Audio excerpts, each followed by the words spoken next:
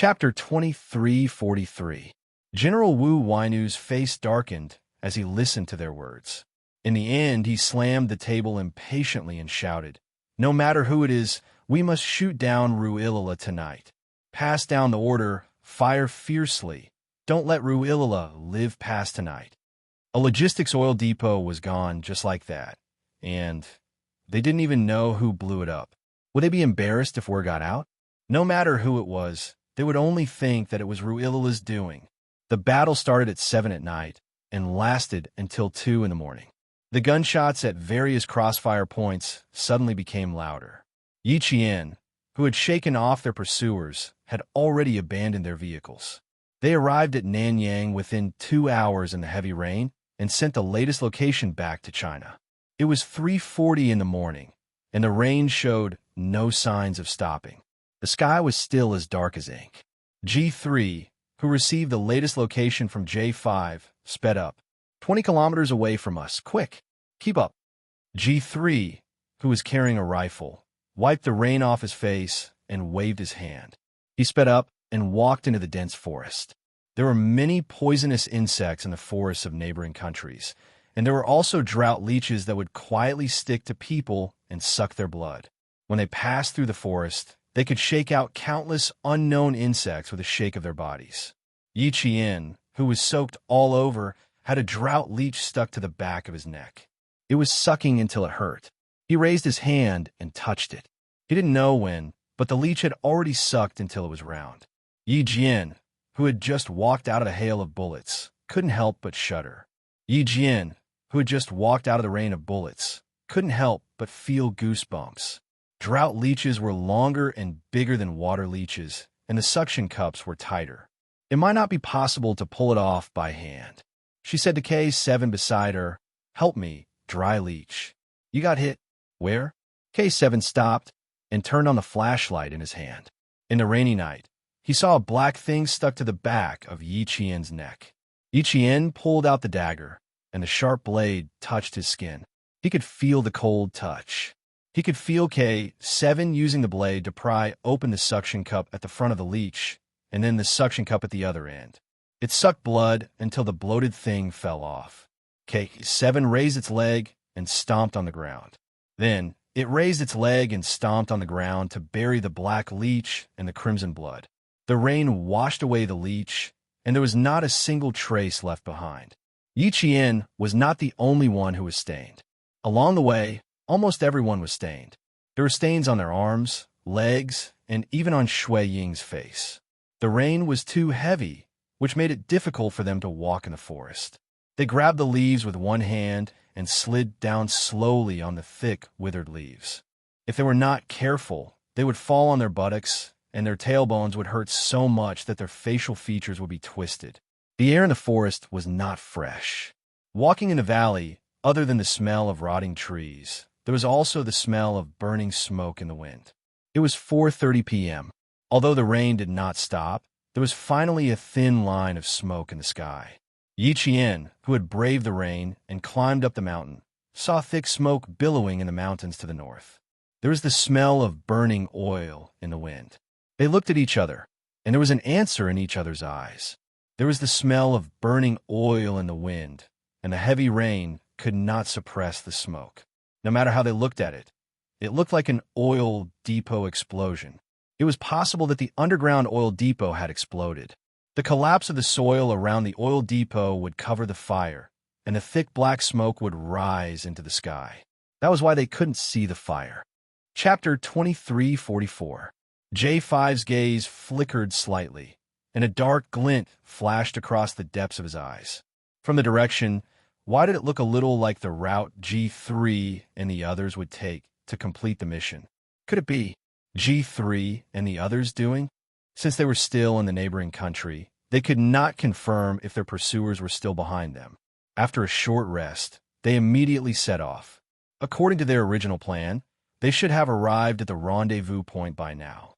After rushing out of the city and being circled by their pursuers, they were already an hour late. "There's a sound," Yi Qian, who was going down the mountain, whispered. He pulled Qin Xiu and quickly hid behind a tree, using the dense foliage to hide their figures. J5 and the others were already hiding behind a tree. They held their breaths as they listened to the faint rustling sounds at the foot of the mountain. When they tried to listen more carefully, the rustling sounds they heard earlier had disappeared. It seemed like the people walking had also discovered them and immediately stopped to hide. Damn, don't tell me we've encountered the local armed forces. The T6 combatant, who was wearing a military uniform of an unknown country and had paint smeared on his face, whispered to Z7. At the same time, he gripped his rifle tightly, ready to fire in the next second. Z7 Han Jing shook his head and stared coldly ahead. The people above did not move. It was obvious they had also discovered them and were in a silent standoff. This kind of standoff was very time-consuming, and they could not afford to waste time.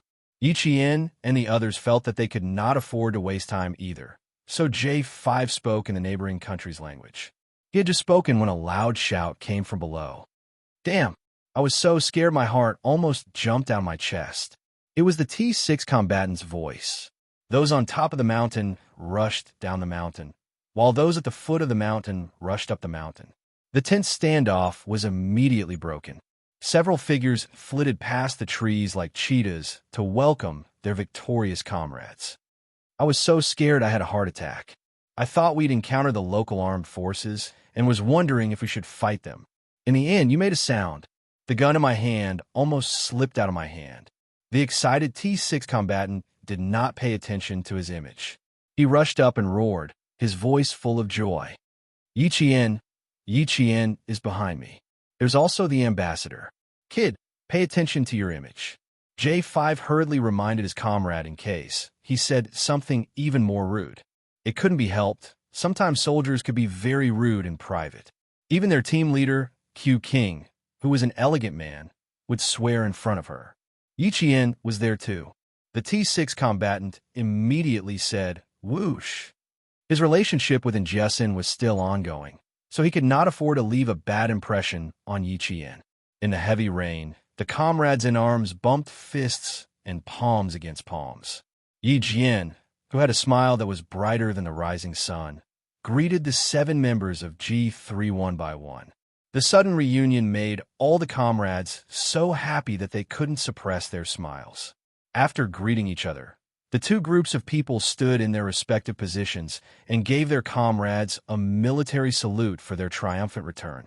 Once again, we've met again, and once again, we've completed our mission. You will always be the comrades that I trust the most in my heart, the comrades that I'm most proud of. News of the meeting between the two parties quickly spread back to the country. The higher-ups in the military who knew about it all heaved a long sigh of relief. Finally, everything was safe and sound. Then the next thing to do was to condemn the neighboring country. At 8 a.m., everyone arrived at the border between the two countries. A helicopter was already waiting for the hero's return. Rumbling sounds could be heard as the helicopter's propellers rotated at high speed, crushing the surrounding vegetation. When the helicopter took off and left, some of the vegetation was even snapped by the wind. Chapter 23:45. It didn't matter if he apologized or not. The little fox that he was so worried about was coming back soon. Reporting. The soldier's loud voice came from outside the door.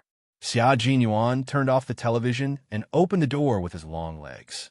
His little fox had arrived at the Border Defense Company's helicopter airport. Xia Jinyuan didn't need the soldier to lead the way. He strode towards the Border Defense Company's airport. On behalf of the military, he was going to welcome the brave Special Forces soldiers back to their country safely. After the helicopter landed, Qin Xiu was the first to come down, followed by Yi Qian, followed by the male soldiers. And the ones who welcomed them back were the soldiers who would always be their strong backing. The deputy commander of the Yun Province military region, who sent them off, stood at the front of the rows of pine trees. When all the heroes came down, he shouted in a deep voice, "Salute!" Swoosh! In the heavy rain, hundreds of soldiers in combat uniforms raised their hands and saluted at the same time. They saluted quickly and fiercely. Their standard salutes brushed against the wind and rain, bringing with them the fierce and unyielding military might of the soldiers who would never give up. Yi Qian, J5, G3, and more than 10 other Special Forces soldiers faced the grand welcome. They stood at attention and saluted. They used their return to tell the country that they had completed their mission. The whole scene was grand and passionate, making people's eyes turn red. Xiao Jinyuan stood not far away and looked at his beloved girl. He looked at his lover who fought side by side with him. He looked at her towering figure standing in the sun. His tightly pressed lips finally lifted into a smile. That was his pride, a pride that he would protect with his life. His girl had grown up. She was no longer a delicate little girl, no longer a little girl who trembled and was afraid of her first target. His girl had become an indomitable and fearless soldier. She used her gun to defend the country's dignity and used bullets to tell those people why China dared to be strong. He accompanied her through the wind and rain and witnessed her metamorphosis again and again. Finally, she broke out of her cocoon and became the most dazzling star. Yi Chen, who had shaken hands with the deputy commander, seemed to feel something. Her gaze passed through the rows of soldiers and landed in the distance. She saw the most familiar figure, tall and slender, as proud as a mountain. Their gazes were separated and even passed by the soldiers. In the crowd, in the mountains and rivers, no matter where you are, my gaze will always find you. Because standing there, you're the target that I will never give up on. Yi Qian, whose face was covered with fine scars, smiled. Her lips curved and her eyes revealed the sweetest, most beautiful, and most gentle smile. Every time she returned, she would always see the figure that he was waiting. Chapter 23:46. As the soldiers left, Xiao Jinyuan's figure gradually disappeared from Yi Qian's sight. Yi Qian didn't stay any longer. She said to J5 softly, "Q King is here. I'll go look for him first." His wound was still recovering, and he was standing in the rain waiting for her. She had to hurry over and drag him back to his room. "Q King is here?" J5, who didn't notice anything, looked around and asked Yi Qian to leave first. He was one of the few people who knew about their relationship. Yi Qian didn't stay any longer. She followed the soldier's footsteps to look for the figure who left. She didn't need to spend any effort to look for him. The figure who was waiting for her was definitely not far away, quietly waiting for her arrival. Yi Qian walked very quickly without looking back. She didn't notice that there was a gaze following her closely. "Is Yi Qian in a hurry? Why are you in such a hurry?" After talking to the staff sent by the Ministry of Foreign Affairs, Qin Shou walked over to J5 and asked in a low voice, "Shouldn't she be changing first?" The rain had been pouring since midnight. Although she was a female soldier, she was still a girl. Walking in the rain for 8 to 9 hours was very bad for a girl's body. J5 naturally wouldn't say that Yi Qian was going to see Xiao Jinyuan. He smiled and said, "She's a female soldier. She can't change with us male soldiers. She left in a hurry to change alone." This explanation was very good. Qin Shou didn't suspect anything. They were going to go back to their rooms to take a shower, rest for a while, and then set off for Beijing. Yi Qian had already seen Xiao Jinyuan. The tall and slender man was standing in front of her with a smile on his handsome face. He was looking at her with gentle eyes as he walked over step by step. He stood still and waited for Yi Qian to come to his side. Yi Qian, whose clothes were completely soaked, walked very quickly. Xiao Jinyuan could even see water droplets dripping from the corners of her clothes and pants. Her shiny black hair was completely soaked, and it stuck softly to her body, accentuating her fair skin and exquisite facial features. The high-intensity battle did not tire her out at all. Her eyes were bright and shiny like gems. Xiao Jinyuan suddenly did not want to stand there anymore. He wanted to go over and hug his lover. He was no longer standing in the corner. He moved his long legs and strode towards her like a shooting star. Yi Qian's smile deepened. He was standing in a blind spot and would not be easily discovered. Now that he had walked out, any soldiers passing by would be able to see him. So what if she saw him? A hug at such a time was not just a hug of lovers reuniting, but a hug of a comrade returning safely.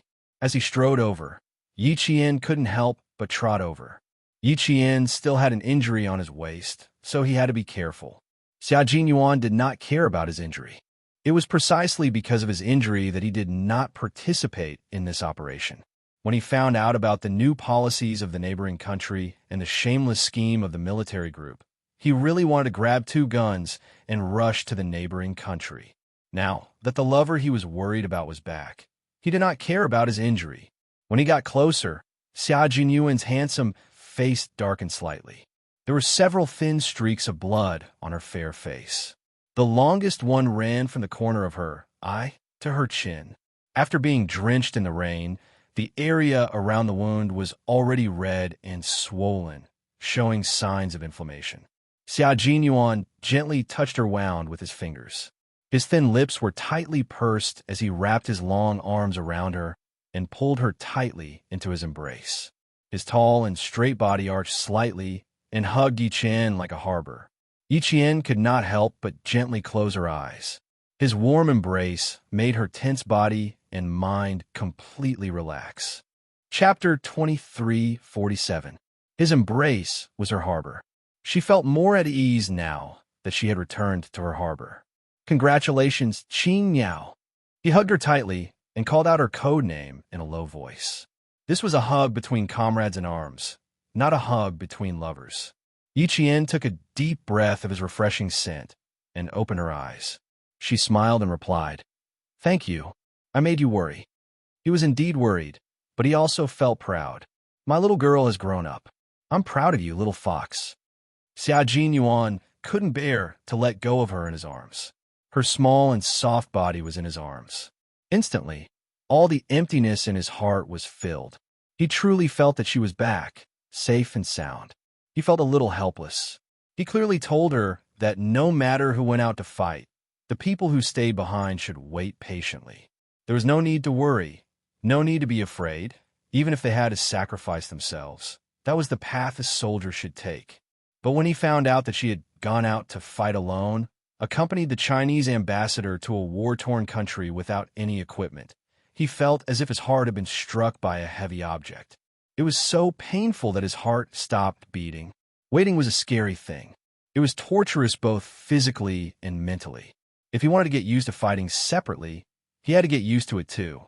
Yiqian felt his arm tremble slightly and knew that he had been worried about her. She patted his broad back gently and said softly, "Because you are my goal, I have to work hard to catch up to you. I can't let you wait too long." This little fox, sometimes she was so silly that it made his heart ache. Just because she knew that he had suppressed his promotion, she felt sorry for herself. She didn't feel sorry for herself either. She felt sorry for herself and how tired she would be if she worked so hard. Those cuts on her face, didn't she hurt? She still had the mind to catch up to him. He couldn't bear to see her tired, but sometimes he could only stand by and watch her tire. He lowered his head and kissed her temple. "Go back to your room and change first.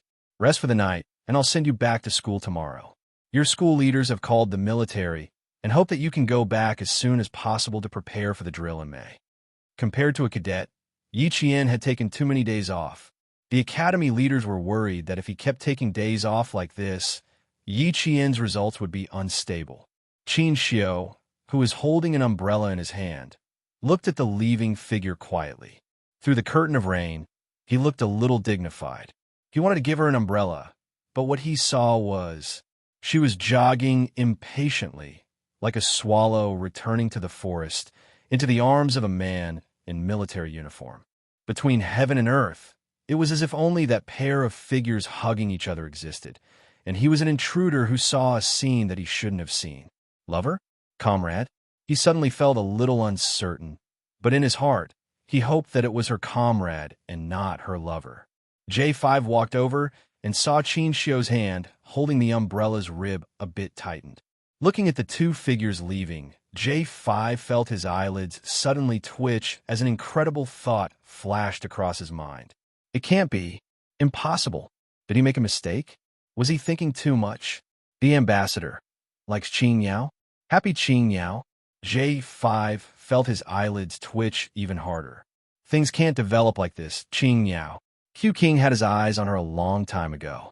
He had been waiting for her for several years, but he couldn't explain anything now. J5 pretended not to see and smiled. Ambassador, let's go back to our room and change as soon as possible. It's not easy to come back home. We don't want to catch a cold.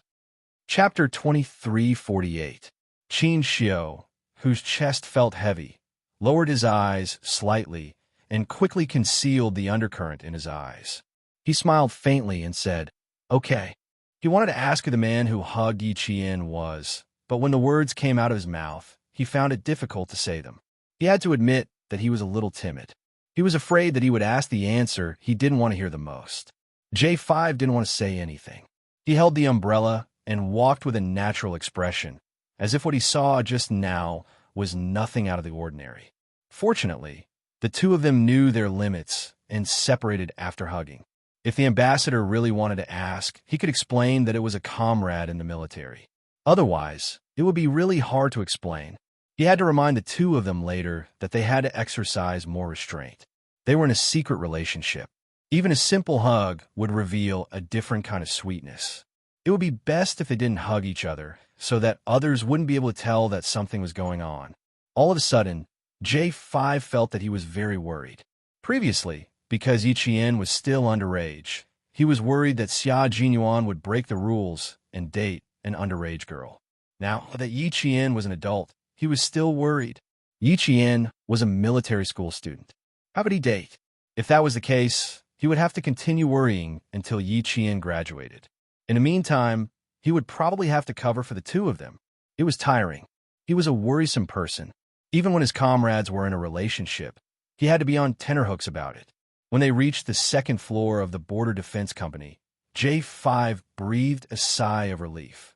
Along the way, the diplomatic ambassador, who had a verbal battle with a neighboring country's negotiator, remained cold and calm.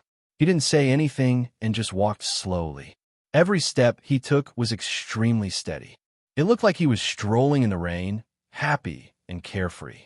In fact, that wasn't the case at all. Walking beside him, J5 could clearly feel that the ambassador's aura had become very fierce. It swept away his elegant temperament and was even more powerful than yesterday's negotiation. Previously, J5 thought that he was overthinking things. Now, it seemed that he didn't expect it at all. This outstanding diplomat was really interested in Yi Qian.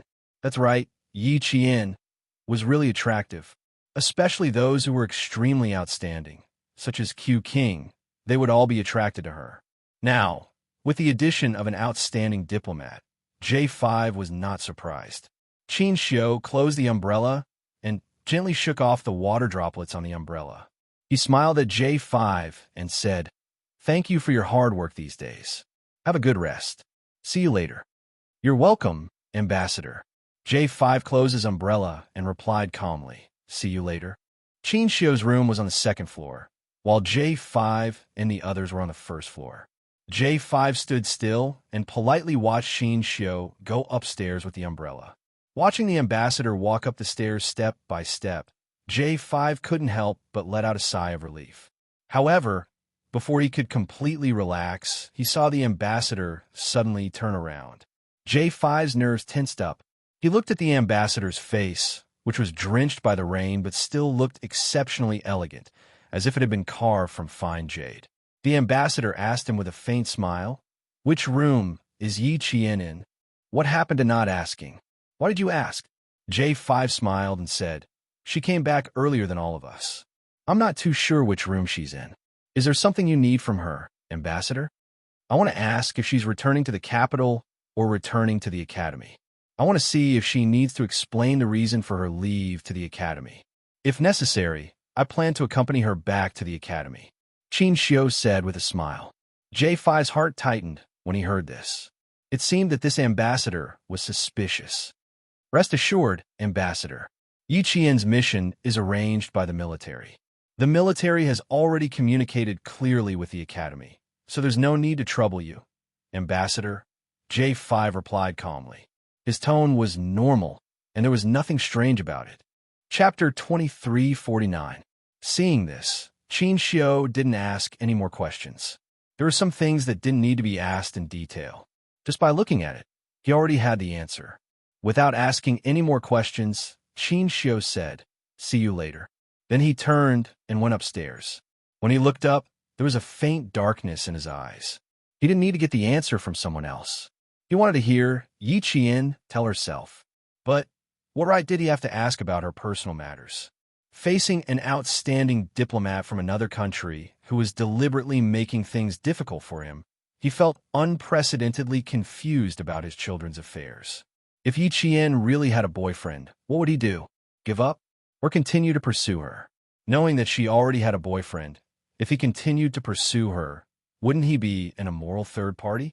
Psychologically, he couldn't get over this hurdle.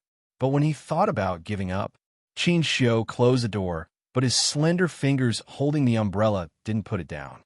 Qin Xiu's fingers were very slender, and his joints were as delicate as his person. Even though he was holding the umbrella tightly, the lines of his fingers were still beautiful. After a while, he put the umbrella in the corner with a cold expression. He took off his suit and unbuttoned his white shirt while thinking about walking towards the bathroom. Giving up was also difficult. He couldn't go against his morals, and he didn't want to give up. Then let's just leave it at that. He would pretend that he didn't know anything, that nothing had happened, and let nature take its course. After turning on the shower head, Qin Xiu raised his head and let the warm water splash on his face. Soon, the bathroom was filled with steam. Amidst the sound of the water, the man's slender but graceful body was faintly discernible in the steam. Qin Xiu, who had been learning Sanda for a long time, was also a classic example of a man who looked thin in clothes, but had great body when he took them off.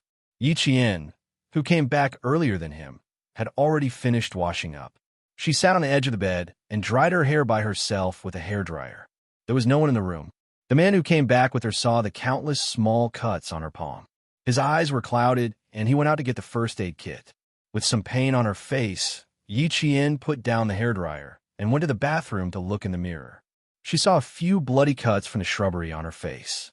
The cuts from the corner of her eyes to the side of her jaw were the most conspicuous. Her skin was the kind of skin that wouldn't get tan no matter how much it was in the sun in her previous and current life.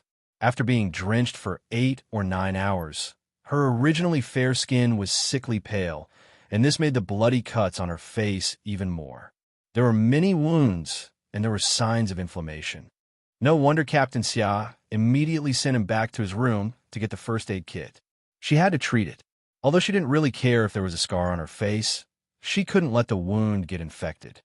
Yi Qian's in the bathrooms to see Xia carrying the first aid medicine's doctor, his A doctor.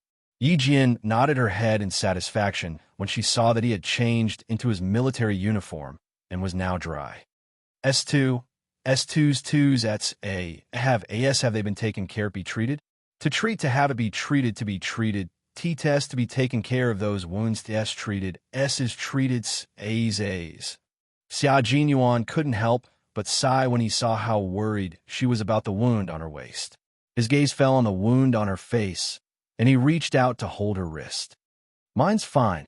It's already scabbed over. You're the one who's in trouble. Come here and treat the wound on your face first. There are still 2 broken shards stuck into your flesh at the corner of your eye. Don't you feel it? 2 more shards stuck in her flesh.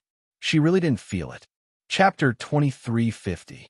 She subconsciously wanted to touch it, but she suddenly stumbled into his arms. As she fell into his arms, she heard his low voice say helplessly, "You still want to touch it? Do you want to pierce it deeper and leave a memento?" Seeing her injured, whether it was a big injury or a small one, his heart ached. He knew that it was inevitable, but his heart still ached. He wanted to put her in the palm of his hand to dote on and pamper her, but he had to let go because of his profession. He wanted to see her get hurt, see her suffer, and see her suffer. It was said that one could not see the rainbow without going through the rain. As Special Forces soldiers, they might not be able to see the rainbow even if they went through the rain. The next second, it might be eternal darkness, and they might not be able to see the sun tomorrow. He and she were Special Forces soldiers who had gone through storms and walked on the edge of the blade. They were calm when facing their own injuries, but in the eyes of the other party, they were heartbroken. He also knew how much her heart ached when she saw the injury on his waist. He also knew how worried she was when he went missing. Yi Qian did not touch it again. She threw herself into his arms and said with a smile, "Don't leave such a small injury as a memento. The injuries on your body are the real memento. Hearing her indifferent tone, Xia Jinyuan felt bitter in his heart. He also wanted to protect her well and make sure that she did not get hurt at all. He also wanted to face all the dangers in the war, and she only needed to stand behind him. He also wanted to, but he only wanted to. He lowered his head and kissed the girl who did not want to get up from his arms. His warm lips kissed her softly on her forehead. "Brave little fox, let's pick out the thorns first. I'll let you hug me when we're on the bed." Let her hug me when we're on the bed. Yi Qian glanced at the 1.5-meter double bed from the corner of her eye. With his height of 1.8 meters, he would have to curl up to lie on it. The curtains were drawn in the room, and Xia Jinyuan turned on the bedside lamp. He carefully looked at the 2 thorns that pierced the corners of her eyes. They were a little too deep. The needle used to stitch up the wound was disinfected with alcohol. His fingers gently pressed against the corner of her eyes. His deep and dark eyes stared at the few deep thorns. He said softly, "The thorns are a little deep. It will hurt to take them out. Bear with it." The thorns pierced into the flesh instantly, so there wouldn't be much pain, especially when she was fully focused on the battle. She didn't even feel anything when the thorns cut her face. It was a little painful to use the needle to pick out the thorns in the flesh. When the tip of the needle touched the hard thorns gently, Xia Jinyuan saw Yi Qian's long and black eyelashes flutter. He subconsciously blew on the thorns as if to coax a child that it wouldn't hurt. He even coaxed gently, "It doesn't hurt, it doesn't hurt. Be good, it won't hurt in a while." Yi Qian couldn't help but laugh out loud at the way she was trying to coax a 3-year-old. When she laughed, the corners of her eyes twitched, scaring Xia Jinyuan so much that she quickly moved the needle away from her hand so as not to stab her. "Be serious. You're not allowed to laugh." He pretended to be angry and spoke with a threatening face, but in less than 2 seconds he broke his facade. His handsome face was gentle as he continued to coax her. "It'll be fine soon. It's not 2 thorns, but 3. It's been stuck in your flesh for so long, and you've been drenched in water for a few hours. The wound is too close to the corner of your eyes. Don't let it fester and hurt your eyes." He usually didn't have time to take care of her. Now that he was by her side, as her boyfriend, he naturally had to take good care of her. Yi Qian didn't move again. The sharp needle had touched the edge of her eyelashes just now, so she wasn't afraid that it would fester and hurt her eyes. She was afraid that if she laughed again, the tip of the needle would accidentally poke her eyes. Chapter 2351. Every Special Forces soldier knew how to perform simple suturing operations. Removing a thorn was a piece of cake. After removing all 3 thorns, there were 3 bloody cotton balls on the stainless steel plate. The thorns were indeed deep, but fortunately, they weren't long. It wasn't much of a problem to remove them with iodine. His face, palms, elbows, and knees were all injured to varying degrees. The most shocking injury on his leg was the injury on his calf. After a night, the injury on his calf was bruised, and there were even purple spots of blood on it. Xia Jinyuan didn't say a word as he poured safflower oil onto his hands. He rubbed them until his palms were hot. Then he pressed them against Yi Qian's calf and rubbed them. Yi Qian didn't even know when he had been hit. He lay on the bed and endured the pain while Xia Jinyuan rubbed away the blood clots. Slowly, his calf began to feel a burning sensation. The warm energy brought an indescribable sense of comfort. You don't have experience fighting alone in the jungle, but the J5 soldiers do. Why didn't they remind you to check your body for injuries that need treatment? If it's inconvenient to use safflower oil, they should at least spray it with painkillers. Your skin is fair to begin with. Even a slight bump would leave a bruise. Now that you're bleeding under your skin, the J5 soldiers on the helicopter should have reminded you to treat it. Xia Jinyuan's deep voice was a little tense. If you listened carefully, you could faintly hear the anger in his voice. She didn't know if the oil had a hypnotic effect, but the warm energy slowly crept up from her calf to her head. The warmth was exceptionally comfortable, and even her drowsiness slowly crept up. Yi Qian listened indifferently. The corners of his lips curled up as he replied, "It's okay. It's not as serious as the last time you kicked me. The bruises you left behind last time only disappeared after the new year. Xia Jinyuan's right hand, which was rubbing her calf, paused. He felt helpless. He wasn't afraid of anything since he was young. He could do whatever he wanted outside the house, and had been like this for the past 20 years. Until now, there was only one thing he was afraid of. He didn't look up. He poured the safflower oil and rubbed the bruises on her calf. He smiled helplessly and said, "Little fox, are you remembering? What should I do? What do I have to do for you to forget?" She was talking about last year's training with the Marine Storm team. In order to teach her how to play tricks on the battlefield, he taught her a lesson. His purpose was to let her remember that there was no such thing as playing tricks on the battlefield. Only true abilities were needed. Who would have thought that she would still remember it after more than 2 months? Now, he was afraid that she would mention it. "Your boyfriend is really ruthless. It's hard to forget him." Yi Qian answered in a muffled voice. Lying on the bed, Yi Qian's breathing gradually became longer. By the time Xia Jinyuan raised his head to ask what he should do, Yi Qian had already fallen asleep. She was too tired after 2 consecutive nights of high-intensity combat. Now that she had returned to the safe harbor, she couldn't stop herself from falling asleep. Xia Jinyuan's hands didn't stop moving. Looking at her sleepy face, he realized that she didn't really want to argue with him when she mentioned it. At the same time, he reminded himself that it was normal for him to have bumps and bruises during training and combat. It had nothing to do with his comrades. On the other hand, he was a little scared. Although he was a little scared, if he had to choose again, his choice would still be the same and wouldn't change. The room was very quiet. It was a peaceful time to enjoy. Xia Jinyuan's hands moved until he pushed the purple blood away. Chapter 2352. She was wearing a short-sleeved shirt and shorts, and the room was slightly cold. In order to prevent Yi Qian from catching a cold, Xia Jinyuan carefully placed her legs on the bed and gently covered her with a quilt. He carefully twisted the corners of the quilt before getting up. He put away the medicine and opened the curtains to let in the fresh, moist air to disperse the smell of medicine in the room so that she could sleep better.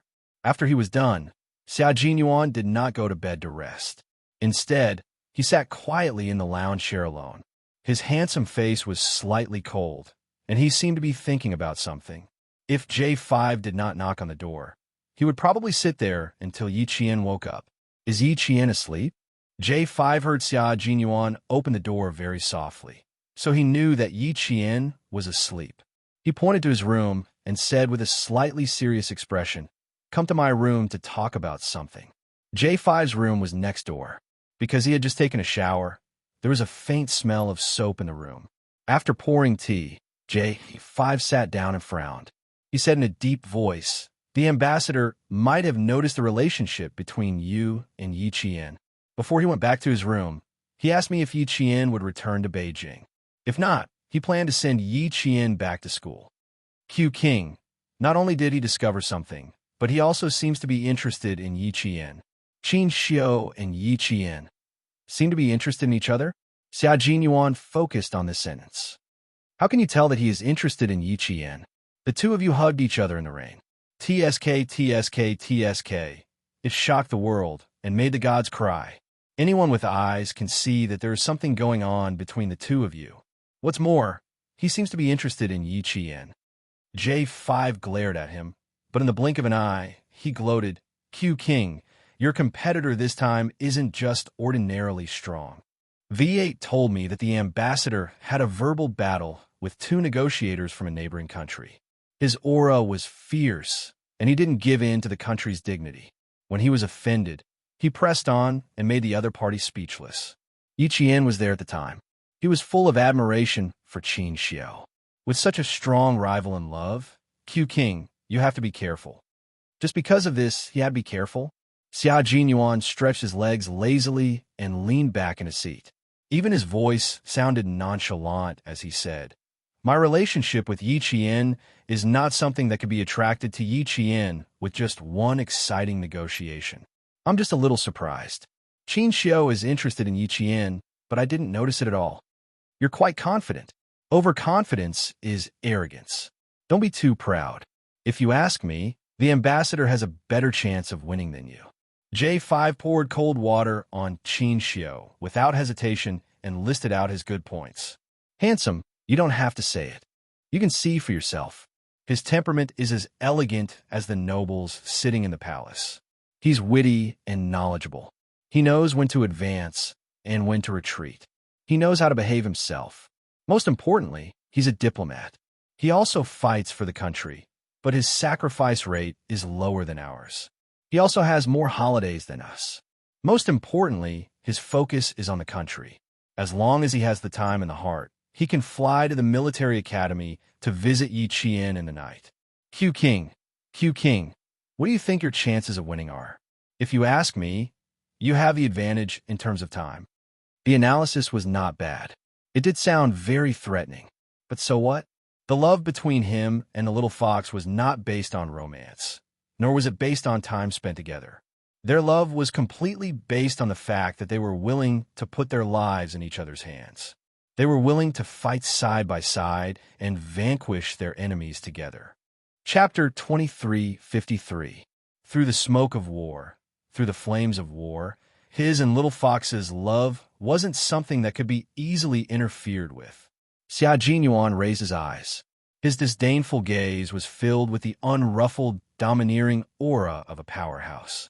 He spoke cheerfully and wittily with an irresistible force. So what? He likes Yi Qian. I can only say that he has good taste. But that's his own business. What does it have to do with me and Yi Qian? Such confidence, with a hint of arrogance, made J5 click his tongue. Q King, I couldn't tell. Back then, you were so afraid that Yi Qian would be pursued by others, but now you're so confident. You're actually not worried about Yi Qian being pursued by other men at all. I don't believe that when you heard me say that the ambassador is interested in Yi Qian, you didn't feel nervous at all, J5 said with certainty. Then, he looked at Xia Jinyuan without blinking, trying to discover something. Before he could discover anything, the domineering Lieutenant Colonel Xia frowned and admitted, "A little, but it's okay. My girlfriend is so outstanding. There will probably be more flies flying around in the future. I have to work harder." Not nervous? Nonsense. How could he not be nervous? Qin Xiu, one of the top young masters in the capital, a language genius, the youngest diplomat, the most handsome diplomat, the most promising diplomat. His long list of most was enough to make people's eyes linger. Just as J5 said, he was lucky that he won in terms of time. If the young Qin Xiu and the young Yi Qian met, Lieutenant Colonel Xia's eyes darkened. Then, he really wouldn't know whose girlfriend Little Fox was. It wasn't that he was belittling himself, but Qin Xiu was indeed very outstanding. His character was also quite good. Among the young masters in the capital who didn't have any scandals, Qin Xiu was one of them. Even the old man at home said that Qin Xiu alone was enough to support the Qin family. Apart from family Xia and his children, old Master Qin had only commented on two other people. One was Xia Jinyuan's brother-in-law, Li Jinyan, and the other was Qin Xiu from the Qin family, who was worthy of being a role model in Beijing. From this, it could be seen how outstanding Qin Xiu was. Wasn't he nervous? How could he not be nervous? But this kind of thing couldn't be solved just by being nervous. The main thing was to let the other party know the difficulty and back off. Here came the problem. His current identity was still that of a boyfriend who couldn't see the light of day. How could he make her back off? J5 saw that he was deep in thought, and his eyes flashed with a teasing smile.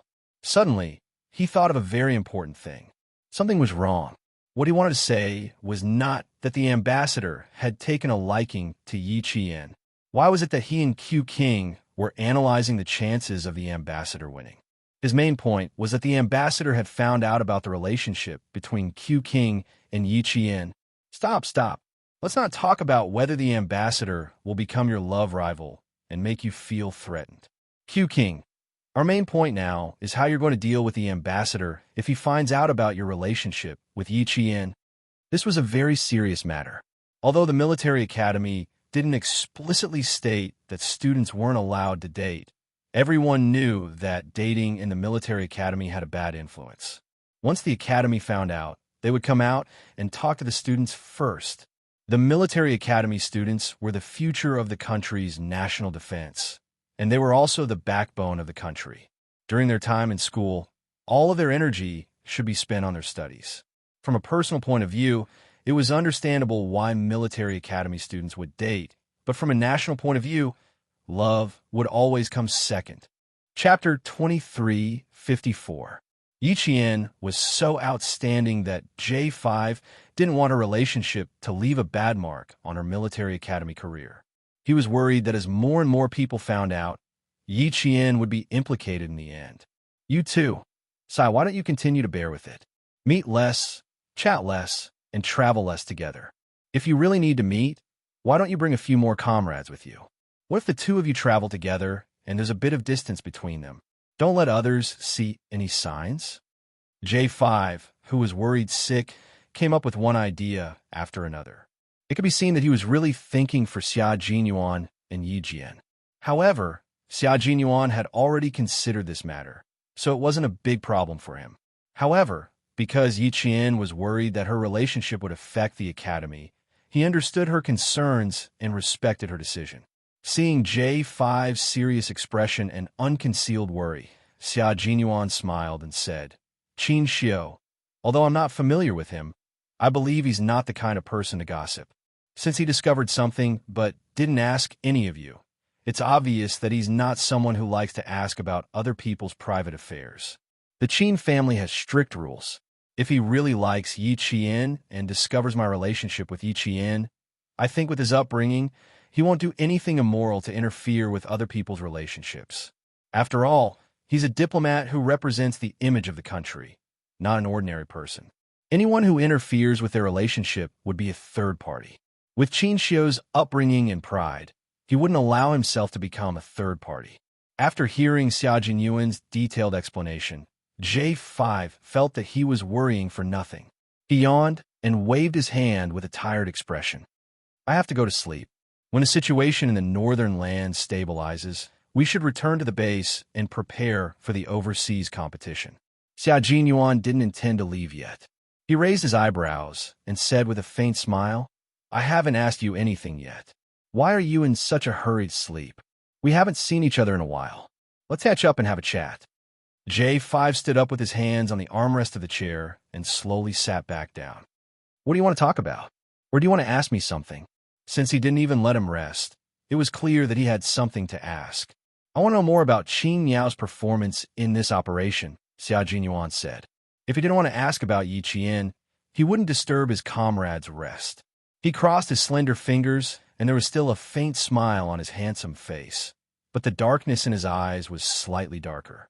This is the first time she has received a mission to protect the safety of an important person.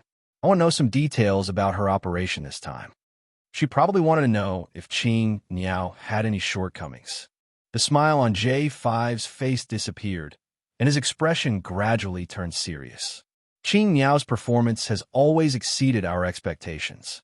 She's very calm, and her reaction speed is amazing. When did she have car training? This time, we were surrounded by more than 10 cars. Her driving skills were eye-opening.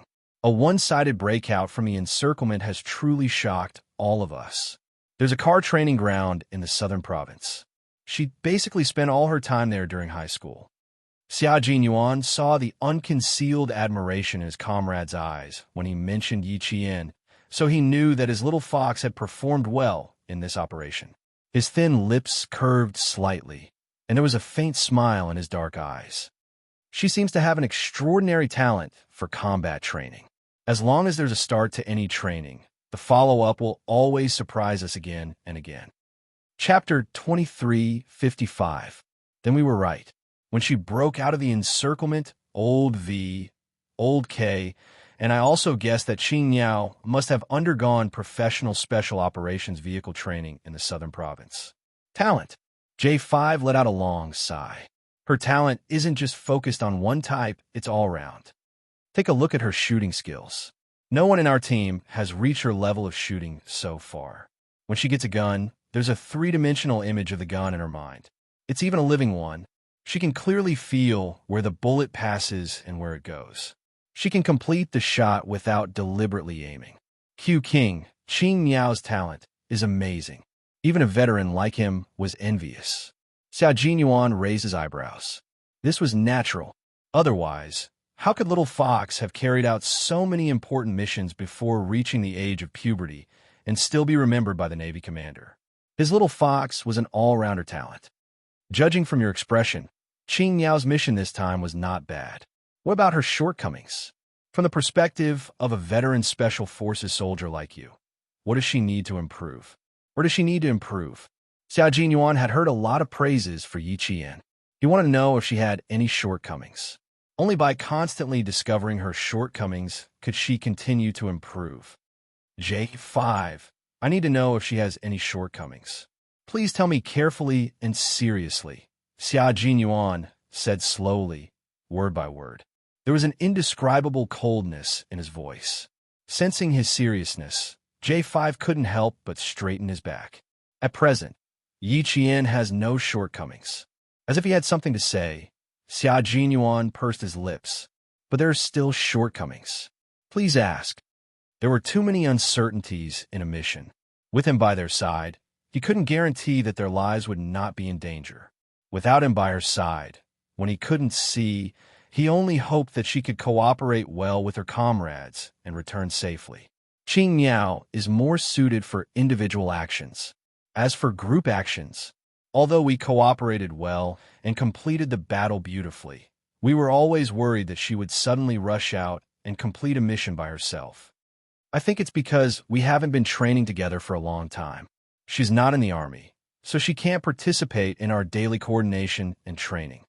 It's normal for such a problem to occur.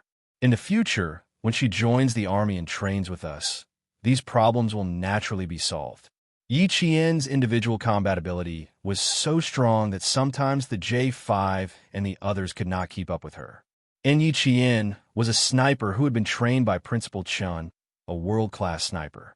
An individual's independence was greater than the group's training. Therefore, the other comrades were worried that she would suddenly finish the mission ahead of schedule. There were two problems. First, although Yi Qian had established a tacit understanding with the Snowfield Brigade, it was only the beginning. She had not established a tacit understanding with all her comrades, so there was a certain degree of unfamiliarity. Second, Yi Qian was not used to working as a group, or rather, working with the group to complete the mission. She completed the mission too quickly, so the comrades behind her could not keep up with her. The two problems were actually one problem. The tacit understanding was not good enough. Chapter 2356. Xiao Jinyuan, who had already figured out the reason, fell silent. After a long time, he pursed his thin lips and said, "Our teamwork still needs to be improved. After we go back, I'll redo the weekly training plan." Qing Miao's individual combat ability is strong, which means that the combat ability of the male soldiers still needs to be improved. We can't slow down and wait for the male soldiers just because her individual combat ability is too strong. Our training is only about chasing, not waiting. J5, you're the vice captain. You'll take the lead to improve our individual combat ability. Yes, sir. J5 nodded and said seriously, after the battle with Qing Miao, I've also been thinking about this. We need to improve our individual combat ability as soon as possible. Otherwise, we won't be able to take on any high-risk missions in the future. Even though the Snowfield Brigade was now the top special forces in the country, if they didn't innovate and work hard, they would be eliminated. They trained for war and to win. Only by improving their individual combat ability day after day, year after year, could they continue to stay in the Snowfield Brigade. Qing Miao's strong individual combat ability was also a warning to them. With J5 in charge, Xiao Jinyuan was very relieved.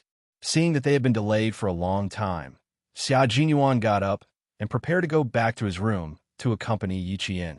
J5 got up and asked him, "Have you informed Yi Qian about the overseas competition? She's the only female soldier in our team. You should know that, right?" "I only found out yesterday." "You rest. I'll go back to my room." Xiao Jinyuan didn't want to disturb his comrade's rest. He stood up and patted his comrade's shoulder. "You don't have to worry too much about Yi Qian and me. You don't have to worry about Qin Xiu either. If he really asks, tell him to come and ask me himself. My relationship with Yi Qian, anyway, it won't affect anything just because he's an outstanding diplomat.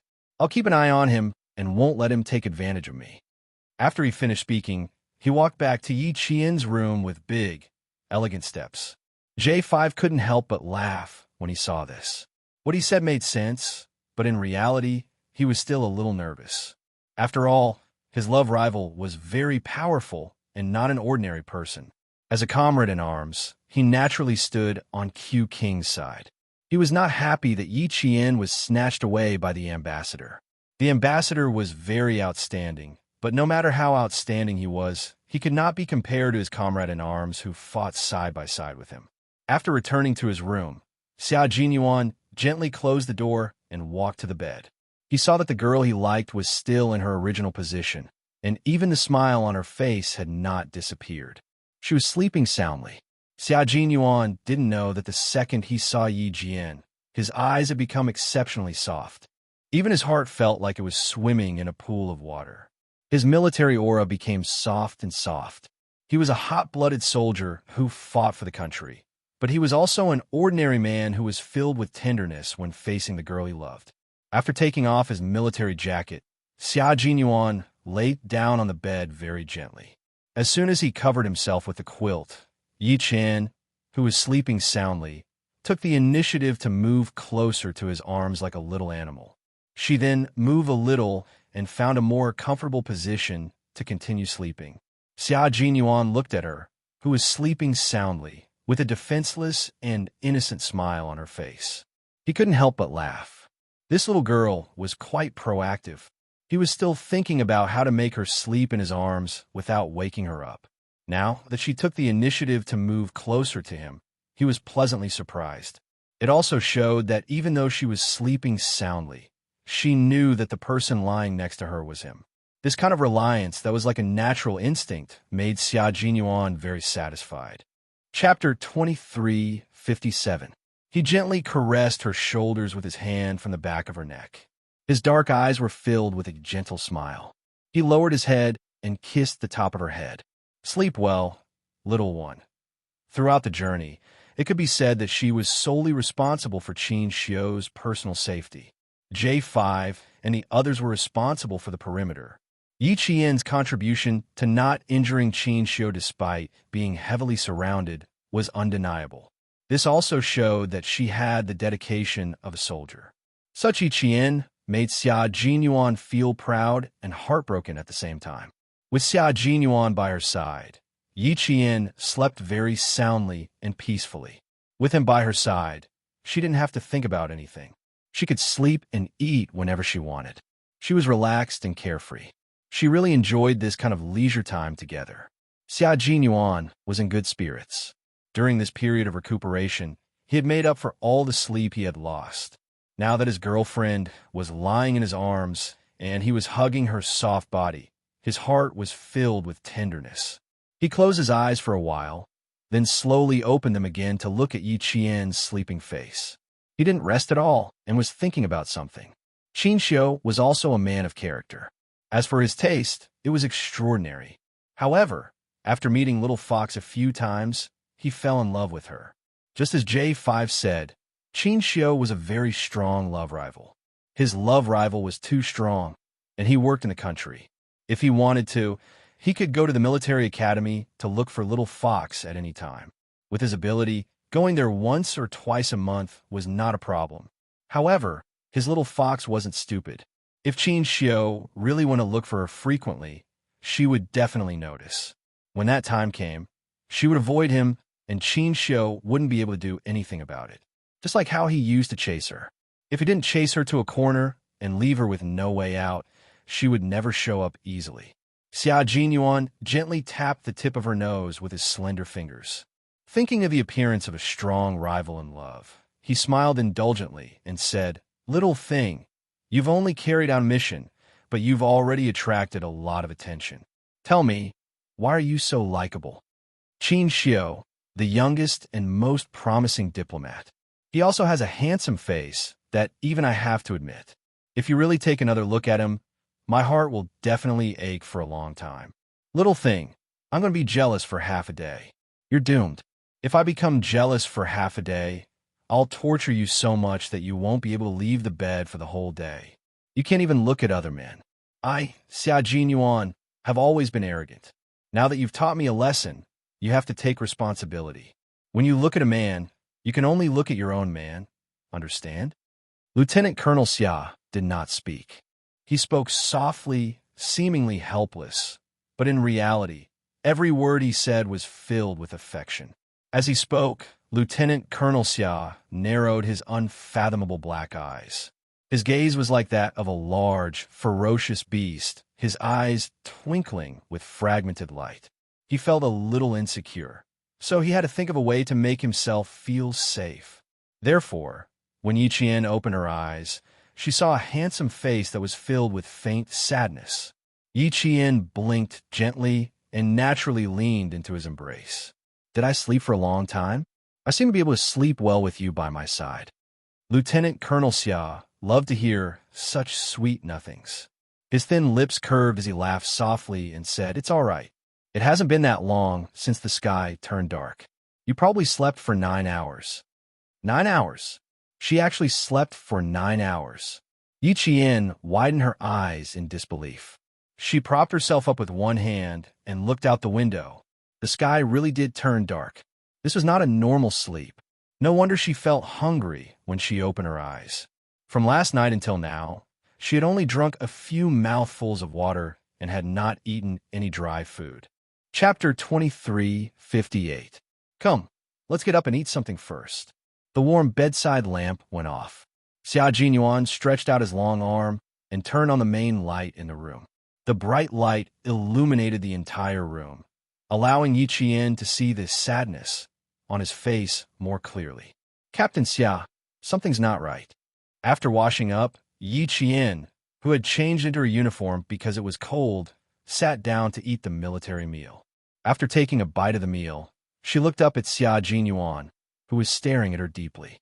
When she was half full, Yi Qian couldn't help but ask him, "I've seen Captain Xia's rascally, arrogant, domineering, and murderous side.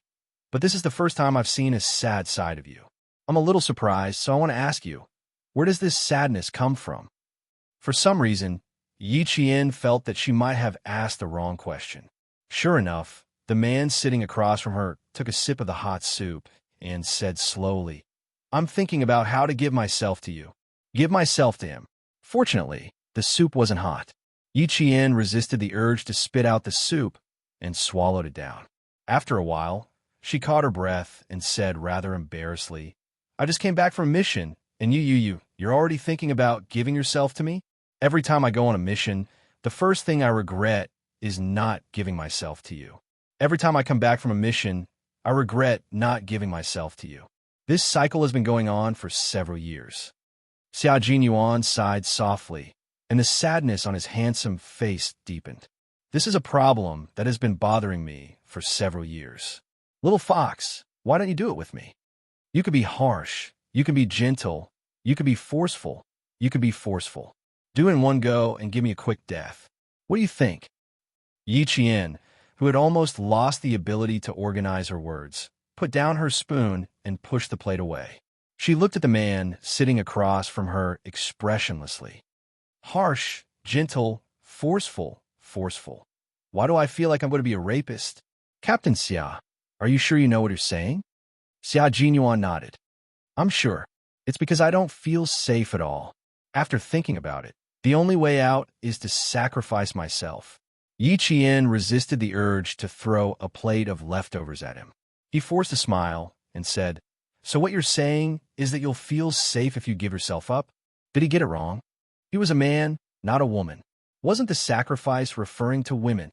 How could he say that it was a man sacrificing himself to find a sense of security? He had seen scoundrels before, but he had never seen such an unreasonable scoundrel. Yi Qian was both angry and amused. He used his chopsticks to pick up a piece of braised pork and stuffed it into Yi Qian's mouth. "You're offering yourself to me, but I don't dare to accept it. Eat a piece of meat as compensation." 10 years later, eating meat would become a graceful expression of love between a man and a woman. Xia Jinyuan had no idea how a piece of braised pork could compensate him. His gaze deepened, and he smiled. I lack a sense of security. After thinking about it, I still think it's not a bad idea to offer myself to you first. Why don't we do it in a few days? As pitiful as he was, he still had to rely on offering himself to find a sense of security. Yi Qian did not believe him. He glanced at him and snorted. Save it, Captain Xia.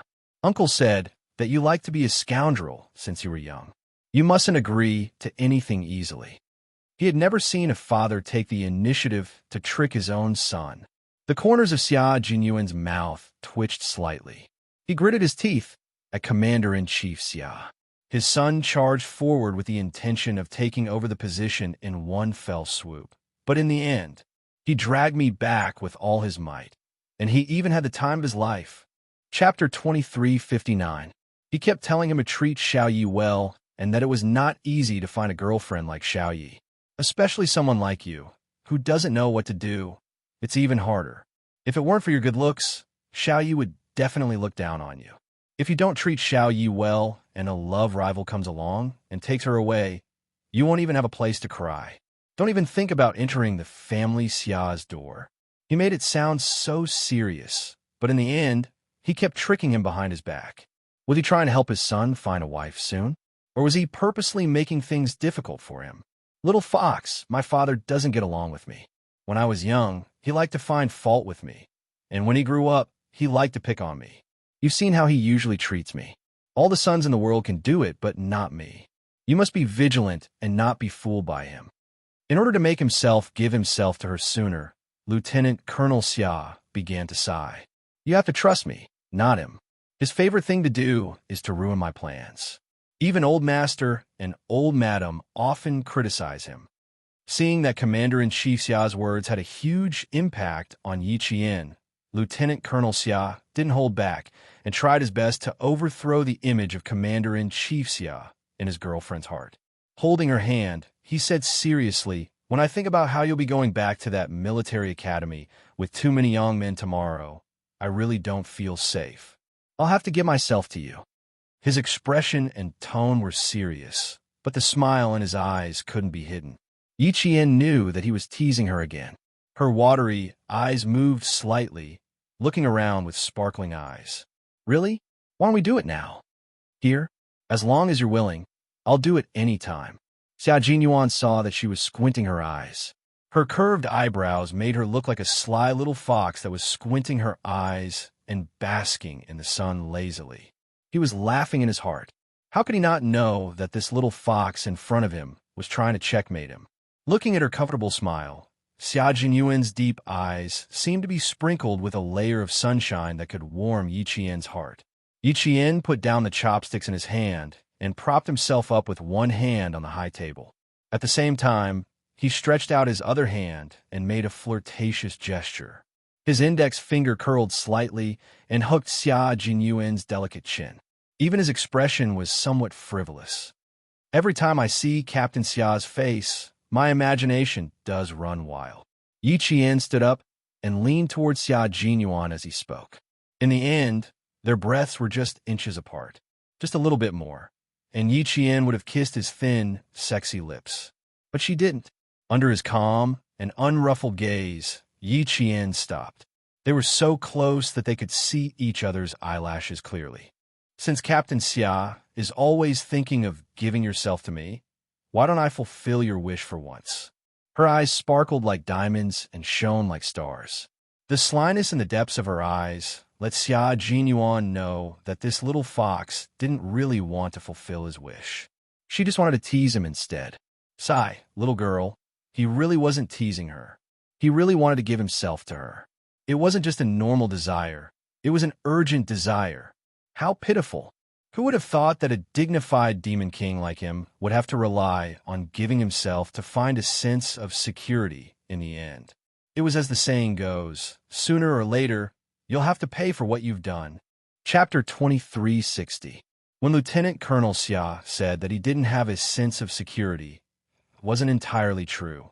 Qin Shou's appearance gave him a wake-up call, making him even more aware that the girl he had grown up holding hands with had already become the most dazzling star, attracting the attention of those sufficiently outstanding adult men.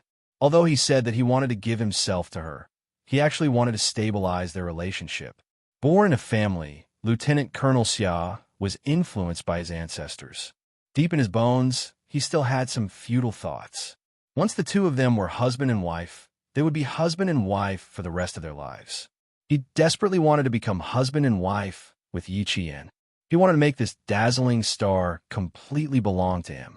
Seeing the sly look in the eyes of the girl in front of him, that pair of eyes that had always maintained a sense of distance from others. When looking at him without the slightest bit of defense, his little fox also liked him and trusted him wholeheartedly. This kind of trust was the most secure button between him and her, and no one else could think of getting between them. Xia Jinyuan said, half-truthfully. Seeing that she was teasing him and even flirting with him, Xia Jinyuan's inferiority complex started to stir again. The two of them were too close, and the delicate lips he had been longing for were only a finger's length away. With such a good opportunity in front of him, if he didn't kiss her, he would feel sorry for himself. Thus, while Yi Qian was waiting for his answer, Xia Jinyuan suddenly leaned forward and immediately shortened the distance between their fingers to 0 distance. The two of them were now lips and teeth. Although Lieutenant Colonel Xia had never been in a relationship before, and even his first kiss was offered to Yi Qian, he had a high comprehension ability. Even though they had only kissed a few times, after each kiss, his kissing skills improved by leaps and bounds. After a few kisses, he had a kissing technique that made Yi Qian blush. His nimble tongue invited Yi Qian's soft tongue to dance with him, and he sucked the tip into his mouth slowly. Ever since he was a child, Xia Jinyuan had the habit of chewing peppermint. His breath always had a refreshing and comfortable peppermint flavor, which was Yi Qian's favorite refreshing flavor. When the tip of Yi Qian's tongue was sucked, his kisses alternated between deep and light kisses. Yi Qian, who had been supporting himself with one hand on the round table, had no choice but to support himself with both hands to prevent himself from losing his balance due to his weak knees. Men had a natural desire to conquer, and it existed in every man, especially men like Xia Jinyuan, who were born like kings. Their desire to conquer was far greater than that of ordinary men, and it even carried a sense of dominance. Being teased, he clasped the back of Yi Jian's neck with one hand. As his breathing became heavier, his kiss became deeper and deeper. He did not even let go of the tip of Yi Jian's soft tongue and delicate lips that were like flowers. The temperature in the room seemed to gradually rise, and sweat slowly overflowed from his forehead. His noble and handsome face had a faint trace of rouge, leaving behind a thin layer of color. This was the color of passion. Xia Jinyuan and Yi Qian's skin color had one thing in common. No matter how much they were exposed to the sun, they could not get tanned. Even if they were exposed to the sun, the worst that could happen was a layer of skin peeling off, revealing their fair skin. At this moment, he was aroused. His fair and handsome face had a faint rouge-like color, which made him look even more handsome and elegant. His brows were like mountains and rivers, and only the majestic green mountains could be seen. He was as handsome as a god. Seeing that her breathing was getting heavier, Xia Jinyuan finally stopped his invasion and ended the kiss that made their hearts race. Chapter 2361. He let go of Little Fox in his arms so that she could breathe some fresh air. Little Fox, your lung capacity is still not enough. It needs to be improved. Xia Jinyuan chuckled deeply. His voice was hoarse and so sexy that it made one's ears tingle. Looking at Yi Qian, who was as beautiful as a peach blossom, Xia Jinyuan's dark eyes became even darker. His sexy Adam's apple, which represented his masculinity, couldn't help but move slightly. This kiss was a little deep, kissing to the point that her eyes were moist. Her lips were bright red and slightly opened, revealing her white teeth. Her red lips and white teeth made her look even more beautiful.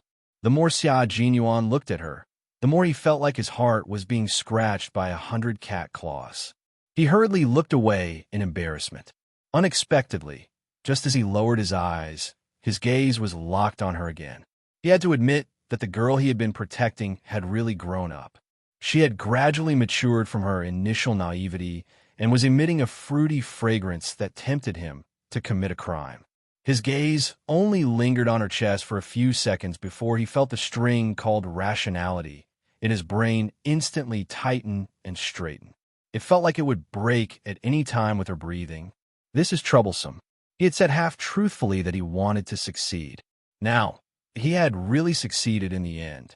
Yi Jian was still adjusting her breathing until the feeling of suffocation dissipated a lot. She supported herself with both hands on the round table and looked up at him with her watery eyes. She answered rather stubbornly, "Captain Xia seems to be a little lacking. Otherwise, how could a small kiss make Captain Xia look like he's drunk?" Yi Qian didn't even realize that at this moment, her face was as beautiful as a peach blossom. She was so beautiful that Xia Jinyuan, who was separated by the round table, felt so hot that his back was covered in layers of sweat. "Is this a challenge to me?" Xia Jinyuan raised his eyebrows. There seemed to be a small fire in the depths of his dark eyes. The fire sizzled as if it could burn 1,000 miles away. Yi Qian raised his hand to fan himself and answered courageously, "Since that's what Captain Xia thinks, it can be understood that way." She really was a little fox that wasn't afraid of getting into trouble. She actually dared to challenge his rationality at this time.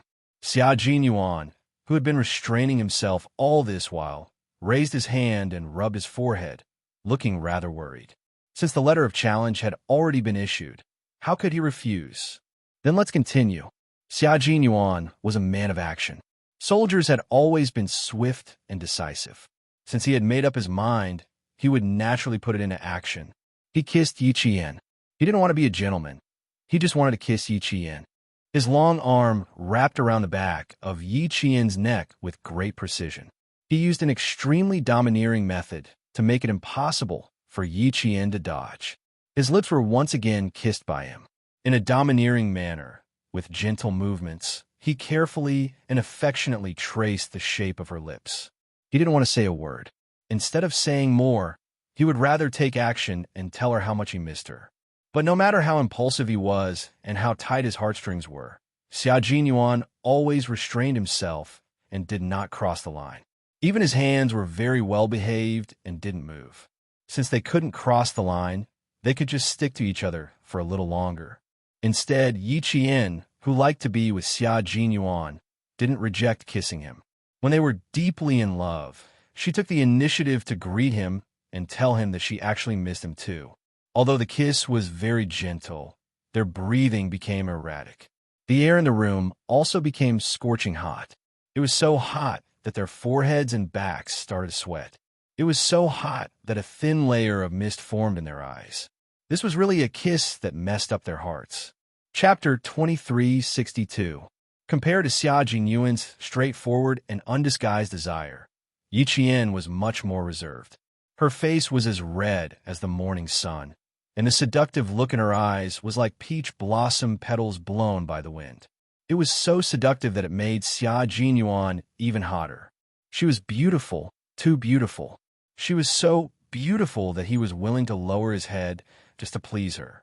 Yi Qian only knew that his knees were so weak that he had to lean on the round table to maintain a stable posture. The lovers who had been separated were reunited, and their feelings for each other were so strong that it was like dry wood colliding with a raging fire. The kiss was out of control. Xia Jinyuan had always known that when he was in front of Yi Qian, his self-control would plummet in a straight line and eventually reach 0. With one hand on the back of her neck, Lieutenant Colonel Xia, who had lost all his self-control, began to feel a little impulsive from the kiss.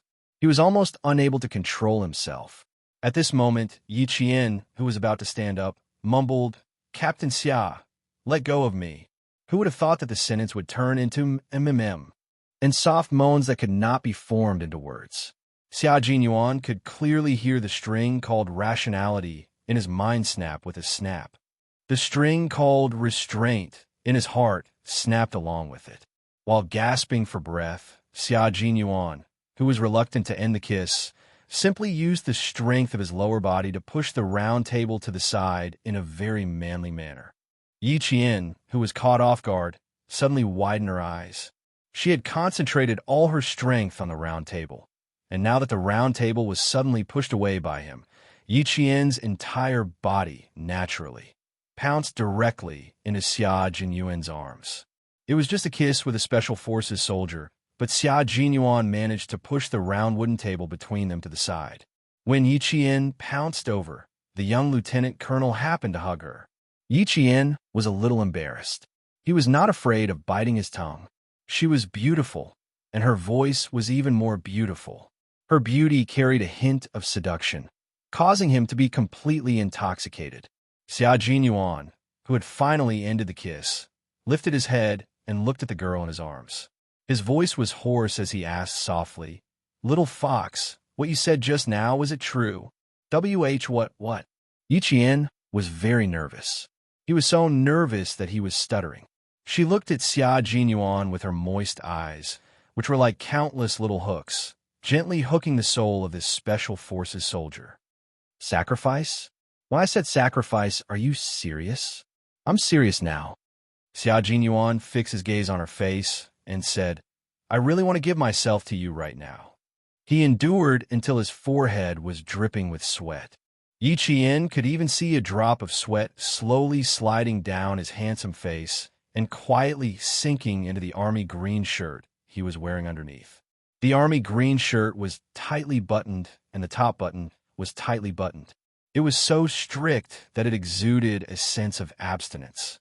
Yi Qian, who had been staring at the drop of sweat, did not say a word. When the sweat sank into the collar of his shirt, Yi Qian seemed to have felt something and couldn't help but gulp. This action became a silent invitation, a silent agreement. The man, who was standing steadily with Yi Qian in his arms, suddenly had a deep, unfathomable look in his eyes. It was like a deep, unfathomable ancient well. Deep down, there were huge waves, slowly forming a whirlpool that could suck in people's souls. Without stopping, he carried Yi Qian, turned around, and walked towards the bed. Chapter 2363. Yi Qian, who was also sweating from nervousness, supported herself with both hands on his broad shoulders and allowed him to carry her to the bedside. He was deeply attracted to Yi Qian, who was as beautiful as a peach. How could Yi Qian not be attracted to him? At this moment, she was attracted to Xia Jinyuan, who only had eyes for her. Both of them were in love with each other, and their feelings were so strong that Yi Qian didn't have the self-control to reject Xia Jinyuan's offering. Lying on the bed, Yi Qian was so nervous that her hands secretly clutched the quilt. Perhaps because she had been with him for so long, Yi Qian had become bolder. Even when Xia Jinyuan began to unbutton his shirt, Yi Qian opened her eyes wide and didn't close them out of shyness. He had a good figure and wore the military uniform that showed off his military aura. The tailored military uniform made him look even more slender and tall, towering like a mountain. He first took off his jacket and didn't throw it aside carelessly. Xia Jinyuan, who loved and cared for military uniforms, hung the jacket on the coat rack. As he walked over, he raised his hand slightly to unbutton his shirt. Sensing Yi Qian's burning gaze, Xia Jinyuan paused in the middle of unbuttoning his shirt. His handsome eyes, which were slightly surging with emotions, looked over with a smile and caught Yi Qian's unblinking gaze. His thin lips curved slightly. "Little fox, why do you look so interested in me taking off my clothes?" Yi Qian couldn't help but admire beautiful things. At this moment, Xia Jinyuan was undoubtedly beautiful in her eyes. Even a simple act of buttoning his shirt made her heart pound. Hearing this, she admitted frankly, "It's pleasing to the eye. I am indeed very interested." In her heart, she added, "He's even more charming when he's not wearing formal clothes." Although Yi Qian didn't have any opinions about men, she couldn't help but take a second look at men in formal clothes. This was the case in her previous life. She always felt that men who wore suits and leather shoes and went in and out high-rise buildings were very cultured. In her previous life, she didn't interact with many people and her knowledge was too limited. The security company was located in the most famous financial street in the city, and the office building was in the best location in the entire financial street. The men and women who went out in formal clothes were so confident that they walked with confidence. At that time, she was quite envious of these people. As a result, even though she had lived two lives, she still liked men who wore formal clothes and had a certain temperament and upbringing. Xia Jinyuan looked especially elegant in formal clothes, and when he wore his military uniform, he was fierce and fierce. Due to his temperament, occasionally, when he wore casual clothes, he looked like he was wearing formal clothes. This was exactly what Yi Qian liked. Of course, Xia Jinyuan was very happy that his girlfriend appreciated him. A woman would doll herself up for her lover, and so would a man. Xiu raised his eyebrows slightly and laughed in a low and deep voice. Why do I feel a little nervous when you see it like this? Why don't you take a step back? Why would he be nervous? Yi Qian didn't believe him. Captain Xia, you look very relaxed from head to toe. You're not nervous at all. You just can't see that I'm nervous. Out of the corner of his eye, he glanced at her hands that were clutching the quilt. She was obviously nervous but pretending to be calm. She was like a budding flower, a little shy and a little charming. His heart had already melted into water. He really wanted to hug her and love her. Just the thought of it made the heat in his body go on a rampage. It was like a wild beast that wanted to break out of its cage. It was so crazy that even he was shocked by it. The girl lying on the bed didn't do anything. She was just looking at him with a smile, but it was enough to make him crazy. Chapter 2364. His craziness was even more obvious tonight. He was slightly agitated, which increased his sense of crisis. She also agreed to let them have a deeper understanding of their relationship. She was already not very strong to begin with. Now, she was seducing him so blatantly. Xia Jinyuan's eyes darkened. He looked at Yi Qian gloomily, and his deep voice sounded drunk. Tonight, no matter how nervous you are, you have to continue. Little fox, you have nowhere to run. Yi Qian knew what he meant by continue. His face burned even more, and he stuttered, I'm not running away. As she lowered her eyes, her gaze inadvertently swept across the lower half of his body. When she accidentally saw a certain part, Yi Jian's mind exploded with a boom. He reacted so quickly. Seeing his body's honest reaction, Yi Qian swallowed with difficulty and suggested with a dry mouth, Captain Xia, why don't you take off your clothes with your back facing me? It was too scary, as if a giant beast was about to rush out. Seeing her blushing face, Xia Jinyuan's heart softened. He quickly looked down at his lower body. Not bad, brother, you're giving me face. Bending down, he placed his hands on the edge of the bed and gently kissed her forehead. He was so nervous that his forehead was covered in sweat. After the light kiss, he didn't get up. Instead, he looked at her from a close distance. His deep eyes had a dark look that was determined to win. You can't turn around. I like to look at you, he said in a low voice and got up again. Seeing that she was nervous, he deliberately teased himself to slow down. Unexpectedly, when she saw his body's honest reaction, her little face tensed up again. Yi Qian's heart trembled uncontrollably. His hands clutched the quilt so hard that creases appeared. When Xia Jinyuan got up and took off his clothes quickly, Yi Qian's gaze fell on his slender fingers again. His fingers were long and slender, with well-defined joints. They were elegant and strong. When he held the gun, they were fierce. When he unbuttoned his shirt, they were sexy. After unbuttoning both sleeves, he raised his head slightly and unbuttoned the top button of his shirt with his elegant and slender fingers. After the buttons were unbuttoned, Yi Qian couldn't help but gulp. His voice was a little loud, which made Xia Jinyuan chuckle. He stared intently at Yi Qian and smiled. You seem to be more anxious than I am. It seems like there won't be any problems with my virginity tonight. Yi Qian, who was staring at his fingers, did not seem to have heard what he said. He nodded and said, Yes, no problem. This is good.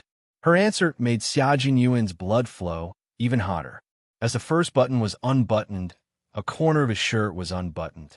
It was this corner that made him look extremely sexy and seductive. Yi Qian, who was lying nervously on the bed, suddenly felt all the blood in his body rush to his face. In an instant, his face became hot and dry, as if it was on fire. Xia Jinyuan, who was taking off his clothes, kept his gaze fixed on Yi Qian's face. Naturally, he saw all the changes on her face. He saw the surprise in her eyes when he took off his jacket and the fire in her eyes when he unbuttoned his military uniform. At that moment, Xia Jinyuan realized that his little fox liked to watch him take off his clothes. It seemed that he had misunderstood. He thought that she liked his face, but it turned out that she liked to watch him take off his clothes. With this discovery, Xia Jinyuan knew what he had to do. Since she liked to watch, then he would make her even more satisfied. Chapter 2365. It wasn't just women who targeted men. It was also men who targeted women. The buttons on the light green shirt were unbuttoned one by one. Yi Qian saw the man standing by the bed, revealing a small part of his sexy chest. Then, he pulled out the corner of his shirt that was tucked into his trousers. His slender fingers slid down the edge of the shirt and unbuttoned the last button. Yi Qian felt her mouth go dry. She couldn't help but swallow to moisten her throat. Xia Jinyuan smiled. She looked at him with a burning gaze. It was obvious that his was very successful. He had perfectly locked onto little fox's gaze. His thin lips curved slightly. He didn't immediately take off his shirt. Instead, he stopped and looked at Yi Qian with a deep and burning gaze. Compared to taking off his own clothes, he wanted to see her take off his clothes. Yi Qian didn't meet his gaze. Instead, her gaze landed on the shirt that he hadn't taken off completely. From the corner of her eye, she looked at the sexy chest that was faintly discernible under the unbuttoned shirt. As long as he took off his shirt completely, she would be able to see his muscular upper body. Yi Qian waited for him to take off his shirt for a while. She couldn't help but blink. Why isn't he taking off his shirt? She was still waiting for him to take off his shirt completely. Just as she thought about it, Xia Jinyuan's deep and sexy chuckle came from above. His chuckle instantly woke Yi Qian up. She was startled and hurriedly looked away to hide her embarrassment. Her cheeks became even redder and hotter. He must have been laughing at me. I was mesmerized by watching him take off his shirt. Yi Qian was so embarrassed by her behavior that she wanted to get up and run away. Embarrassing, so embarrassing. The blushing Yi Qian made Xia Jinyuan's thin lips curve even higher. He said in a deep voice, "Look here, little fox." Yi Qian, who had already looked away, looked up reflexively. She saw the man who was originally standing slowly leaning down as her gaze landed on him. Yi Qian's eyes widened even more. Her gaze was deeply attracted by his eyes. It was as if there was a magnet in his eyes that had already sucked her into the depths of his soul, and she could not escape. "Are you satisfied now? Do you want to have more fun?" He slowly leaned forward and spoke in a low voice. There was an obvious undercurrent in his eyes. Yi Qian couldn't help but tighten his grip on the blanket.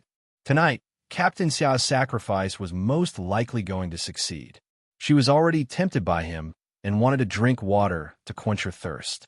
Xia Jinyuan, whose shirt was completely unbuttoned, approached Yi Qian. His scorching hot breath was like a giant net, instantly trapping Yi Qian. Yi Qian felt as if her entire body was on fire. She couldn't help but close her eyes, and her hands secretly gripped the blanket even tighter. She was so nervous that even her eyelashes were trembling slightly. She was like a butterfly that had jumped into a flower. Her wings were trembling, making her look pitiful. "Little fox, I've already unbuttoned my shirt, and you're helping me take off my clothes?" He didn't completely lean down. Instead, he placed his hands on both sides of her shoulders and stared at her with a gentle yet scorching gaze. He coaxed her in the softest voice, "Be good. Raise your hands and help me take off my clothes." This man was also the pinnacle of masturbation. It wasn't like a woman's actions. It was more like an impulse that came from the darkness. Even though he knew it was dangerous, he couldn't help but want to embrace the darkness. This kind of temptation was a temptation to human nature. It was difficult to escape. Yi Qian didn't want to escape. She liked this man's sexiness and loved every part of him. Even if she knew that there was a dark abyss in front of her, she would step forward without hesitation. She would throw herself into the darkness and fall into the abyss. Chapter 2366. She hooked her arms around his neck and used a little strength to pull him close to her. Her red lips parted slightly as she said, "But I prefer to watch Captain Xia take off his clothes." The moment she opened her mouth, Xia Jinyuan's deep and unfathomable eyes suddenly became turbulent. It was as if he would swallow Yi Qian whole in the next second. That gaze made Yi Qian's scalp tighten a little. You? She had just opened her mouth to say one word when the man, who was originally slightly elegant, came over her like a storm. His tall and straight body pressed against hers, and in the end, his body was tightly pressed against hers, leaving no gap between them. His kiss came with a domineering, swallowing force. It was like a stormy wave that broke the dam and drowned all of her rationality. Yi Jian, my baby, he said in a low voice. His voice made a circle on the tip of his tongue. Although it was vague, it made Yi Jian's heart beat even faster. Thump, thump. Her hands had unknowingly slipped into his unbuttoned shirt. Her scorching palms were pressed against his skin. She could feel the firmness of his skin and feel the blood vessels under his skin expanding. A steady stream of heat seeped through his skin and into her palms. Injury, your injury. Be careful. At this moment, she still remembered the injury on his body. Xia Jinyuan's kiss was a little hurried. There was sweat dripping from his forehead. His drunken voice was so sexy that it made the air a little intoxicated. It's okay. It's already scabbed. I'll be careful. Slow down. My mouth hurts.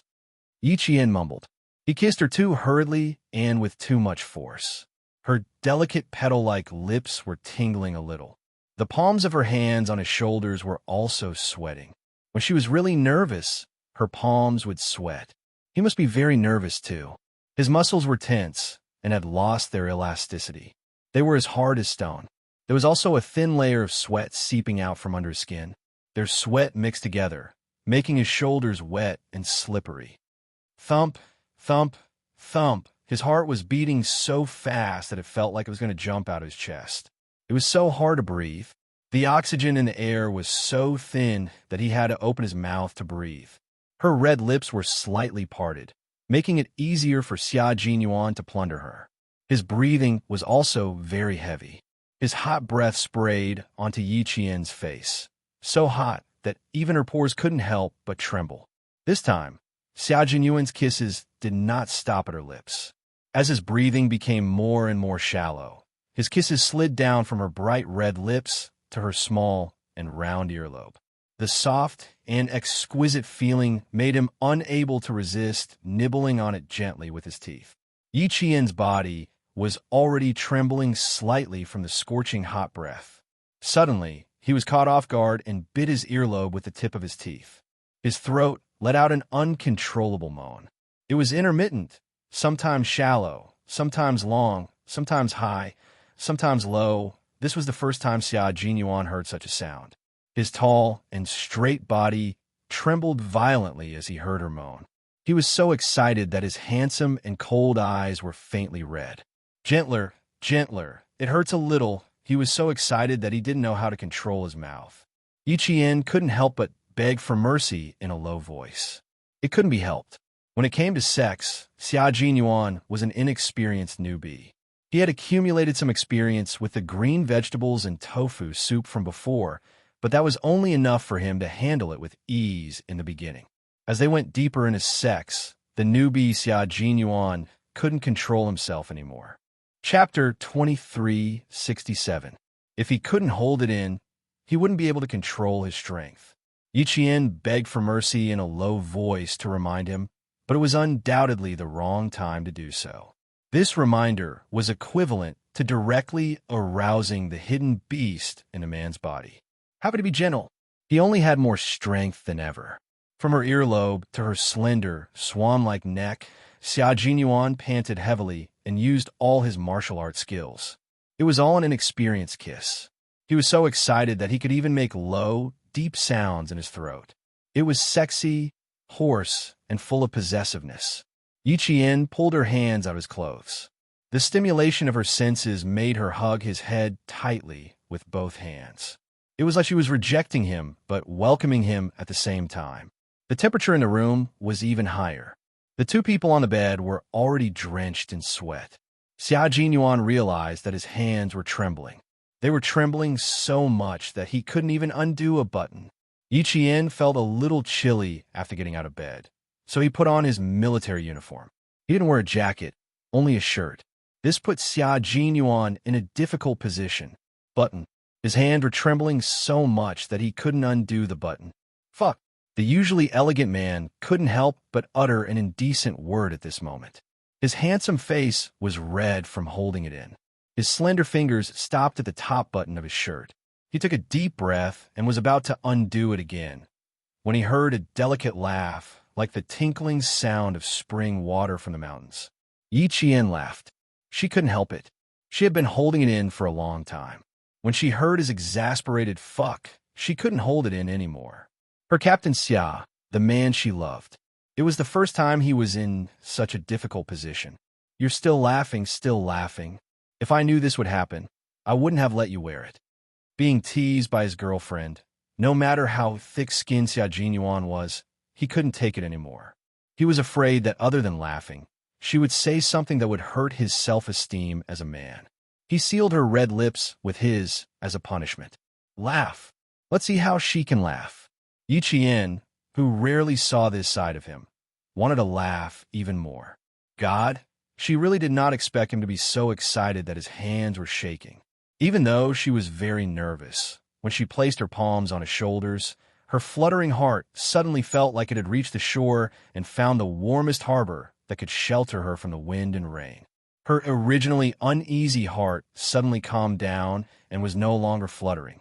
Instead, the place where her heart was at peace was the warmth of her life. He was the peace of mind and the warmth of her life. With great difficulty, she finally got over her shyness and waited for him to offer himself to her. Who would have thought that? His hands would tremble for a long time, and he wouldn't be able to undo her buttons. In the end, he angrily cursed, "Fuck. Forgive her for not being skillful enough."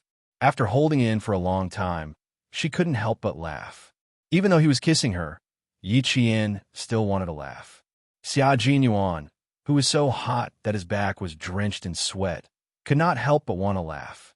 His hands had never trembled in the face of fierce enemies on the battlefield, but now he was so excited that his hands were trembling. He even wanted to slap himself. What the hell? And his hands were trembling. Burying his head in her neck, the elegant man said in a muffled voice, "Little Fox, my man's self-esteem has suffered a huge blow. This will become my dark history. You'd better forget it as soon as possible." It hurt his self-esteem too much, and he brought it on himself. Trembling hands, go back and bear his weight. Let's see if he can still tremble. Chapter 2368. Yi Qian was in a good mood as he patted his broad shoulders. Don't be angry. It's inevitable that it happens the first time. You may be unfamiliar with it the first time, but you'll get used to it the next time. Does that mean it won't happen this time? Upon hearing this, Xia Jinyuan felt even more frustrated.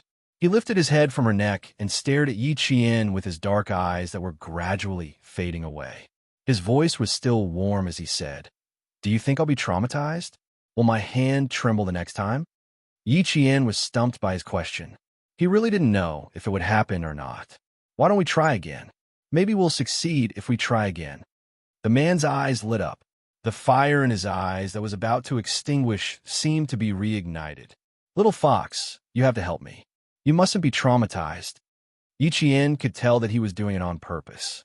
He cupped his handsome face with both hands and said with a smile, "I promise that my Captain Xia won't be traumatized at all. Your hand trembling just now only meant one thing. Captain Xia isn't ready to give yourself to me yet. Don't worry, I won't force you. It won't be too late to give yourself to me when you're fully prepared. I'll be waiting." After he finished speaking, he even raised his head and kissed his forehead. When he lowered his hand, he also patted his shoulder. He was indescribably gentle and considerate. Xia Jinyuan, whose intentions were exposed, buried his head in her neck again and sucked on her skin with his scorching lips. At the same time, his slender legs shifted slightly so that his lower body, which was originally pressed to the side, was now close to Yi Qian's body. "It's uncomfortable. Feel it." His feet moved slightly. The hard and scorching spot told Yi Qian directly how uncomfortable he was at that moment.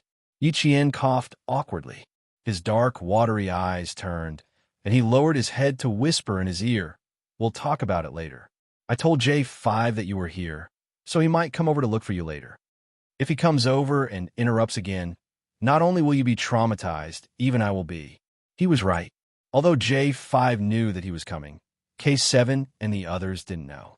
His comrades had just returned from a mission, and as the captain, he was here to welcome them back. He couldn't just come here for a date. Xia Jinyuan rolled over to the side of the bed. He took off his shirt and swung it around. His long arms reached over Yi Qian's face and placed the shirt on the bedside table to prevent it from creasing.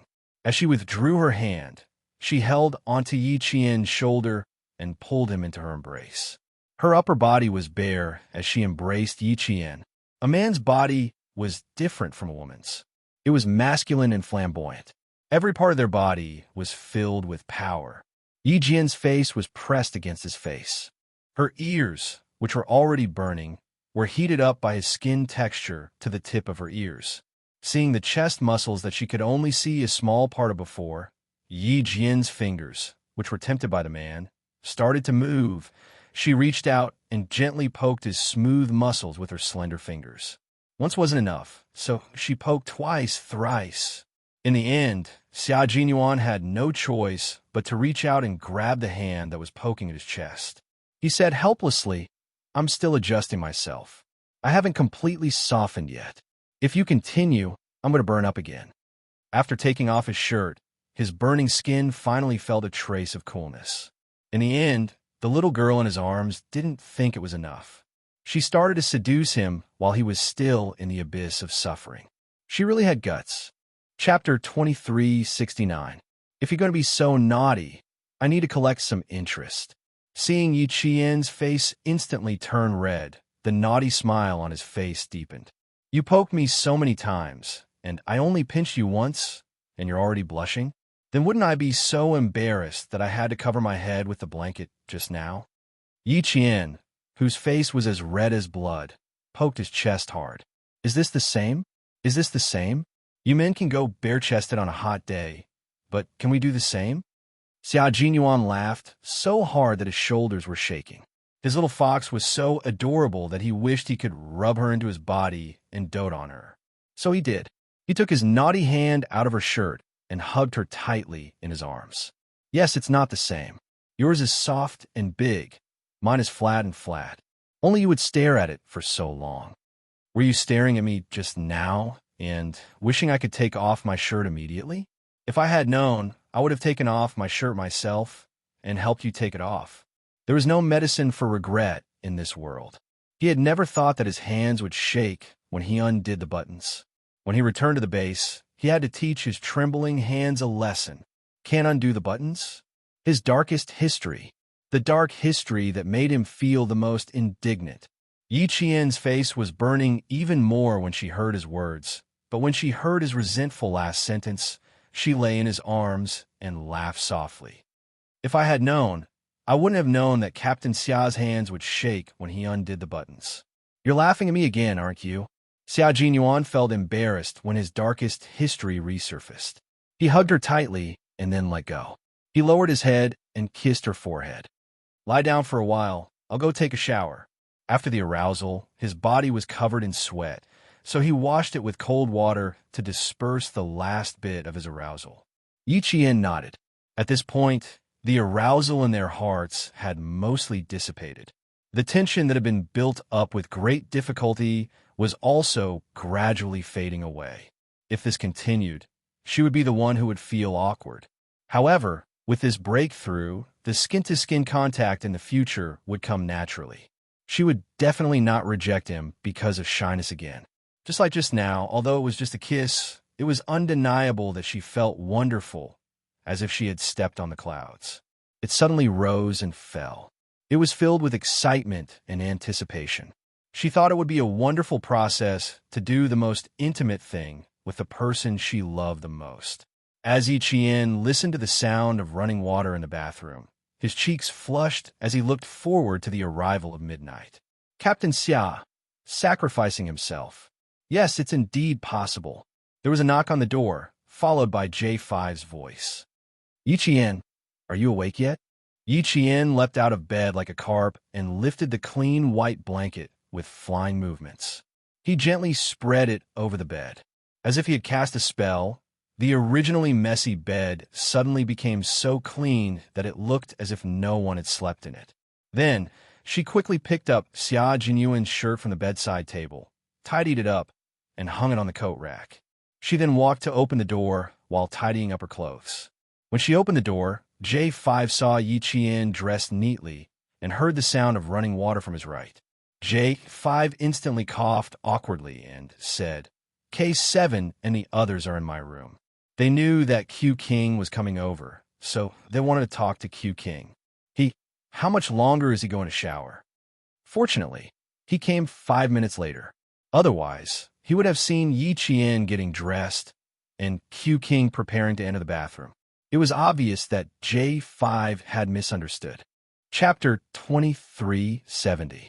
Yi Qian didn't feel like he had exposed anything. He even invited J5 in. He just went in the bathroom. Come in and wait for him. It won't be long. Okay. J5, who had already stepped in the bathroom, suddenly retreated. He smiled and corrected himself. It's okay. I'll go back to my room and wait. You and Q King can come together. Q King went into the bathroom to take a shower. It was obvious that he had just finished exercising. If he went in now, it wouldn't be appropriate. The messy bed would only make things more awkward for him. J5 was certain that Xia Jinyuan and Yi Qian had an unusual relationship just now. Why was he so sure? Because there were 2 red marks on Yi Qian's neck. They were marks from kissing. He hid it well. Yi Qian didn't suspect a thing. He smiled and said, Okay, we'll come together later. J5 didn't stop for a moment. He turned around and left. When he heard the sound of the door closing behind him, he raised his hand to wipe the non-existent sweat off his forehead. Luckily, I reacted quickly. Otherwise, I would have been skinned alive by Q King. Xia Jinyuan, who had just put on his pants, came out of the room. He asked Yi Qian why J5 came over just now. Yi Qian, who had helped him get his clothes, smiled and said, K7 and the others are waiting for you in the room. I asked him to sit down and wait for you. He came in and then suddenly left. Xia Jinyuan took the clothes and put them on.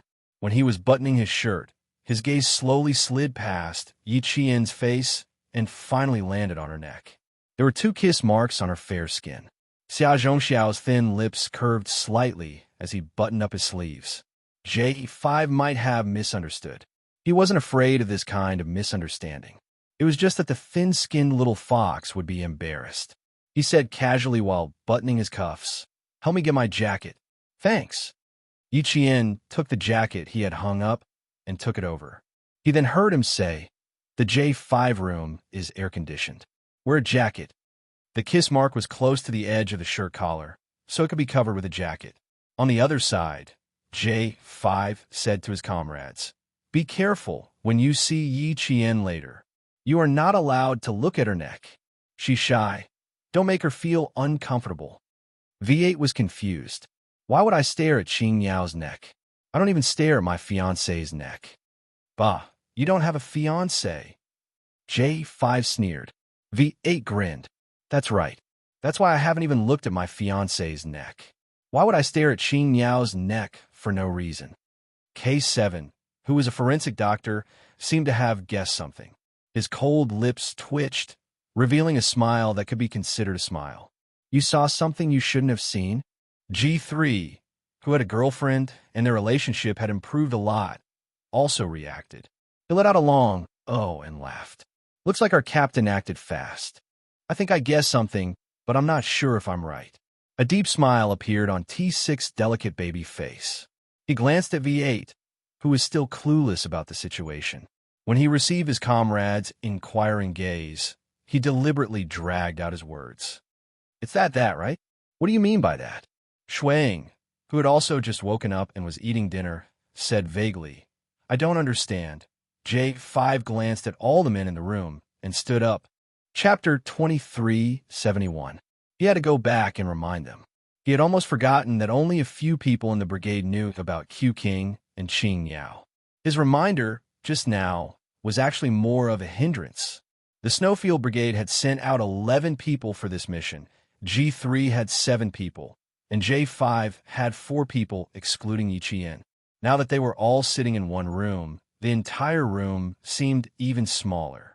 Let's talk in the conference room. The room is too small, and Q King won't be able to sit here later. J5 gave G3 a look. He was going to remind Yi Qian that the others would be led to the conference room by G3.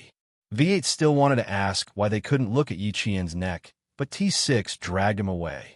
What's there to look at a girl's neck for? J5 is reminding us not to look at anything below the face. Don't ask so many questions. This is a sign of respect. V8 felt that his intelligence had been insulted. Looking below the neck, was that a sign of disrespect? T6 did not give him a chance to speak again. He was partners with V8, so even if this guy farts, he would know what it meant. His words were crude, but not crude, showing that they understood each other very well. Among the comrades who came out this time, there were a few who were not familiar with Yi Qian. This morning, they met for the first time. Although they had introduced themselves, they were not very familiar with each other. Regarding Q King and Yi Qian, it was better not to let too many comrades know about it for the time being. At least, not now. Other than V8, there were also a few people who did not quite understand. The main reason was that no one knew that Xia Jinyuan was in Yi Qian's room, so naturally, they did not think in that direction. Outside the room, Xia Jinyuan was about to knock on the door when it suddenly opened. "There are too many people. We're going to the conference room," G3 said. At the same time, his gaze passed over Xia Jinyuan's shoulder and landed on Yi Qian, and he nodded slightly. The light in the corridor was white and bright. Yi Jian, who was standing in the light, looked beautiful. Her expression was even more relaxed and elegant. There was nothing different about her. Looking at her neck, G3 wondered if J5's eyes were playing tricks on him. How could there be a problem? There was nothing wrong with being white and tender. Xia Jinyuan and Yi Qian sensed G3's gaze at the same time. One of them didn't comment, while the other thought of something. Their expressions instantly became unnatural. No wonder J5 suddenly said that he wouldn't enter the room. He must have found out. Just now, Captain Xia had been sucking on her neck, so he must have left a mark. J5 saw it, but did not say anything out of consideration for her reputation. Yi Jian only felt that her face was burning a little. But in the face of more than 10 comrades, no matter how unnatural it was, he had to maintain his composure. The Border Defense Company's office was a little far away. Although the rain outside wasn't heavy, it still didn't seem like it was going to stop. The soldiers of the Frontier Company invited the Snowfield Brigade into the reception room of the building. The reception room was only the size of a dormitory. It didn't have a large bed, so it seemed empty. Yi Qian met 3 new comrades of the Snowfield Brigade. One of them was from the land of abundance. He was introverted and looked like a southerner. His code name was Y2. Another one was from the Lus Plateau. He was a rough and steady man from the northwest. His code name was E6. The last one was from the Jin province. He graduated from the Computer Science Department of Tsinghua University. His code name was X. He didn't have a number. When he introduced himself, he said that X and Y had a functional relationship. Y had a number, so he didn't need one. Y2 and X both graduated from the Computer Science Department of Tsinghua University. Because they hacked a main website, they were targeted by the Snowfield Brigade. After a week of threats and promises, they were so scared that they didn't even get their diplomas and quickly reported. From then on, the Snowfield Brigade had 2 more experts in electronic warfare. Chapter 2372. The Snowfield Brigade was a place where talents gathered. Every member of the Snowfield Brigade was highly educated. They were all elites in the military and were all extraordinary.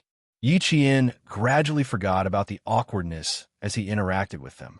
However, she remembered that there was a kiss mark on her neck, so she sat obediently and didn't dare to move too much. J5 and K7 also blocked her, so that Yi Qian would feel more at ease.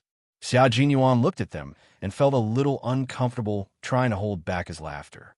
Finally, he put his arm around J5 and K7's shoulders and said with a smile, "You two don't have to block her. The more you block her, the more uncomfortable she will feel. Just pretend that nothing happened. He knew that his comrades had good intentions, but their good intentions could sometimes lead to bad things. He had already suffered countless daggers from Little Fox sitting there. He had a premonition that tonight's sacrifice would be full of twists and turns. If his comrades continued to cover for Little Fox, in the end, he would be the one to suffer. When J5 and K7 heard this, they reflexively turned to look at Yi Qian. Xiao Jinyuan said calmly, "Don't look. She's already uncomfortable enough. If you look again, she'll know what I told you. Brothers, give me a way out. It's not easy to get a girlfriend these days. Don't you think so?" That's right. In this day and age, especially for men like them who lived on the edge of a knife, it was too difficult to find a girlfriend. Take G3, for example. He went to the poor mountainous area to teach his girlfriend, and he had to chase her for a long time before he finally got her.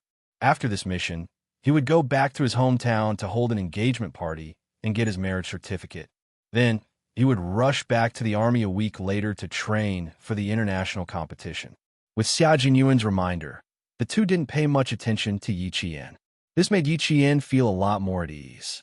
Project X was talking about how he was scared into joining the Snowfield Brigade.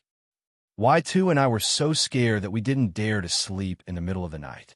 At that time, we were very timid and thought that we were being targeted by some big shot that we couldn't afford to offend. We were afraid that we would lose our lives if we weren't careful. After a week, Y2 and I lost a total of 5 kilograms. 5 kilograms. Then guess what happened? Our Qing Miao. Yi Qian listened with great interest and asked with a smile, "What happened?" Because Y2 and I were overweight, if we didn't lose weight, we wouldn't be able to meet the team. We were scared and we lost 5 kilograms.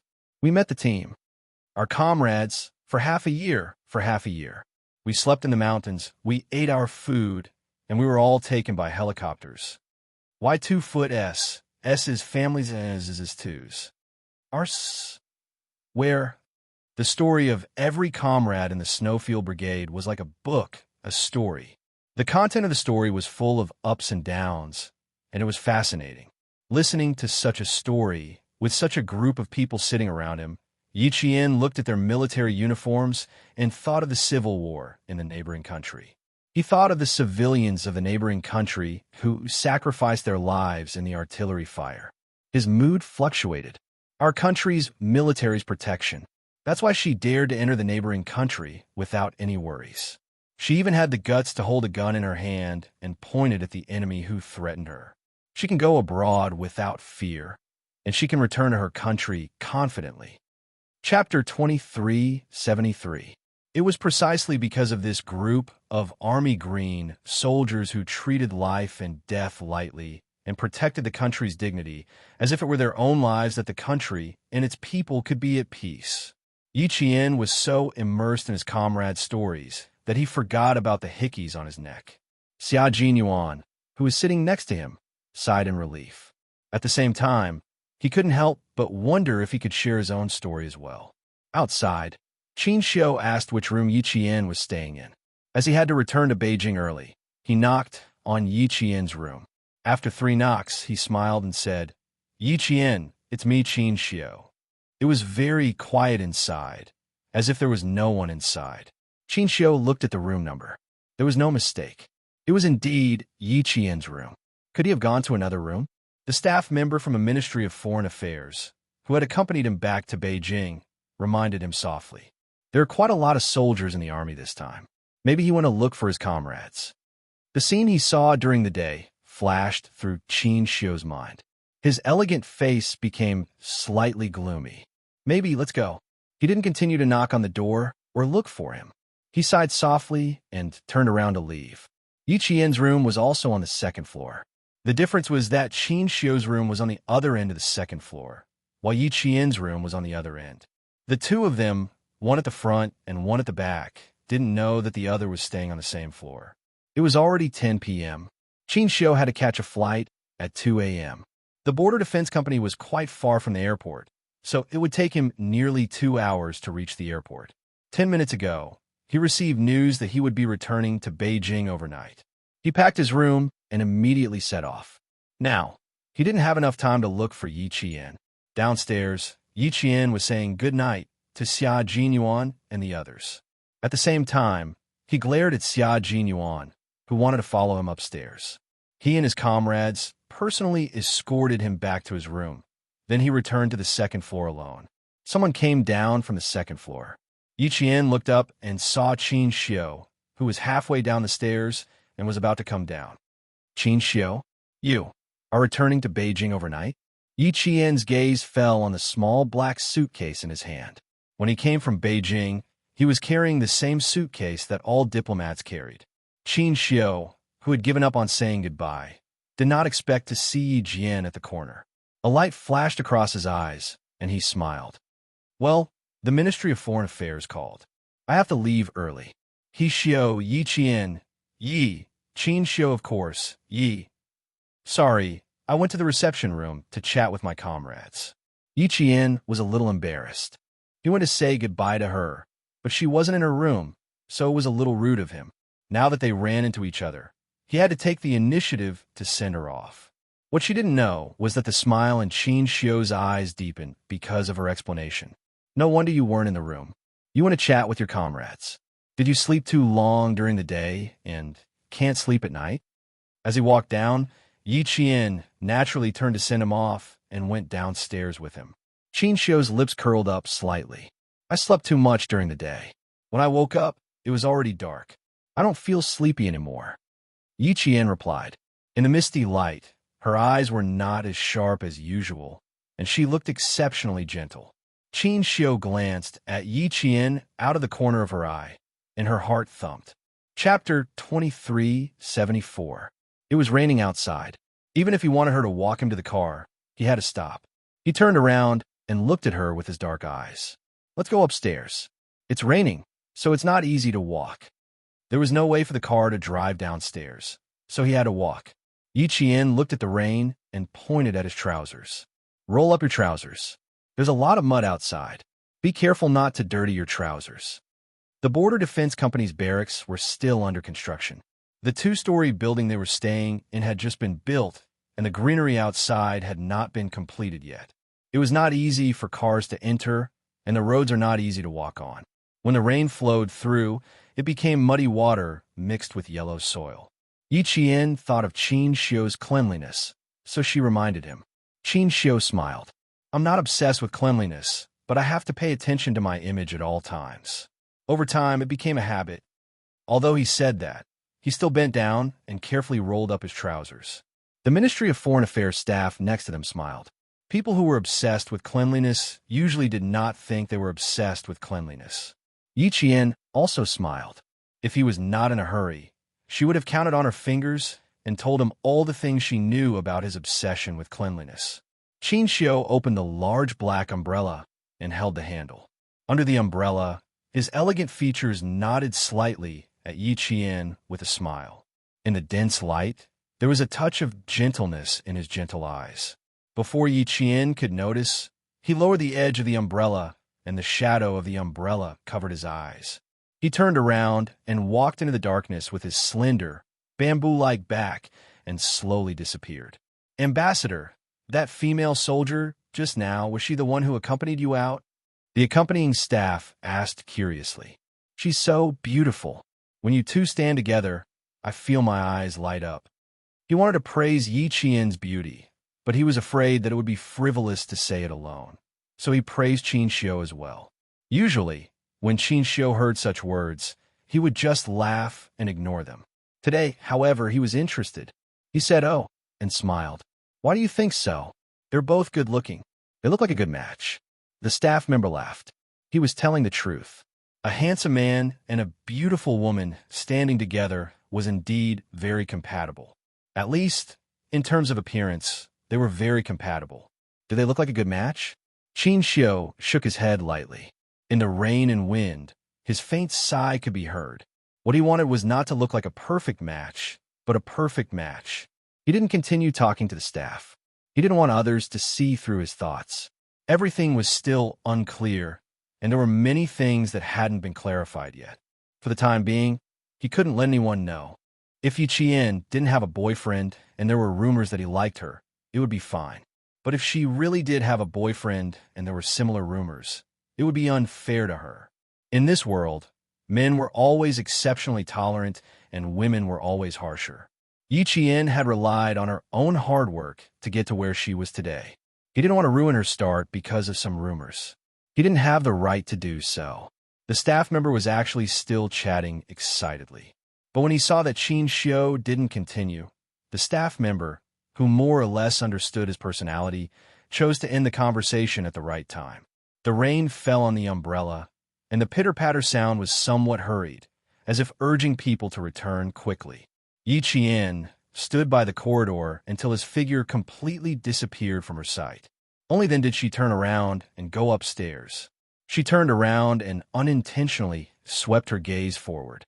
She saw the man she had escorted back to her room, standing at the door. His body was leaning lazily against the doorframe.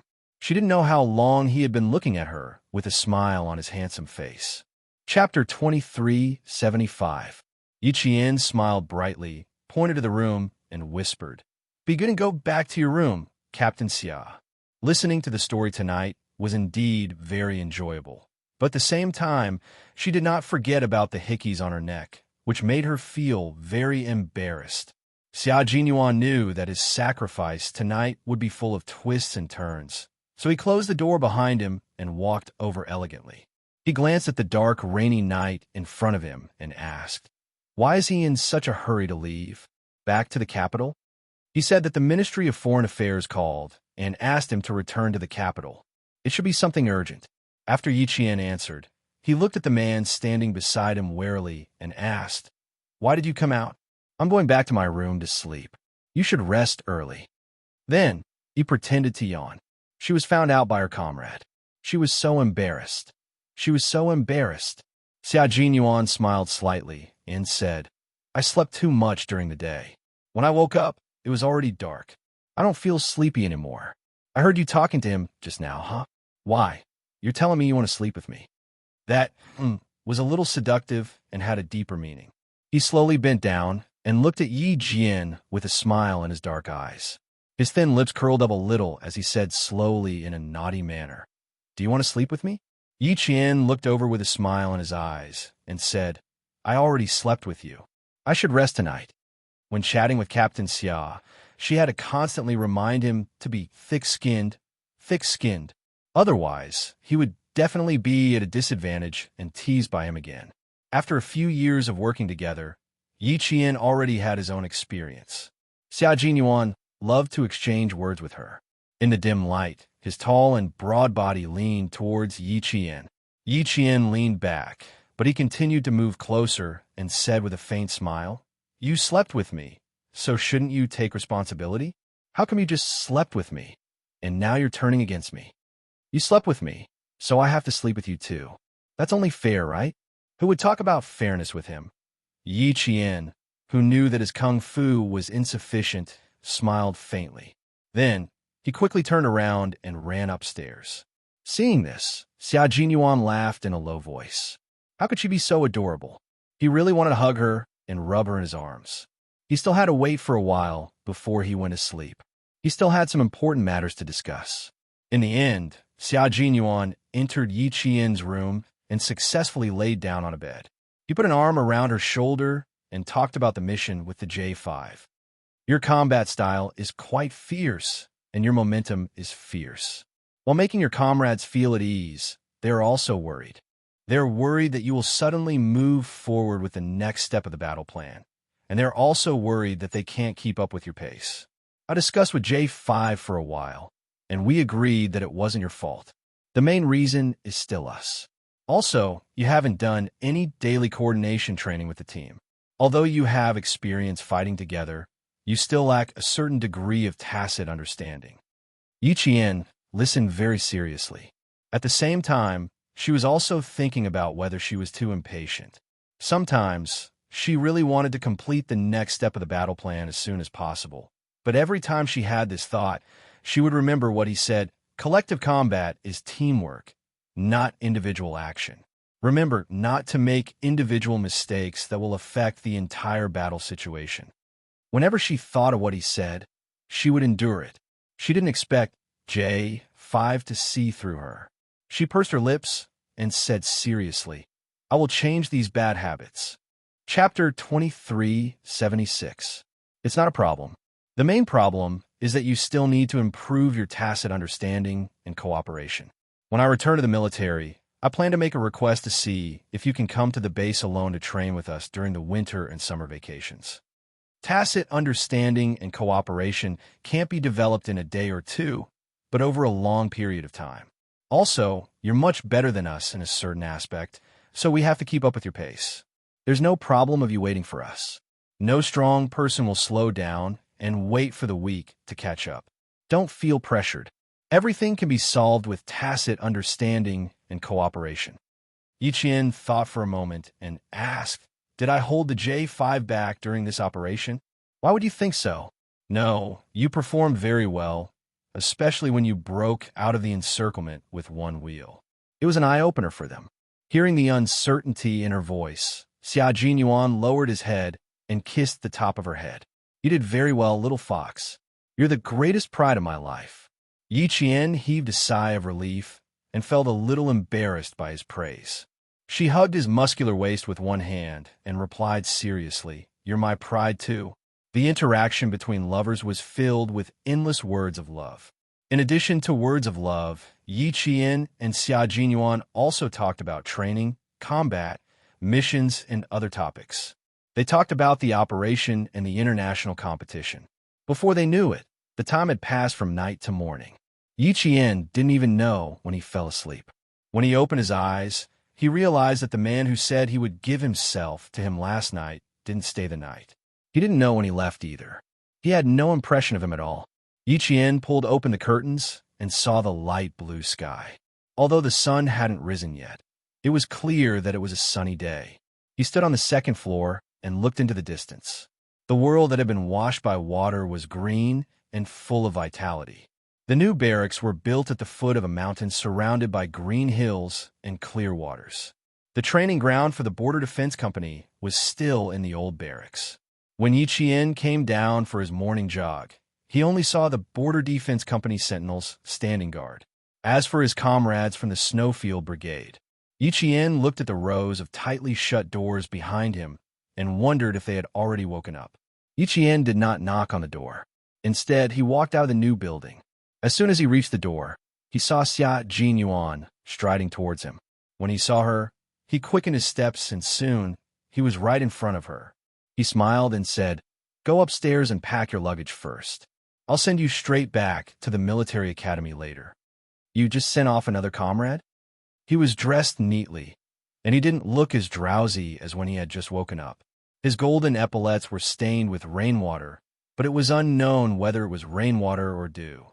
Yiqian couldn't help but look back at the new building behind him. Why did they all leave so early? She didn't even send them off. Xia Jinyuan followed her back to the new building. His strides were a little long, as if he had something urgent to attend to. Something came up at the base. We left at 2:30 a.m. and will arrive at the base in an hour. What was so urgent? He didn't say, and Yiqian didn't ask. She had no right to ask if he didn't say anything. But if his other comrades were in a hurry to go back, why didn't he, as the brigade leader, return to the base? Yiqian went back to her room and put some clothes into her military travel bag. When she came out, she said to the man waiting for her downstairs, I can go straight back to the military academy myself. If you have something to do, go ahead. I don't need you to accompany me back. Her gaze fell on his waist. I saw it last night. The wound on your waist is still there. Don't send me back to the military academy. I'll go back by myself. Chapter 2377. If he sent her to the military academy, he would definitely have to take a plane and leave immediately. She didn't want him to work so hard. Xia Jinyuan took the light luggage from her hands and smiled.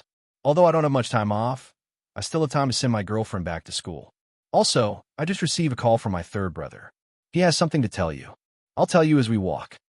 Half an hour ago, Family Xia's third brother, who was in charge of missile research and development, called and replied to what Xia Jinyuan had asked him to find out. Yiqian strode after him and frowned slightly. It'll take a few hours to get back to the military academy. What's so important that you need to talk about it for a few hours? Captain Xia, you need to rest now. I don't want anything to happen to you.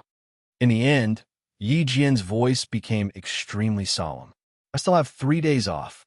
Little fox, if I can, I want to spend all 3 days with you. Xia Jinyuan tilted his head and said softly, we don't spend much time together.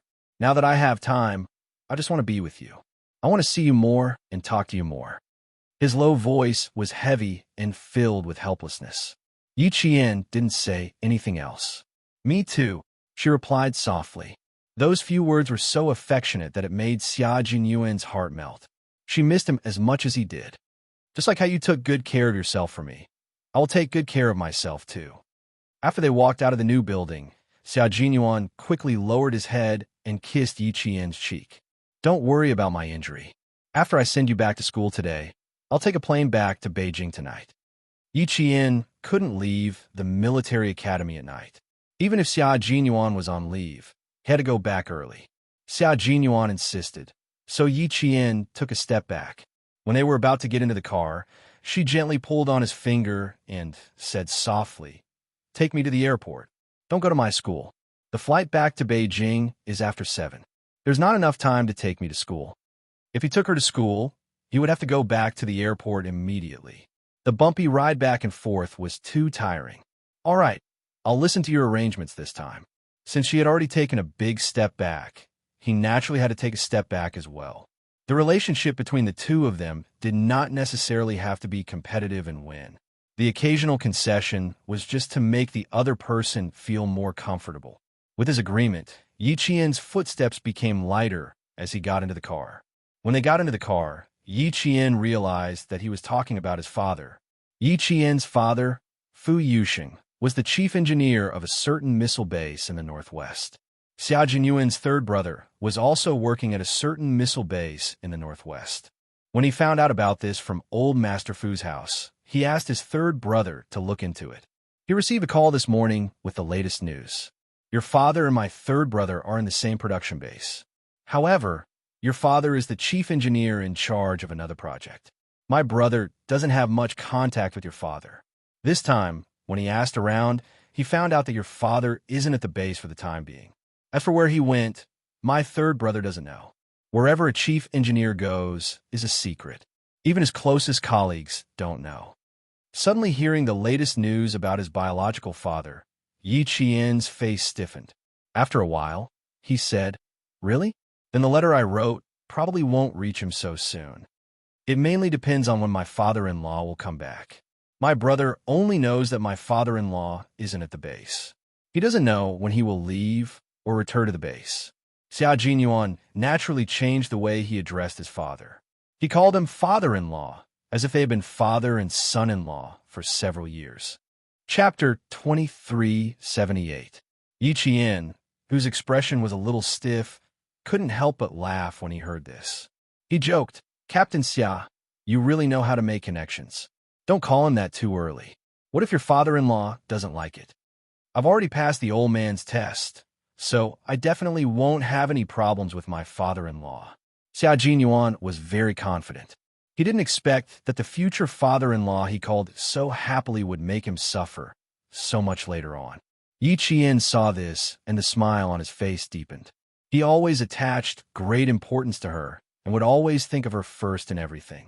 He would always be the first to make arrangements. This kind of Captain Xia always made her very happy. She picked up the small bag beside her and placed it on her lap. Then she tugged at Xia Jinyuan's sleeve from under the bag. The two of them exchanged glances. Xia Jinyuan smiled and reached out to hold her hand from under the bag. It was just a date and a simple handshake with his girlfriend. Did he have to be so sneaky? Yi Qian was worried that the soldiers driving them to the airport would see them. Xia Jinyuan understood what she meant, so he let her be. As long as she liked it, it was fine. The soldiers drove them all the way to the airport. After arriving at the airport, Xia Jinyuan went to a small shop selling local specialties and bought a notebook and a pen. Yi Qian didn't know his intentions until they boarded the plane. The plane took off on time and soared into the clouds. Not long after, Xia Jinyuan handed the notebook and pen to Yi Qian. He smiled and said, "Open it and take a look." The plane was full. One of them was wearing a military uniform, while the other was wearing a cadet's uniform. Even though they were sitting together, they were well behaved. They had to be careful when they spoke and couldn't say or do anything that would damage their image as soldiers. Yi Qian smiled and took the notebook. He opened it and immediately closed it. His dark eyes glared at Xia Jinyuan. I'm very sorry that I didn't succeed in giving myself to you last night. Such a sentence was written in the notebook. Yi Jian glanced at it, and the tips of her ears became a little hot. His hand unconsciously touched his neck. Luckily, it was still early spring when he returned to the military academy, so he would be wearing the uniform of the military academy. If it was summer, he wouldn't even be able to cover the kiss mark. Seeing this, Xia Jinyuan's handsome face slowly broke into a smile. He took the notebook from her hand and slightly touched the tip of the pen before handing it back to her. Take a look again. Can I not look? Yi Qian cleared his throat and glanced at the passenger sitting on the other side of the aisle. They were seated in 2 rows of business class seats. Fortunately, there was no one beside them. Otherwise, Yi Qian would have maintained a serious expression and refused to chat with the man beside him. Xia Jinyuan smiled and shook his head. I can't not watch it. When he looked again, the corners of Yi Qian's mouth, which he had pretended to be suppressing, curved upwards uncontrollably. She's so beautiful that it makes my heart flutter. His handwriting was very stylish. The strokes were clear and sharp, and there was a sense of openness between the curvature. His handwriting was like his person, excellent. Yi Qian's handwriting was also very beautiful. Every word was beautiful and sharp. She wrote, Captain Xia's figure is very good. It makes my heart flutter. Unfortunately, my hand trembled in the end and ruined the mood. You want to flirt with me? Then let's flirt together. She finished writing in a serious manner and handed the notebook over. Xia Jinyuan opened it and the smile in his eyes deepened. She didn't use her mouth, but instead used a pen. She was even more daring and directly exposed his dark history. The flight was 3.5 hours long. During these 3.5 hours, the two of them only exchanged notes. They didn't make any blatant moves. They flirted back and forth with each other, as well as sweet words between lovers. This was also a kind of fun to get along with. When they got off the plane, the notebook was already half finished. Chapter 2379. The two of them didn't check in any luggage. After they walked out, Xia Jinyuan put the notebook into his military travel bag and smiled at Yi Qian. This is my most precious memory. When we return to Beijing, I'm going to lock it in a safe. When we're old, we can take it out and look at it. At the same time, we can tell the younger generation how we fell in love. Seeing him put the notebook in the bag and patting the camouflage travel bag, Yi Qian smiled like a crescent moon. Keep it well. Treat it like a family heirloom. They laughed and talked about the pain of separation. Before Xia Jinyuan sent her to the bus, he pulled her to a secluded place in the airport and made out with her for a while. They kissed until Yi Qian's lips were bright red and a little swollen. Only then did he reluctantly send her to the bus and leave. Yi Qian deliberately sat at the back of the bus. Through the glass of the bus, he waited until he could no longer see the figure that was watching him leave before he sat back down. Separation was a common thing for the two of them. But even if it was a common thing, every time they parted, the bitterness in their hearts was unbearable. Yi Qian opened the window and let the cool breeze blow in. Only then did he manage to hold back the bitterness in his eyes. When he said that when they got off the plane, he was just trying to make her laugh. Family heirloom. How can Notebook be a family heirloom? But it was indeed a memory that belonged to them. She didn't know what was so urgent at the base that they had to leave at 2:30 in the morning. They left so quietly and without a sound, leaving in such a hurry. There must be something urgent. After parting with Xia Jinyuan, Yi Qian was a little uneasy. The image of Xia Jinyuan looking down at his phone when she got on the bus flashed through her mind. Even his eyebrows were sharp and cold. It was obvious that they had indeed encountered something urgent. Xia Jinyuan had indeed encountered something. It wasn't an urgent matter, but a matter that concerned the outcome of the competition. He waited until the bus was out of sight before he turned and returned to the airport. He didn't have time to feel bitter about separation. After sending Yi Qian off, he called the base. All the members of the Snowfield Brigade had suddenly returned to the capital ahead of schedule because they had joined two of the world's top special forces for the overseas tournament. As for the Chinese side, it was their first time participating in an overseas competition. In the face of a sudden opponent, they had to improve their individual combat ability to the maximum within a limited time.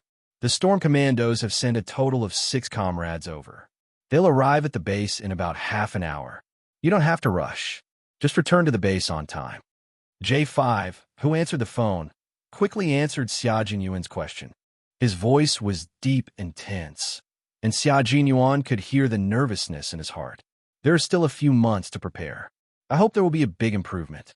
Standing in a secluded corner of the airport, Xia Jinyuan's handsome face swept away the gentleness he had when interacting with Yi Qian.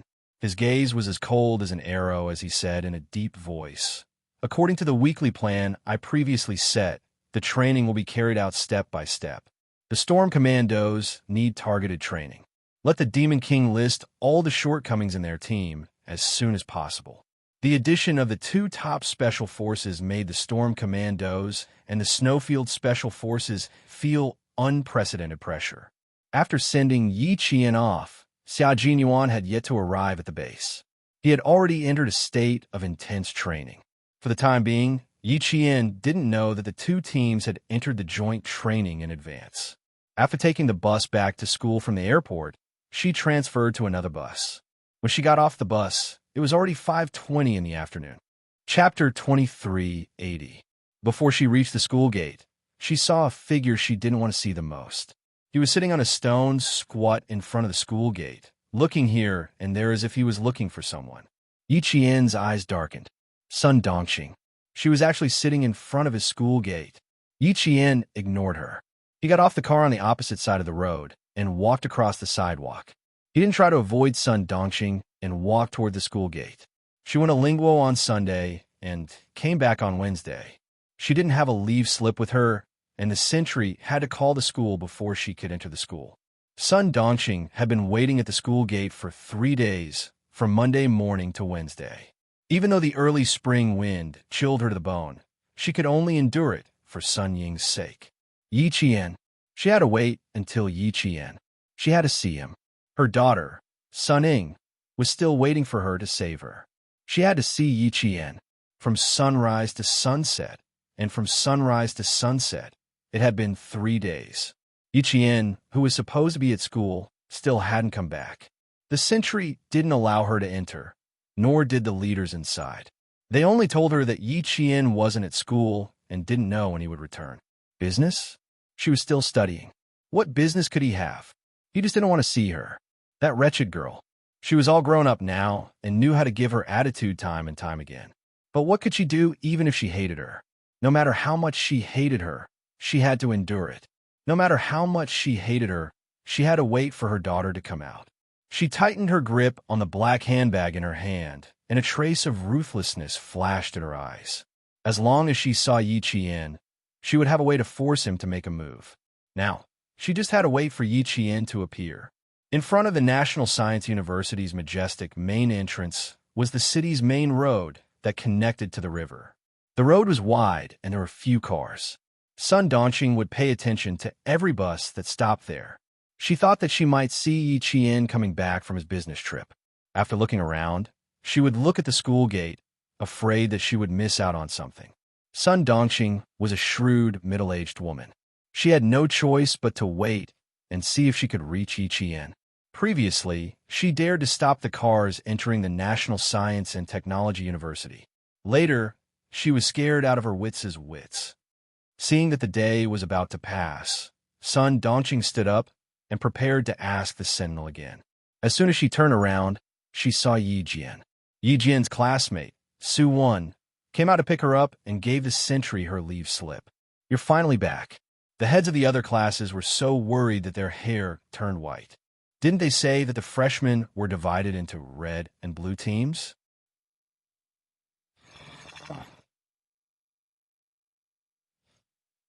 The freshmen are all excited. They don't want to lose too badly. Yi Qian had only been here for a few days. Suan felt like she had not seen him for months. She told Yi Qian everything that had happened in the past few days. Now that we see the seniors in the third year, we feel a little scared. Do you think that if we build a good relationship with them, they'll go easy on us during the exercise? Go easy on them? Yi Qian raised his hand and lightly knocked on her forehead. He splashed a bucket of cold water on her. Comrade, the exercise is a battlefield. Have you ever seen a battlefield where people go easy on them? You attended military school for half a year. Comrade, where did your comrade's comrade go? Chapter 2381. His tone was unusually cold and stern. Ha ha ha.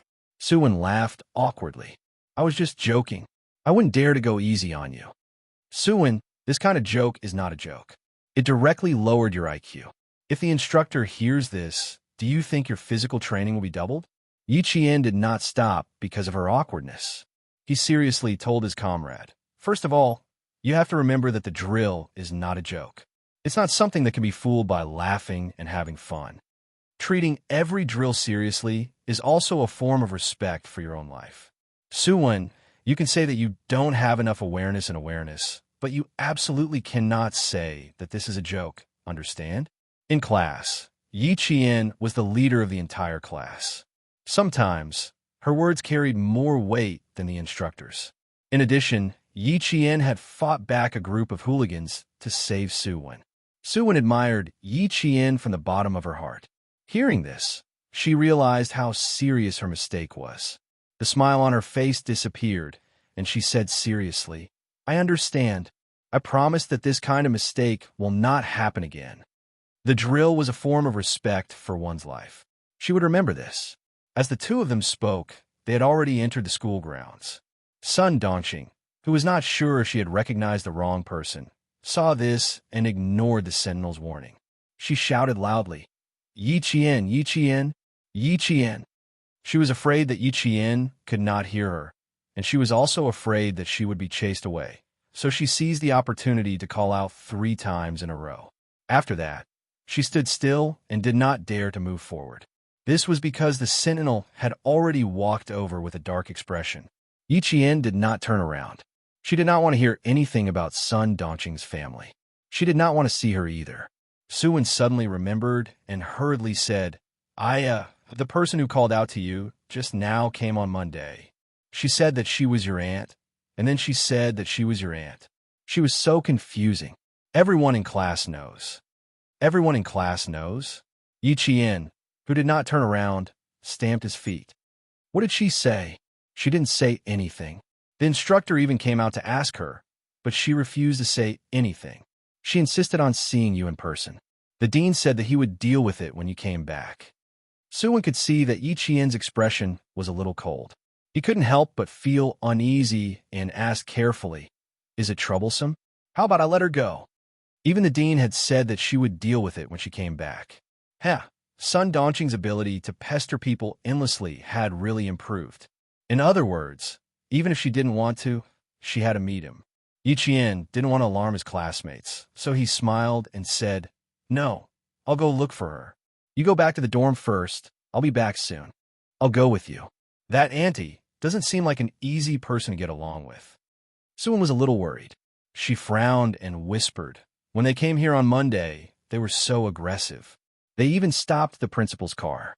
How bold. She even dared to stop the car. How could she not be bold? Yi Qian did not let Suwen accompany him.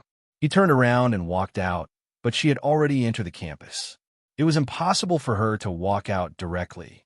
She turned around and walked over. Sun Dongqing, who was stopped by the sentinel, was a little afraid of these upright and outspoken sentinels. She covered her black handbag in front of her chest and explained excitedly, The person who just went in was really my niece. Look, comrade, look, she's already come out. I didn't mean to cause trouble. I really came here to look for my niece.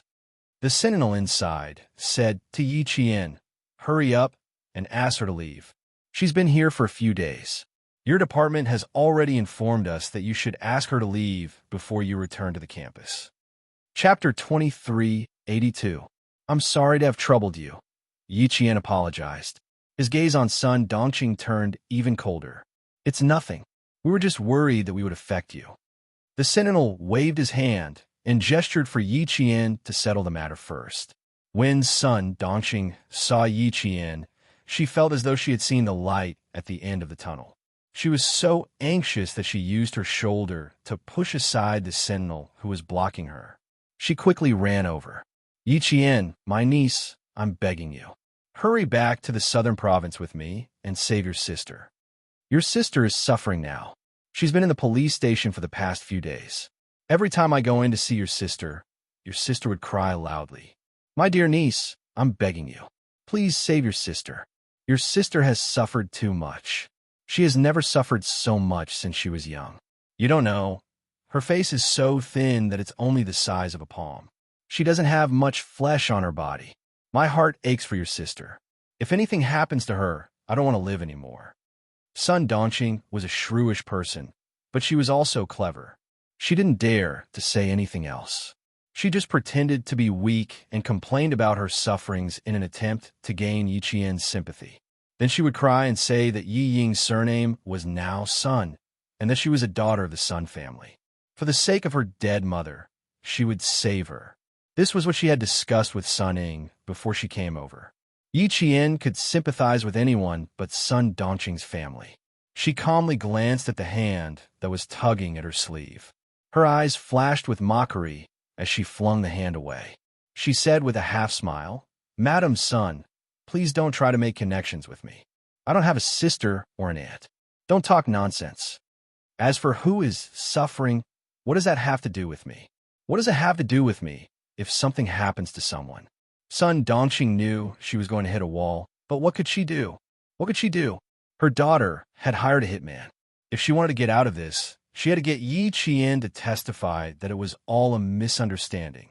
For the sake of her daughter's release, she could only endure it. She had to endure it even if her liver hurt. Niece, in the past, it was Aunt who ate black coal and was blinded by it. That's why I did so many things to let you down. Aunt was really wrong. Aunt was really wrong. Can you be magnanimous and forgive Aunt this once? Those things were all done by Big Aunt. All the bad and heartless things were done by Big Aunt. If you have any anger or hatred, just take it out on Big Aunt, okay? It has nothing to do with your sister. It has nothing to do with her. It's all Aunt's fault. I beg you, niece, for your mother's sake, forgive Aunt this once. When your mother was alive, she was very good to me. She would leave all the good food and clothes for me. Even if I did something wrong, your mother would forgive me. Good child, I know that you are like your mother, soft-hearted and kind-hearted. You will definitely forgive me, right? Aunt won't ask you for anything else. I just want you to help Aunt and your sister this once. The police station is really not a good place to live. Your sister suffered too much in there. She cried every day and was afraid every day. She didn't even have a good night's sleep. Every time Aunt saw her, Aunt hated that I couldn't go in and save your sister. Sun Dongqing wiped her tears, but her eyes kept darting around. Seeing that Yi Qian was unmoved, she became even more anxious. What to do? What to do? How could this wretched girl be so ruthless? She didn't save her sister. She didn't even save the person closest to her. Chapter 2383. The hatred from the previous life and the hatred from the previous life were added to the old hatred in this life. To Yi Jian, it was already merciful that she did not add insult to injury. But Sun Dongqing still had the audacity to beg her. Aunt? Sister? If there's a problem, she's referring to her aunt and sister. Did she really think that Yi Qian was easy to talk to and easy to bully? Yi Jian, whose eyes were getting colder and colder, laughed out loud. She lowered her eyes and looked down at Sun Dongqing. Sun Dongqing, everything that you and Ying have done, everything that you've done, everything that you've done, everything that you've done, she pointed her chest, her voice even colder than the cold wind of early spring. I remember it all. I remember it all. I don't dare to forget it. Aunt? Sister? Sun Dongqing, are you even worthy? Don't mention my mother. You have no right to mention my mother. Your current fate, Yi Ying's fate, is the fate that I'm looking forward to. Yes, I'm indeed kind and didn't kick you when you're down. Today, if it were me, Sun Dongqing, what would you and Ying do? You would only want to pour all the dirty water on me and make me wish I was dead. Her voice was cold and clear. Every word was like a thin blade scraping through flesh and bone, making Sun Dongqing's hands tremble. She wanted to explain, but when she looked up and met Yi Qian's gaze, she was so frightened that she closed her eyes. At the same time, she hugged her black handbag even tighter, as if trying to find a sense of security. I won't talk about it. I won't talk about it. I won't talk about it. Sun Dongqing stammered with her eyes tightly shut. There were more words that she wanted to say, but they were all stuck in her throat. No matter what, she couldn't say them. Too scary. Too scary. That wretched girl is too scary. Yi Jian, who had just returned from the battlefield, was illuminated by the dim yellow light. Her face was gloomy and ruthless, and even her dark eyes were filled with bloodthirst, which made people feel intimidated. Yi Jian's murderous aura was too strong, and she had been on the battlefield before. Her momentum was enough to scare Sun Dongqing. Sun Dongqing, whether your family lives or dies has nothing to do with me. Whatever you want to do, don't even think about messing with me. As for your daughter, don't you think it's retribution? You want me to save you? Sun Dongqing, I only hope that she... Yi Qian abruptly took a step towards her, closing the distance between the two of them. Then he slowly lowered his head to Sun Dongqing's ear, who still did not dare to open her eyes. He chuckled coldly. I only wish for her to suffer a fate worse than death. Why would I save her? He only hoped that he would suffer a fate worse than death. Sun Dongqing's teeth were chattering, and her knees were weak. She couldn't control her body properly, and her legs gave way. She fell to the cold ground, and the bag in her hand fell from her hand. Yi Qian, you're too cruel. How can you be so cruel? That's your sister. Ying is your younger sister. She couldn't accept Yi Qian's indifference. It shouldn't be like this. She was already begging him. What else could she do? What else did he want her to do? She was ruthless? Was she ruthless?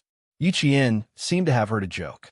In order to let Sun Dongqing hear his words better, Yi Qian squatted down and smiled coldly. Am I ruthless? On the second day of the Lunar New Year, Yi Ying wrote a love letter to the teacher, but it was discovered. She was afraid that she would be criticized, so she framed me instead. The two of you, mother and daughter, poured basin after basin of dirty water on me. You wanted me to be unable to raise my head in the village. You wanted me to be despised by the school. You wanted me to be tainted for the rest of my life. Chapter 2384. Memories of the past were still fresh in her mind. She had been tortured twice in both her previous and current lives. How could she forget? How could she forget? Yi Qian's gaze was cold as he stared at Sun Dongqing, whose shoulders were trembling even more. His voice was filled with ruthlessness and coldness as he enunciated each word clearly. How old was I then? How old was I? I was only 13 or 14 years old. Yet you were so cruel to me. I didn't have any food to eat. I was hungry and secretly ate some leftovers. How did you treat me? Have you forgotten? Have you forgotten everything? You tied me up with a thick hemp rope and whipped me with Yi Jifan's belt. Do you remember what Ying did? Sun Dongqing, Ying dissolved a bag of salt into water and splashed it directly on my wound. I was in pain. I was in so much pain that I bit my tongue until it bled. I was in so much pain, but I didn't dare to cry out. I was afraid that Ying would splash salt water on me again. I was in so much pain. I still remember how much pain it was. I was cruel? Was I as cruel as you and your mother? Was I as cruel as you and your mother? Sun Dongqing's face lost all color at the mention of the past. She was so pale that there was no trace of anger. Yes, if she hadn't mentioned it, she would have forgotten. How old was that wretched girl then? 9? 10? How could I forget? I can't forget. It was so painful. How could I forget? Yi Ying was suffering in the police station. I don't know if she was injured. If she was, I would have splashed salt water on her too. When I was in so much pain, she was laughing so happily beside me.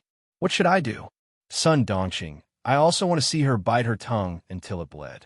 I also want to stand beside her and laugh. Beg me to save her? Say that she's my sister? Sun Dongqing, you really dare to dream. I didn't kill her back then. I was being merciful. How dare you come and beg me? The more you beg me, the more it reminds me of the past. the more I want to see her beg for death. Yi Qian spoke slowly and clearly. The hatred in his words was so deep that Sun Dongqing's shoulders trembled in fear. She finally opened her eyes and tears streamed down her cheeks. We won't do it again. We won't do it again. We really won't do it again. Yi Qian, please be magnanimous and let us go. Ying, and I won't do it again. Forget about the past, okay? Aunt, please forget about it, okay? I'm begging you. Also, Ying's surname is not Yi anymore. Her surname is Sun. Look, her surname is Sun now. She has the same surname as your mother. Niece, for your mother's sake, I beg you. Aunt, please save your sister. We won't do it again. We won't do it again. From now on, we'll be a family. We won't cause any more trouble, okay? Those things, why did this wretched girl remember them in her heart? There were so many things that she had forgotten. How could a child like her remember them? He even remembered it for more than 10 years. Sun Dongqing, whose shoulders were trembling, felt very guilty. She didn't even have the courage to beg, but she had no choice. She could only beg Yi Qian. If she didn't beg her, Ying wouldn't have any chance of being released. How could she bear to let her beloved go to jail? She couldn't bear to. After the divorce, she could only rely on her daughter in the future. If she couldn't even protect her daughter, how was she going to live the rest of her life? How was she going to live? Yi Qian's words made Sun Dongqing really scared. She was so scared that her whole body couldn't help but tremble. No matter how scared she could only endure it. Where's her bag? Where's her bag? Where's her black bag? Chapter 2385. Sun Dongqing, who had been pleading, realized that the black bag she had been holding was not in her hands. She was so shocked that she fumbled around on the ground, looking for it. The bag was right in front of her feet. She grabbed it when her hand touched it and hugged it tightly in her arms. She continued to cry, Niece, you can't be so cruel. She's your sister, your only sister. You can't be so cruel. Look at you, you're a soldier. A soldier? Isn't a soldier supposed to save lives and heal the injured? You can't leave her in the lurch, right? Look, I've already come to school. If you don't save her, what will the school think of you? What will your classmates think of you? This was a threat. Yi Qian, whose eyes were cold, sneered. Why should I save someone who schemed to harm me? Save her so that she can continue to harm me? Sun Dongqing, I can't wait for Ying to stay in prison for the rest of her life. Change her surname to Sun. Yi Zhifan was indeed amazing. This was to sever the last connection with Ying. Could it really be severed? The wife of the deputy chief of staff, Madame Li, would not give up so easily. How could she give up just because of a mere surname change? There was no hurry. Yi Ying's retribution. Oh no, it should be Sun Ying. Sun Ying's retribution in this lifetime had just begun. I've waited for your family's misfortune for so many years. I've waited and waited and waited. Now it's finally here. I'll take my time. I want to see your family destroyed. Cold and gloomy, with a bloodthirsty aura that could not be dispersed. The hatred of 2 lifetimes, the enmity of 2 lifetimes. Finally, there was an end. She wanted her to save Sun Ying. Dream on. Her family destroyed. That wretched girl said she wanted to see her family destroyed. She wanted Ying to die. Cruel, what a cruel, wretched girl. Sun Dongqing, who was guilty and scared, was angry. She was so angry that her teeth chattered. She begged like this.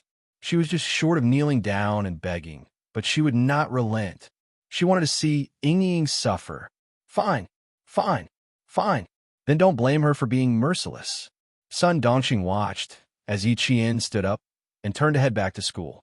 Sun Dongqing grabbed her black handbag tightly and got up. She suddenly shouted, Yi Qian, how could you be so cruel? Do you still have conscience? Do you still have a conscience? When are you going to stop harming our family? Are you trying to force me to my death?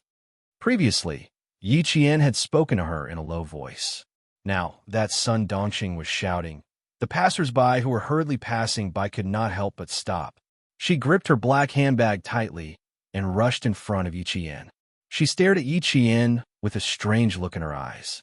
She gritted her teeth and said hatefully, Yi Qian, are you really not willing to save Ying?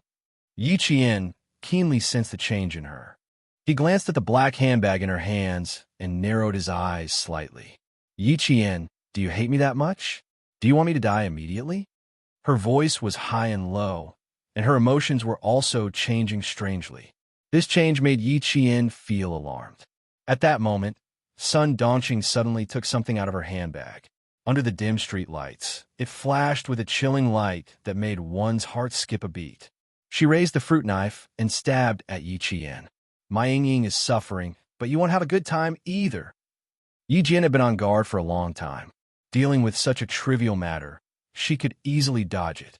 Yi Qian easily dodged Sun Dongqing's first stab. Chapter 2386. At the same time, the sentries on sentry duty noticed something amiss. They whistled sharply, and several people ran over. Sun Dongqing was anxious. Her daughter had said that success or failure depended on this. The fruit knife had to have Yi Qian's fingerprints on it. Otherwise, everything would be in vain. Mom, you must remember that Yi Qian's fingerprints must be on the fruit knife. This is very important. Mom, as long as she leaves her fingerprints, you can stab yourself. When the time comes, you just have to insist that she was the one who stabbed you. Only then will we be able to exchange with her and get out of this damned place. Mom, you must succeed. Dad doesn't care about me anymore. I can only rely on you. If you don't save me, my life is over. Mom, I beg you have to save me. Yes, yes. She must save her daughter. She must make that wretched girl leave her fingerprints on the fruit knife. A sharp whistle sounded. Sun Dongqing, who had failed this time, panicked. Don't you want to destroy our family? The knife is right here. Stab me. Stab me. I'm right here. I'll stab you. Sun Dongqing was very agitated. She didn't know when the hair tie had broken. Her hair was disheveled, and she clung onto Yi Qian like a madwoman. She wanted to force the fruit knife into Yi Qian's hands. At this point, Yi Qian finally understood her intentions. Sun Dongqing, this is what Sunning taught you, right? You want me to stab you with a knife in exchange for saving her? Yi Qian only found it funny. Yi Ying was ruthless enough in her previous life, and she was still the same in this life. She could even come up with such a method to frame him and get him out of trouble. Stab you in exchange for her. Sunning, oh Sunning, you're really ruthless when it comes to scheming against your own mother. You can even think of such a sinister method. You should stay in the police station. The first attack didn't succeed, the second attack didn't succeed, and the third attack didn't succeed. Suddenly, Yi Jian exposed her daughter's plan. Sun Dongqing panicked even more. Stop! What are you doing? Put down the knife. The sentinel roared as he raised the stun baton in his hand. The voice of the sentinel was right behind her. Sun Dongqing's confidence, which she had worked so hard to build up, exploded like a balloon and disappeared without a trace. Panicking, she threw the fruit knife away and ran for her life in fear. After dodging continuously, Yi Qian said to the sentries, I'll chase after him. You guys pick up the sabers first. Then he turned around and chased after him. She didn't want to chase Sun Dongqing back. Instead, she wanted her to send a message to Sun Ying. How could the obese Sun Dongqing outrun Yi Qian? She was instantly blocked by Yi Qian. What are you trying to do? Don't come over. Don't come any closer. Sun Dongqing was so scared that she stuttered. She couldn't say a single word. My knife. No, my knife wasn't used to stab you. You said that you hated us. It wasn't used to stab you. It was you who came to stab me. She didn't manage to stab him. She didn't manage to stab him. Actually, she was so close. She was too impatient. She should have grabbed Sun Dongqing's hand first and shoved the knife to her. Then she would have pounced on Sun Dongqing. That would have worked. It was all because she was too impatient. Yi Qian looked at Sun Dongqing's anxious expression and said mockingly, Go back and tell Sunning that her trick didn't work. Even if there were 10 Sun Dongqing, it wouldn't work. Also, tell her that even though I'm a military academy student, I'm not that easy to bully. Chapter 2387. With that, she gently stroked her left wrist with her right hand, and the silver wire was in her hand. Before Sun Dongqing could react, Yi Qian had already circled behind her. At the same time, the silver wire that carried a trace of her body temperature wrapped itself around Sun Dongqing's neck. Sun Dongqing screamed in fear as something suddenly wrapped around her neck. She wanted to reach out to touch it, but something cold slid past her palm, followed by a piercing pain in her palm. By the time she realized what had happened, her palm was covered in blood. Blood from her palm. Ah! Sun Dongqing screamed in fear at the sight of the blood on her palm, but she was immediately delighted. She was injured and bleeding. Yi Qian was the one who hurt her. She was the one who hurt her. She had committed the crime of intentional assault. Other than intentional assault, there's also the crime of self-defense. Sun Dongqing, you raised the knife just now. There are surveillance cameras all around our school. Our school's sentinels saw you trying to stab me with a knife. Sun Dongqing, why don't we go to the police station and see how long you'll be sentenced to? Yi Qian seemed to know what she was thinking. He slowly put the silver wire back on her wrist and analyzed the situation for Sun Dongqing. Intentional assault. Wouldn't she have committed the same crime as Ying? Sun Dongqing's scalp tensed up when she heard that. She didn't dare to stay any longer. She didn't even dare to treat her wound. She scrambled to hail a taxi and told the driver to go to the airport. She didn't even say the word airport very clearly. She was so frightened that her soul almost left her body. The sentinels had already picked up the fruit knife. When they saw Yi Qian coming back alone, they couldn't help but ask if she was injured. They also expressed their regret that they didn't catch the culprit. She didn't have any regrets. She let Sun Dongqing go on purpose so that Sun Ying would know that her scheme had failed again. She believed that Sun Ying's expression would be very good at that time. Yi Qian smiled and thanked her. He told the sentinels that he was fine, took the fruit knife, and returned to school. This incident gave Sun Dongqing quite a shock. She only felt alive after she got off the plane in Southern Province. It was also early spring in the Southern Province. When Sun Dongqing arrived in the Southern Province, it was already past midnight. She stood in a daze at the airport exit where there were not many people coming and going. What should he do now that he had failed to accomplish what his daughter had asked him to do? What should she do next? How was he going to explain this to his daughter tomorrow? What should I tell my daughter? We're finally back in the Southern Province. Hubby, I won't accompany you on your business trips anymore. I'm so tired. A sweet voice brushed past Sun Dongqing's ear. At the same time, there was a burst of fragrance. The man smiled and replied, I told you it's tiring outside, but you didn't believe me. Now you know. Let's see if you still want to follow me in the future. I won't. Hubby, you've worked hard. I'll cook a table of delicious food for you tomorrow. The woman's voice was still so sweet and full of happiness, but it was so harsh in Sun Dongqing's ears. Hubby. The hubby this woman was talking about was none other than Sun Dongqing's ex-husband, Yi Zhifan. Yi Zhifan hugged his young girlfriend, who was 17 years younger than him, with one hand. Along the way, he didn't attract much attention. He, who was 6 or 7 years younger than his actual age, hugged his girlfriend, who he had just officially started a relationship with 2 days ago. He smiled and said, Okay, I'll get off work early tomorrow. Chapter 2388. Yi Zhifan no longer had any feelings for Sun Dongqing. Now, there was no evil woman by his side, nor was there a burden on his daughter. Now that he was divorced, it was as if 2 mountains had been removed from his body. These days were the most comfortable for him. The Commission for Discipline Inspection carried out a comprehensive investigation in the Southern Province. The situation in the Southern Province was strange. Within a day, several government officials were pulled down from their positions. Only he was allowed to be investigated by the Commission for Discipline Inspection. An upright person was not afraid of a crooked shadow. He had been cautious and conscientious for so many years and did not dare to take any bribes. Investigate. The more they investigated, the happier he would be. Why? Everyone in the Southern Province was in danger, but he was the only one who was clean. What did this mean? It meant that he was clean and honest. It meant that he was a practical person. The more people above him were removed from their positions, the more advantageous it was for him.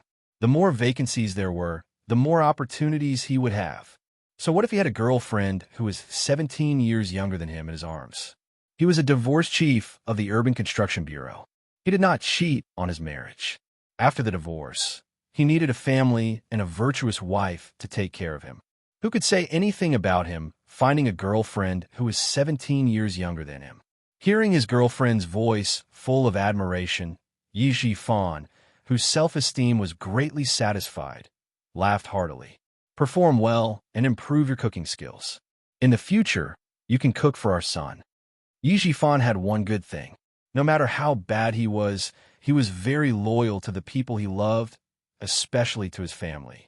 He also did not have the bad habit of playing with women. Although the woman beside him was 17 years younger than him, he was dating her with the purpose of marriage. In addition, he had power in his hands and was a famous Confucian official in the southern province. In fact, he did not lack admirers. After the divorce, many of his colleagues began to become matchmakers. Yi Ji-fan rejected them one by one. He did not dare to marry his colleagues for fear that one day it would implicate him. Therefore, he went to a state-owned enterprise to find a girlfriend with a stable job. He brushed past Sun Dongqing with a face full of happiness. He didn't notice that his ex-wife had a ferocious look on her face at this moment. When she heard the words, "Cook for our son again," Sun Dongqing, who had been suppressing her temper all this time, completely exploded. She ran around everywhere for her daughter, begging everywhere. And he was holding a shameless bitch and showing off everywhere. Son? Since when did Yi Ji-fan have a son? He only had one daughter. His only daughter was still in the police station. Sun Dongqing was so angry that her whole body was trembling.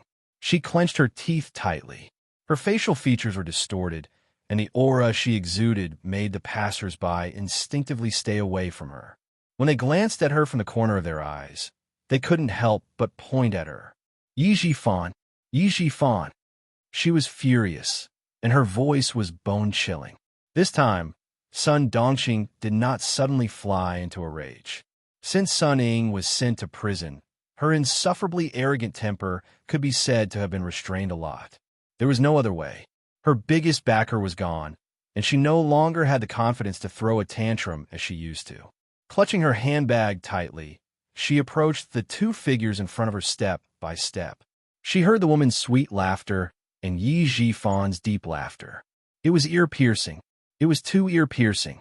No wonder she agreed to the divorce so quickly. No wonder she left with nothing. It turned out that there was already a slut waiting for him outside. The more Sun Dongqing thought about it, the more hatred she felt. The more hatred she felt, the more venomous her eyes became. Chapter 2389. Sun Dongqing approached with light steps.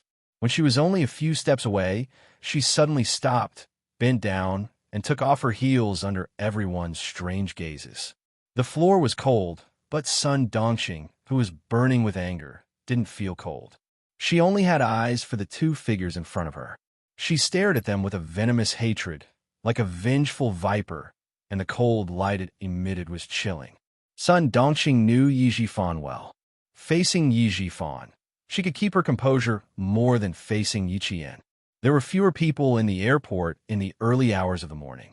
If she didn't escape in time after the fight, she would definitely be caught by the airport security. She couldn't be caught. Her daughter, Ying, was still waiting for her to save her. Parking lot, that's right. Yi Ji-fan must have driven. He would definitely leave with that bitch in a car. When they reached the parking lot, there were so many cars, she could just hide after the fight. In front, Yi Ji-fan, who was whispering sweet nothings to his little girlfriend, seemed to have sensed something. He raised his hand to touch the back of his cold head and turned his head to look behind him with a cold gaze. There were only a few passengers who had just gotten off the plane behind him. Other than them, there was no one else. Yi Ji-fan, who was frowning, looked around worriedly, but didn't find anything. He turned back and said in a low voice, "It's late. We have to go to work tomorrow. Let's walk faster." Ever since Sun Yaozu was mysteriously killed, Yi Ji-fan had been very careful about his own safety. Once he found something wrong, he would immediately be alert. Just now, he clearly felt that someone was looking at him from behind, but when he turned his head, he didn't find anything. The woman in his arms was an obedient one. Hearing this, she nodded obediently.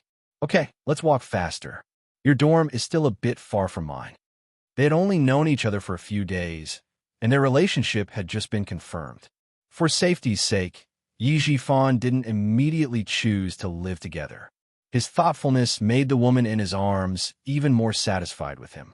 He had power and influence, and it was rare that he was considerate and not fickle in love.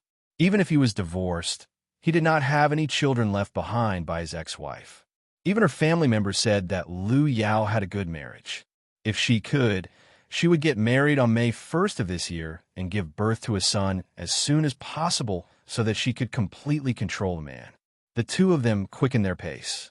Sun Dongqing, who was hiding behind the pillar, stared at them coldly. She glanced at the direction they were heading. It was indeed the parking lot. The parking lot in Nan Province was an open-air parking lot. One had to cross a road that was used by the airport buses. Just as Yi Jifan was crossing the road, he suddenly felt a strong wind coming from behind him. Bitch! Broken shoes, seducing a married woman. I'll beat you to death, you broken shoe. Sun Dongqing, who was holding the shoe in her hand, exploded. She used the hard heel of the shoe to hit the back of Lu Yao's head. Not only did she hit the back of Lu Yao's head, but she also raised her foot and kicked the slender Lu Yao, who had a slim waist and long legs, to the ground. Lu Yao had never been treated like this before. A sharp pain came from the back of her head, and she was so scared that she screamed repeatedly. Before she could fully react, she was kicked in the back by the woman who had insulted her. How could she stand firm in her high heels? She staggered a few steps, and the sharp heel of her shoe didn't stabilize her. She screamed and fell to the ground. The unforeseen event happened so suddenly that even though Yi Jifan was on guard, he couldn't completely guard against Sun Dongqing, who wanted to kill him. He was stunned. Hearing her disgusted voice, Yi Jifan was relieved. At least, it wasn't Sun Yaozu's murderer who attacked him. Sun Dongqing's fighting ability was very strong. It only took a few seconds for her to hit Lu Yao. After that, Sun Dongqing turned her target to Yi Jifan. Chapter 2390. Sun Dongqing. You shrew. Yi Jifan was furious. He grabbed Sun Dongqing's right hand, raised his hand, and was about to slap her. Sun Dongqing couldn't let it go. She jumped up and made a scene even more fiercely. Yi Jifan, you bastard. No wonder you're in a hurry to divorce me. You've already raised a slut outside. You want to be with a slut after divorcing me?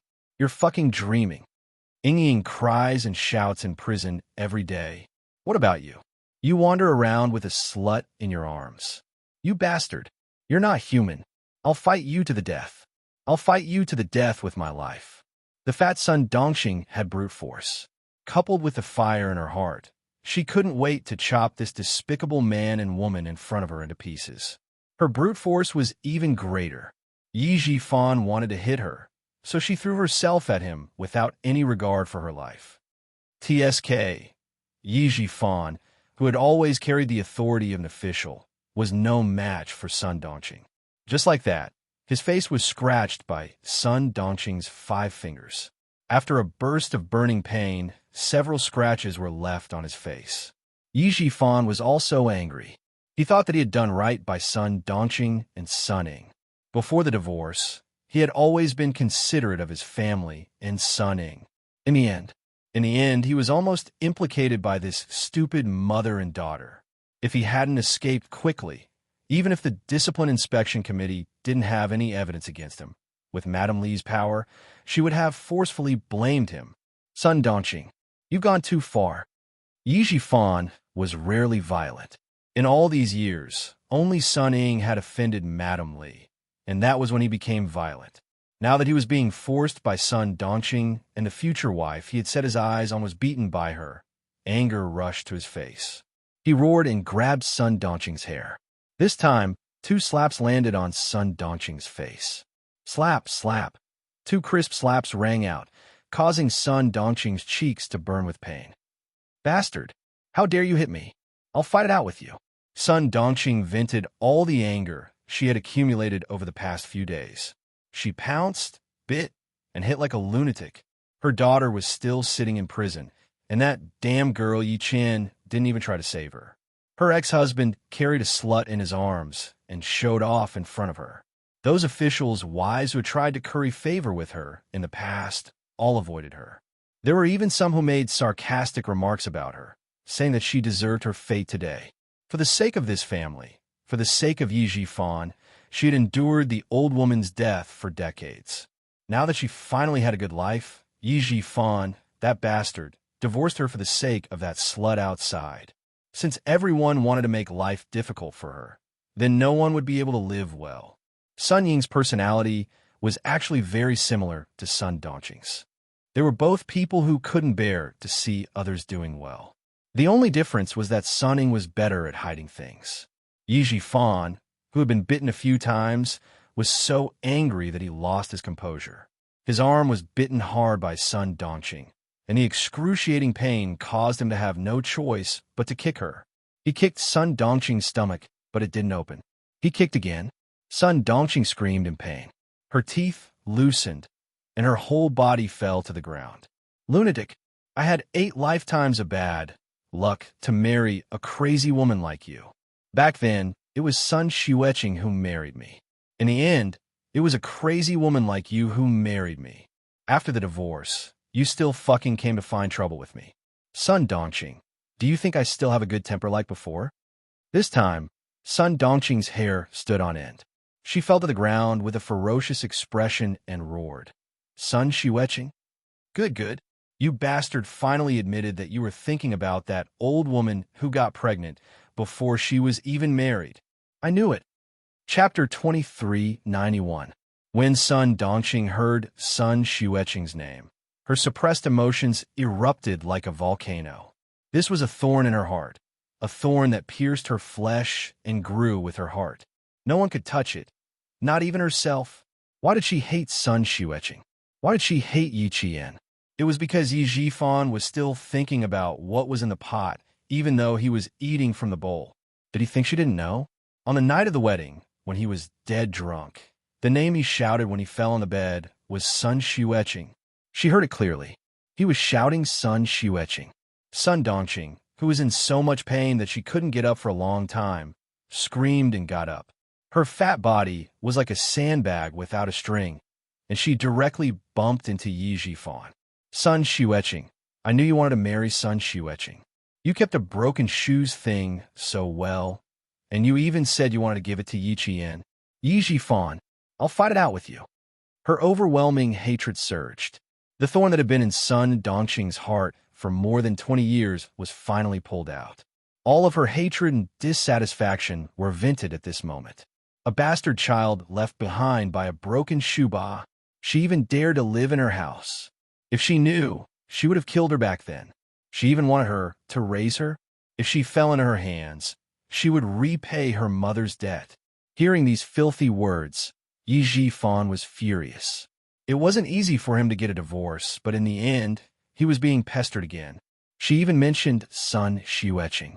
You crazy dog, bite whoever you catch. Seeing the bulky body pouncing over, Yi Jifan gritted his teeth and had no choice but to retreat. He didn't want to argue with a lunatic in public. Fortunately, it was the middle of the night and there was no one around. Otherwise, he wouldn't be able to show his face. Yi Jifan treasured his reputation the most. He couldn't tolerate Sun Dongqing's actions and avoided her unreasonable pestering. He stumbled and almost fell a few times. If you miss that short-lived broken shoe so much, why don't you go and accompany her in the underworld? Why do you let your short-lived brother accompany her? Your brother-in-law misses his sister-in-law. Yi Jifan, to think you're an official. I'm going to sue you. I'm going to sue you. The thorn that had been in her heart for more than 20 years was about to be pulled out. However, it was connected to her heart and her tendons. If she really pulled it out, it would be bloody. Sun Dongqing was not a person who would suffer losses.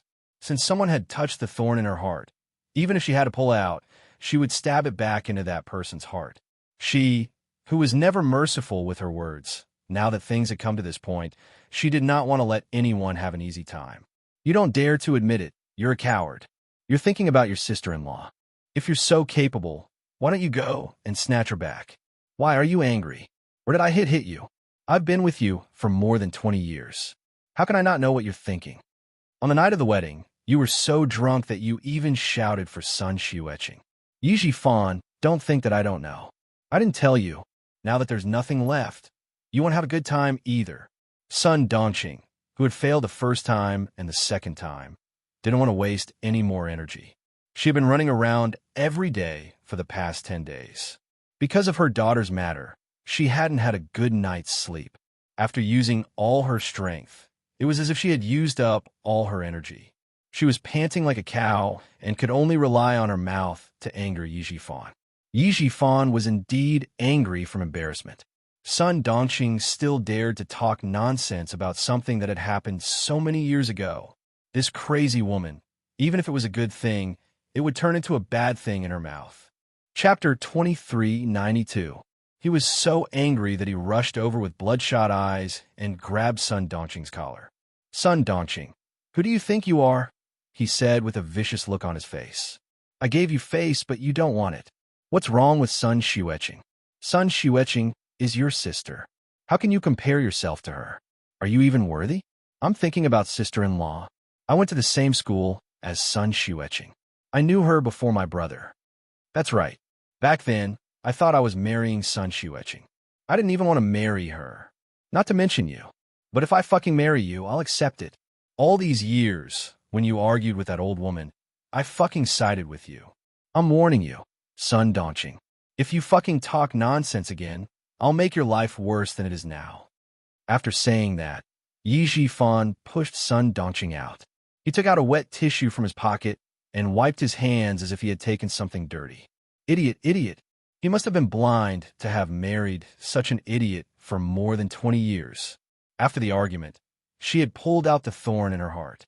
In the end, she heard Yi Jifan say that he didn't even want to marry Sun Xueqing. Then why did she hate Sun Xueqing all her life? Was she wrong to even hate her? She didn't believe it. She didn't believe it. Yi Jifan, this bastard, was thinking about Sun Xueqing. She wasn't wrong. He was thinking about Sun Xueqing. How could Sun Dongqing, who was still angry in her heart, accept the truth? At this moment, she only had one thought in her mind, and that was to fight it out with Yi Jifan. Even if they were divorced, she would drag him to death. Sun Dongqing, who didn't have much strength in her body, pounced over again. Yi Jifan was full of energy and could deal with a woman. Moreover, Sun Dongqing didn't have much strength now. When she pounced over, he could reach out and push her away. If he couldn't push her away, he could kick her away. A man's strength was always greater. Sun Dongqing was kicked down by Yi Jifan again.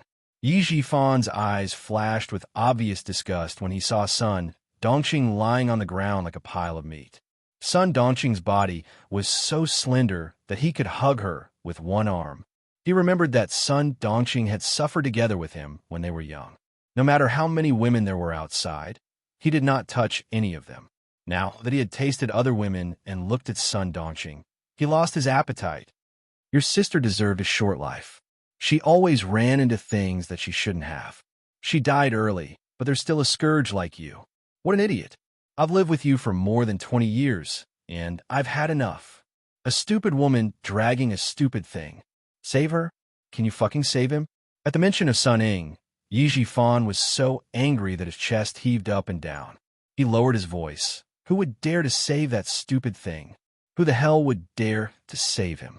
Madame Li has said that whoever dares to save Sun Ying in the southern province will be going against the Li family. However, Sun Dongqing was suddenly awakened by his words. Bumping into something that she shouldn't have bumped into? Back then, what did Sun Xueqing do when she bumped into Yi Jifan? Was she really wrong to hate him? Yi Jifan, that bastard, was not thinking about Sun Xueqing. He was afraid of Sun Xueqing. No, she wasn't wrong to hate him. It was because of Sun Xueqing that she felt a thorn in her heart for 20 years. If she hadn't bumped into Yi Jifan, she wouldn't have heard anything on the night of their wedding. She wasn't wrong to hate him. She definitely wasn't. It was said that like mother, like daughter. Sun Ying was wrong again and again, and she refused to admit her mistakes. It was because of Sun Dongqing's influence that she got to where she was today. In addition, without Yi Jifan by her side to guide her, Sun Ying kept making mistakes on the wrong path. There was no turning back. Chapter 2393. Yi Jifan didn't want to be entangled with her anymore. His eyes were cold as he looked down at Sun Dongqing. who was lying on the ground like a dead pig. He shouted coldly, "Don't you know that Mrs. Lee has an older brother who is the leader of your province? The deputy chief of staff, has an older brother who is the second in command of a big province. Who would dare to save that stupid thing of yours? I have to thank that stupid thing of yours for instigating you to divorce me. Otherwise, I would have been implicated by her and wouldn't even be able to keep my current position. Sun Dongqing, for the sake of our past relationship as husband and wife, let me remind you." Yi Jifan saw that Lu Yao had stopped sobbing. He lowered his voice even more and said gloomily, "No one would dare to save Sun Ying. It's useless for you to beg anyone. Tell her that she only has herself to blame for what she has today. She can't blame anyone else. Mrs. Lee's anger hasn't subsided. She'll stay here forever and never come out." Suddenly, Yi Jifan's expression changed drastically. Sun Dongqing appeared at the airport in the middle of the night. "Where did that idiot go? Why are you at the airport? Where did you go?" he asked gloomily. His eyes were clouded. What he cared about was whether or not Sun Dongqing's whereabouts would affect him. Sun Dongqing had been kicked a little hard. It was so painful that she hadn't recovered yet. Her face had also been slapped twice by Yi Jifan. The slaps were so painful that her ears were buzzing. She didn't know where the 2 shoes in her hands had gone. The wound on her palm that was cut by Yi Qian had also split open. Sticky blood stained her hand. She covered her face with her hands, leaving a bloody palm print on her face. When she heard Yi Jifan ask her, she suddenly raised her head. Her eyes were filled with hatred as she stared at Yi Jifan. Under the light of the street lamp, Yi Jifan was frightened and couldn't help but take a small step back. "Yi Jifan, you'll die a horrible death. Just you wait. I'll make sure you die a horrible death." Sun Dongqing, who had one hand on her stomach, slowly got up. She left Yi Jifan with 2 vicious words. She didn't even put on her shoes as she walked out of Yi Jifan's line of sight. Yi Jifan couldn't help but shiver when the cold wind blew in the night. He had a bad premonition in his heart. Sun Dongqing is trouble. She's trouble. As this thought flashed through his mind, Yi Jifan's eyes flashed with a cold ruthlessness. "Old Yi, I've twisted my ankle. Lu Yao hurt. I can't get up." Yi Jifan, whose heart sank, pressed down on the corner of his mouth and adjusted his facial expression before walking over. Just now, when Sun Dongqing was fighting with him, he deliberately stayed away from Lu Yao. Lu Yao didn't hear some words, but she knew that the person who hit her was Yi Jifan's ex-wife. "She's really fierce. No wonder she divorced me." The back of Lu Yao's head was swollen for being hit by the heel of Yi Qian's shoe, but she was happy. She felt wronged, but she didn't ask any questions. Yi Jifan only explained, "She's my ex-wife. I'll take care of it." Then he carried Lu Yao to the car. Sun Dongqing took a taxi home and tidied herself up. She opened the door of the study and sat in front of the desk where Yi Jifan used to work. She took out a stack of paper from the drawer and a pen and started writing slowly. She didn't study for many years. She dropped out of school in the 2nd year of junior high. Her handwriting was crooked and there were even mistakes. When she wrote some words, she used too much force. The tip of the pen poked through the paper, leaving a hateful stroke. Chapter 2394. The sky gradually brightened up, and the city became bustling with activity. The sun was shining brightly in the spring, driving away the coldness of the early spring. A peach blossom bloomed on a brown branch, adding a touch of color to the spring. Sun Dongqing was not in the mood to enjoy the spring scenery. She came to the Southern Province Public Security Bureau with a gloomy face. Her daughter, Sun Ying, had been locked up in there for 10 days. Madam Li in the capital had her hands in the Southern Province. She had nowhere else to go and did not know who to ask for help. Yi Jifan wanted to be alone. Then he would not have a good time. Sun Dongqing walked into the police station with a numb expression. Compared to the other prisoners' families, at least she could see her daughter. However, she did not see that Madam Li was sitting in the car at this moment, coldly watching her walk into the police station. Mrs. Li looked at her back and said to a middle-aged man in a dark coat who was sitting in the driver's seat. His facial features were slightly fierce, but he had a good temperament. "She is Sun Dongqing. You came all the way here with me just to see this woman? Madame Li frowned, and her voice became colder. Li Chuhai, behave yourself now that you are back in the country. Dad has retired and can't protect you anymore. Li Chuhai, Mrs. Li's biological younger brother from the same father and mother, was also Li Jinyan's uncle. He was a tall, middle-aged man who exuded the aura of a successful man. Why should I look at her? I want to see who made my sister so angry. Li Chuhai looked away and smiled. Get out of the car, sister. Let's go in and have a look. Madame Li looked at her brother and nodded slightly. She pushed the door open and got out of the car. Inside the police station, Sun Ying saw Sun Dongqing and cried loudly. She rushed to the window and shouted, Mom, Mom, why did you come so late? Why did you come so late? She slammed the window and looked at Sun Dongqing from head to toe. The light in her eyes dimmed little by little. It didn't work. It didn't work. Mom didn't have any injuries on her body. Sun Dongqing saw her daughter's appearance, and her numb expression finally changed. Tears came out her eyes. Sun Ying was not a felon, and she was sent back by the army. Not only could Sun Dongqing visit her, but she could also go in and talk to her face to face. Mom, have you found Yi Qian yet? Did you see her? Did you do what I asked you to do? Did you do as I said? The 10 days in prison made Sun Ying's personality even weirder and sharper. She didn't like anyone and wanted to stab anyone she saw. Seeing that Sun Dongqing was not injured at all, Sun Ying could not accept it. After the prison guard left, she screamed, Mom, are you afraid to do it? Isn't that right? Isn't that right? Mom, you're too heartless. How can you be so heartless? You watch me suffer. You watch me get locked up. You didn't even help me for your own sake. Mom, how can you be so heartless? She had lost control of her emotions and was shouting like a madwoman. Hearing her questioning, Sun Dongqing burst into tears. Ying, I have no other choice. Mom had no other choice. That wretched girl Yi Qian didn't help at all. Mom followed your plan, but it was useless. It was completely useless. Why was it useless? My plan was so good. Why was it completely useless? Sun Ying refused to accept it. She thought that Sun Dongqing couldn't bear to stab her. Doesn't she hate you? You already handed the knife to her. Even if she didn't stab you, she would have subconsciously snatched the knife away. Chapter 2395. Sun Ying didn't believe it. She couldn't speak loudly, so she grabbed Sun Dongqing's wrist tightly and questioned her. Mom, is it because you don't want to stab yourself? Isn't it? Isn't it? Mom, you can't do this to me. You can't do this. I'm your daughter. Your only daughter. You can't be so cruel. You have to save me. I want you to save me. Sun Ying, who couldn't accept the reality, was still the same as before. She habitually pushed all the blame to others, thinking that she was innocent and right. If others didn't do as she asked, then they were in the wrong.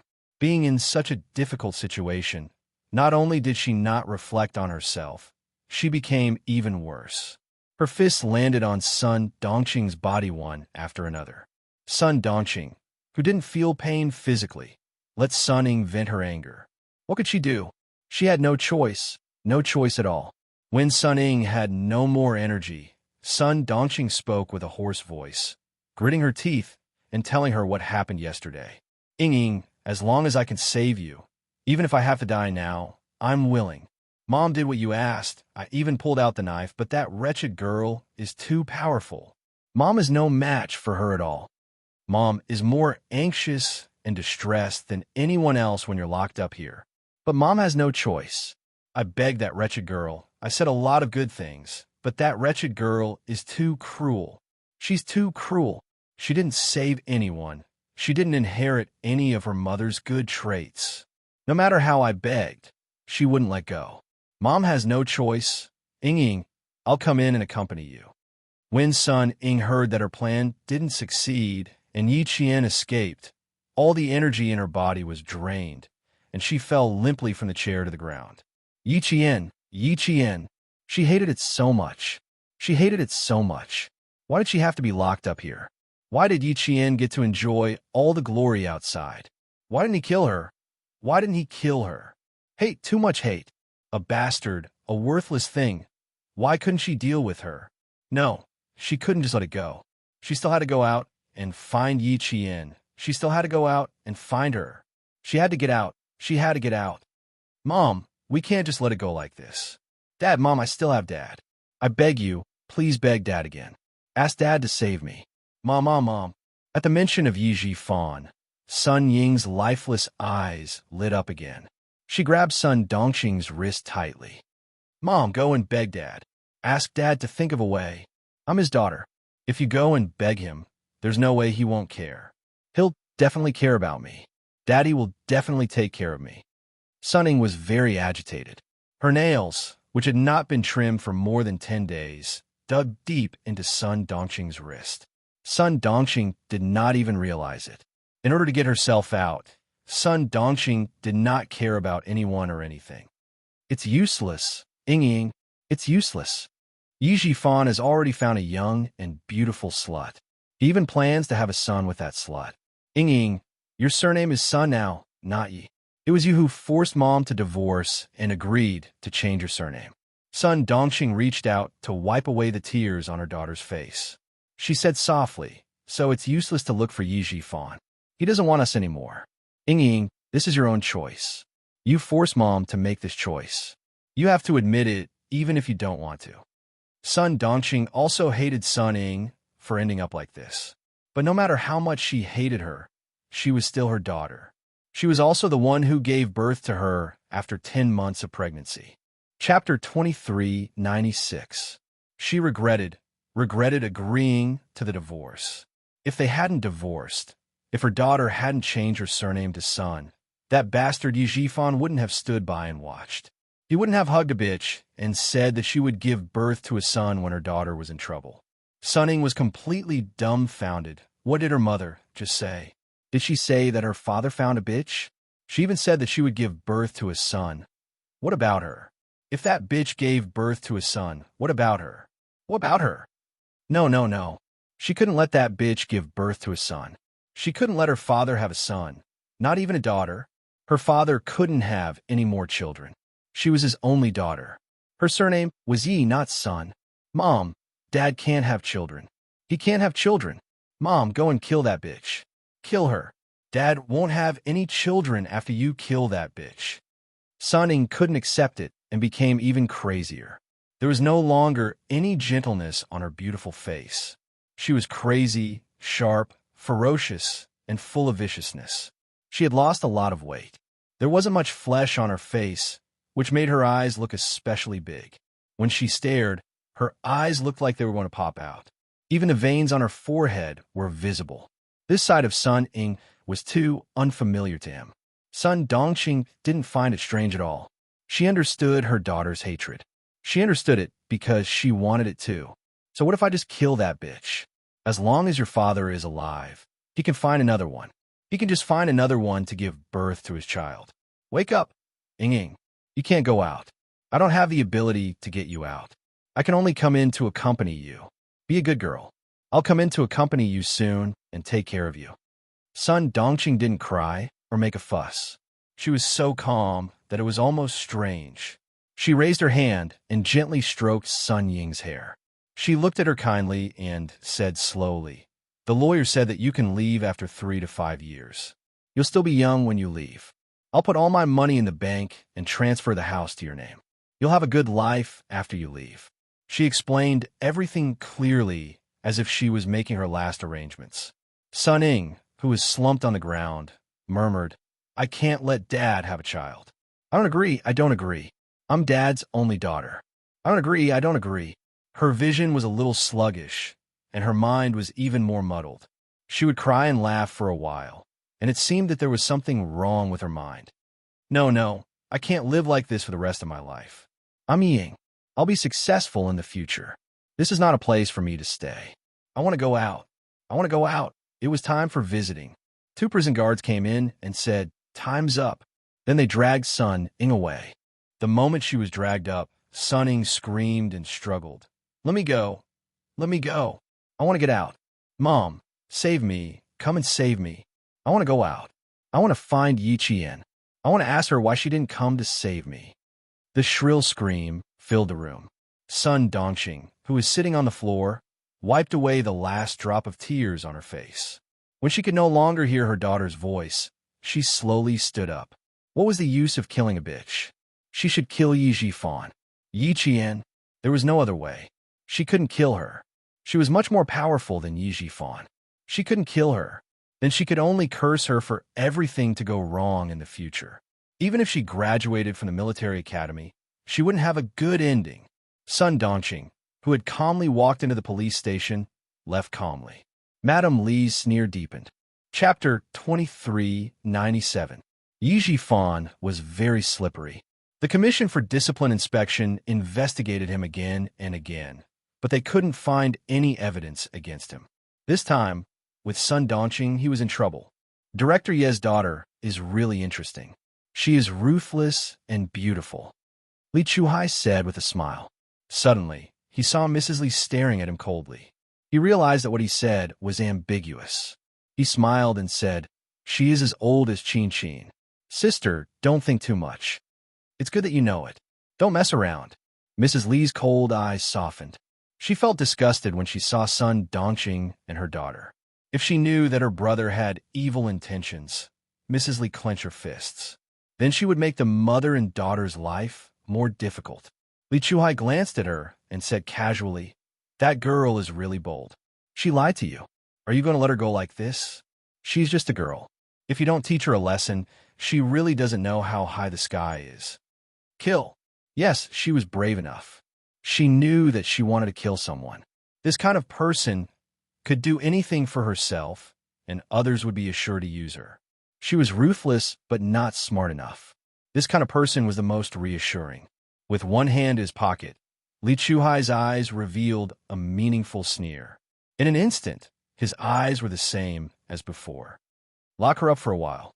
We will see what happens next. Mrs. Li didn't want to talk about Sun Ying, who made her feel depressed. She advised her only brother earnestly. Back then, you were forced to retire from the army and go abroad. Now I feel that I owe you. You have to make good use of it, okay? I am guarding at home, so you have to guard outside. I have been suppressed by the first branch for so long. Now that you are back, you have to fight for me and plan for Junjun. Li Chuhai and Mrs. Li were brother and sister. They had a good relationship. Hearing this, he smiled and nodded. I know. I am in my 40s. How can you still think of me as a hothead? Since you know that you are in your 40s, then do your job well. Mrs. Li walked out in high heels. The phone in her bag vibrated. She took it out and looked at the number. She immediately picked it up and smiled. Old classmate, I am out. Yes, I saw you. I've troubled you, old classmate. When you return to the capital, we'll have a good gathering again. All right. I'll leave you to it. Let's chat when you're free. Li Chuhai, who had walked to the front of the car, had already opened the door of the front passenger seat. After Mrs. Li ended the call, he said, Sister, you'd better not meddle in the affairs outside now. Brother-in-law told me yesterday that the higher-ups are watching him too closely. You should restrain yourself a little. I'll take over your company in Southern Province now. Leave the matters in Southern Province to me. I guarantee that I'll let you vent all the anger in your heart. As the wife of the Deputy Chief of Staff do, Mrs. Li could not open a company outside. Therefore, all the companies under her name were under Li Chuhai's name. Sun Ying's incident had alerted the General Staff Department. Since Li Chuhai had returned to the country, she handed over all the company matters to Li Chuhai and retreated behind the scenes. Hearing this, she thought for a moment and nodded in agreement. Okay, I'll leave the company to you. I'm getting old, and there are many things that I can't do. When Junjun graduates, let him join the company to help out. The burden on your shoulders will be lighter. Li Chuhai smiled. You have worked hard for decades. It's time for you to enjoy your life. I'll take care of the matters in Southern Province. I'll take care of the mother and daughter. Chapter 2398. You don't have to worry about Sun Dongqing. I want to see what she will do next. Madame Li curled her lips and sneered. Yi Jifan's disciplinary committee couldn't even find anything. Let's see if his ex-wife can find anything. Did he think that she would let him go after the divorce? Director Yi, you are an official. How can you be so naive? The car started and the sleek black luxury car sparkled in the sunlight. Li Chuhai, who was driving the car, glanced at Madame Li from the corner of his eye. Seeing the sneer on her face, he smiled and said, "They're just a few small fries. They're not worth your time. The General Staff Department keeps a close eye on brother-in-law. Don't make any big moves. Since I am back, I will handle some things that you can't handle." Madame Li had a good relationship with her brother. They knew that their eldest brother and second brother were not real siblings since they were young. Their eldest brother saw them as a thorn in his side, and they didn't like their eldest brother and second brother either. The family looked amiable on the surface because old Master Li was still around. After old Master Li passed away, the Li family would have to settle the score. They wanted to see who would win between the first branch and the second branch. Madame Li, whose eyes flashed with anger, pursed her lips tightly. The wrinkles on her face deepened, making her usually dignified face reveal a hint of gloominess that was not easily revealed. "We have lived a good life for a long time, and we have to live a hard life. We have been submissive at home for so many years. It is time to turn things around." Madame Li's cold voice sounded in the quiet car, and the atmosphere became a bit oppressive. Li Chuhai, who was driving, was not affected. He steadily turned the steering wheel and drove into the tunnel under the river. The light in the car suddenly dimmed, and the street lights on both sides of the tunnel flickered. Li Chuhai's vision was affected, and he couldn't help narrowing his eyes. With the flickering light, there seemed to be an unpredictable darkness flowing in his eyes. "Everything will be fine. There is no obstacle that can't be overcome. Everything will be fine. So many obstacles have been overcome. What else could he, Li Chuhai, not overcome?" The southern province's officialdom was still in flux. Some were on tenterhooks, some were uneasy, some were carefree, and some were applauding. As the Discipline Inspection Commission continued their investigation, 2 more officials from the southern province were removed from their positions in less than a week. At this moment, a report letter filled with countless typos was delivered to the Discipline Inspection Commission. It was a letter from Sun Dongqing to the Commission for Discipline Inspection. Yi Jifan didn't know about it, but Madame Li, who had been keeping an eye on the officialdom of Southern Province, knew about it. Mrs. Li had been staying in Southern Province during this period of time. All the companies in her hands were officially handed over to her younger brother, Li Chuhai. It was announced to the public that Li Chuhai had returned to take care of all the companies. As the elder sister who worked for her younger brother, she could finally relax. In fact, everyone knew about the twists and turns inside. However, because of the relationship between the Li family and the Du family, they knew about it, but could not say it out loud. Madame Li had a tough personality. She dealt with things swiftly and fiercely. When she said that she would no longer manage the company, many people in the southern province were still very happy. Ho Zi, who was accompanying his wife, Xia Yiwei, was one of them. Madame Li, who was staying in the hotel, received a call from her old friend. When she learned that the Commission for Discipline Inspection had received a report on Yi Jifan, she was stunned. As for who wrote the report, it was not convenient for her old friend to say. Madame Li was also very sensible and did not ask further. Chapter 2399. After hanging up the phone, Mrs. Li puts on her makeup and knocks on the door next door. She and Li Chuhai live in the same hotel, and their rooms are only separated by a wall. Li Chuhai is putting on his tie. Hearing the knock, he quickly opens the door, calls Sun Dongqing, and asks her how she is doing. "I just received a call from a friend who told me that Yi Jifan has been reported and the Discipline Inspection Committee has gone to the Urban Construction Bureau." Mrs. Li doesn't enter the room. She stands at the door and says, "Go to the company to sign the papers. I'll be there later. I'll change my ticket to the afternoon." According to the original plan, Mrs. Li will go to the company in the morning to sign several documents that Li Chuhai will be responsible for all the company's affairs in the future. Then she will fly back to the capital at 11 o'clock in the morning. At this moment, Yi Jifan, who has not been found out, is suddenly reported. Mrs. Li first thinks of Sun Dongqing. She has been staying in the southern province during this period.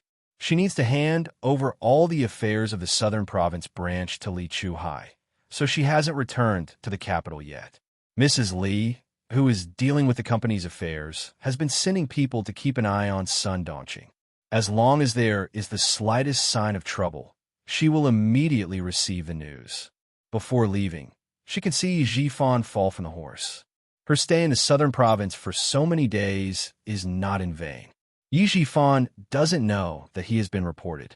After several scratches on his face by Sun Dongqing, he finally finishes his sick leave and goes back to work in the Urban Construction Bureau. As soon as he walks into the office building of the Urban Construction Bureau, he feels that the atmosphere in the bureau is strange. In the spacious and bright lobby, even the cleaners are nowhere to be seen. When the staff on duty who usually greets him sees him coming, they look away and don't dare to look at him directly. Yi Jifan paused in his steps and then strode to the elevator. Walking into the elevator, Yi Jifan's calm face slightly darkens. Something is wrong. Something is wrong in the bureau today. He takes out his mobile phone and dials a number. It is the number of the director of the bureau, who is also one of his confidants. The phone rings, but no one answers. Soon, Yi Jifan dials another number. This is the number of a section chief in the bureau, but no one answers. At this moment, Yi Jifan knows that nothing good will be waiting for him at work today. Director, Chief. When he stepped out of the elevator, he saw a few of his subordinates standing next to him, waiting to take the elevator. When they saw him walk out, their faces clearly froze. After greeting him, their eyes darted away quickly, looking very guilty. As usual, Yi Jifan nodded with a faint smile and walked out of the elevator. The elevator door slowly closed, and a sentence with a lot of information floated out. I'm so scared that my back is covered in cold sweat. How did the investigation suddenly lead to Chief Yi? Lower your voice. They haven't left yet, ding. The elevator doors closed completely. Yi Jifan suddenly panicked and raised his hand to press down on his twitching eyelids. It looked like someone from the disciplinary committee was here. The morning sun was very good, and the peach blossoms outside were in full bloom, as beautiful as a piece of brocade. Sun Dongqing plucked the most beautiful peach branches. Her daughter loved peach blossoms since she was young.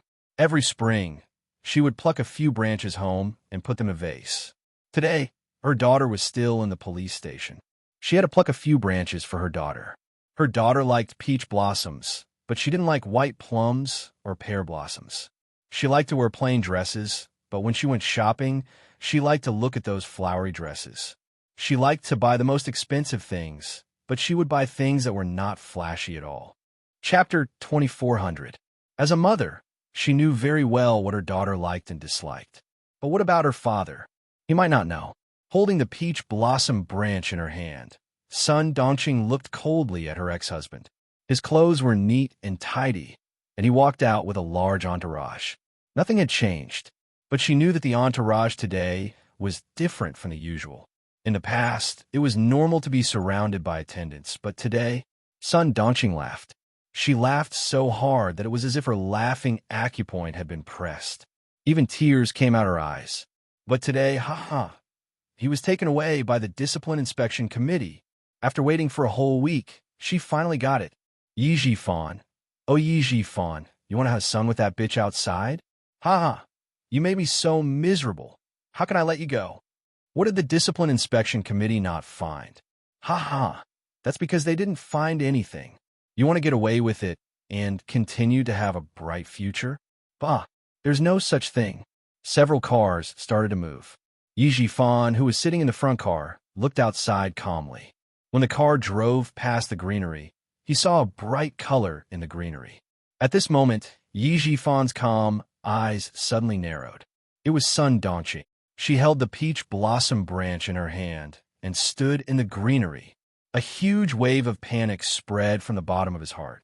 Yi Jifan, who could still talk cheerfully in front of the Discipline Inspection Committee, finally showed a trace of panic. Sun Dongqing. It was her. Her fingers trembled slightly. Yi Jifan could even feel her gaze falling on the car. This lunatic. She wants to destroy me. It was my mistake not to get rid of her sooner. What did she tell the Discipline Inspection Committee? There are some things that he didn't hide from Sun Dongqing. Even the matter with Yi Qian was handled by him and Sun Dongqing together. Other than that, there was nothing else. Corruption, taking advantage of others, receiving benefits from others. He dared to guarantee that he had never done anything like that. nor did he let Sun Dongqing do anything like that. As the car sped along, Yi Jifan, who was flustered, gradually calmed down. In front, someone said with a smile that was not a smile, "Director Yi seems to have a lot on his mind." "Don't worry, as long as Director Yi does the right thing, there's nothing to worry about." A member of the Commission for Discipline Inspection who was sitting with Yi Jifan also smiled and said, "That's right. As long as you're upright, there's nothing to worry about." Many officials have sat in our car. Some of them came in our car and were sent back by our car. There are also some officials who came out in our cars and never had the chance to go back. I hope Director Yi belongs to the former. This was a very stressful conversation. Yi Jifan calmed himself down and then smiled faintly. "Is that so? Thank you for your hard work. Next time, when I'm free, I'll treat all of you to a meal to express my gratitude." Director Yi is too polite. As long as Director Yi cooperates with us, we won't have to work too hard. The back-and-forth conversation seemed polite, but in reality, it was full of hidden bitterness. The car finally drove away. Sun Dongqing, who was laughing until tears came out of her eyes, looked away. She had to go to the station to visit her daughter. She hadn't seen her for a week and didn't know how much weight she had lost. She also wanted to tell her daughter that she wouldn't let her stay in the station alone. Sun Dongqing, who was leaving in a taxi, didn't know that she was coldly watching her ex-husband, Yi Jifan, being taken away by the Commission for Discipline Inspection. Chapter 24:01. She took a taxi to the bureau. Mrs. Li, who was watching her, raised her hand and motioned for Li Chuhai to follow her. Li Chuhai, who had been a driver for a week, started the car helplessly. When he turned the car key, he glanced at Mrs. Li beside him. Seeing that she was still pressing the corners of her mouth and was still angry, he didn't know whether to laugh or cry. "Sister, Yi Jifan didn't need you to do anything. His ex-wife did. You should feel better now." "I don't understand. You were unhappy before Yi Jifan fell off the horse.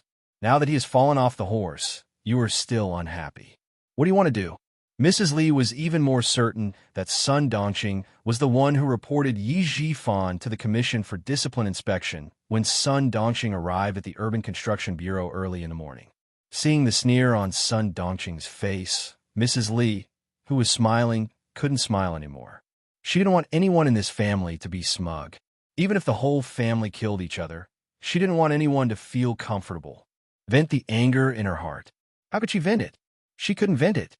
Because of Yi Jifan's family, Old Du was singled out for criticism and demerit. Old Du got demerit, and Xia Xinhui got credit for it. How could she not hate them? How could she vent the anger in her heart? Yi Jifan's ex-wife really made a bad move. What benefits could she get by dragging Yi Jifan down the horse? Although they were divorced, she couldn't get away with it. This time, the family of three is in the police station at the same time. "Sister, you can go back to the capital." Li Chuhai knew that Mrs. Li was strong-willed and had to do everything according to her wishes. He joked, "Things have come to this point. The whole family is in the police station. What else is there to settle? It's all settled. I should go back to the capital, but there is one thing I need to do before I go back." The sun was a little dazzling. Mrs. Li took out a pair of sunglasses from her bag and put them on.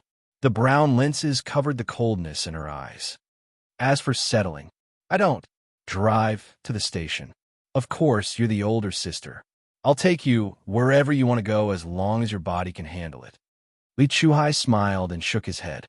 He stepped on the accelerator and drove towards the Southern Province Public Security Bureau. When Sun Dongqing arrived at the Southern Province Public Security Bureau, she turned around and saw the back of an upper-class woman walking elegantly into the bureau.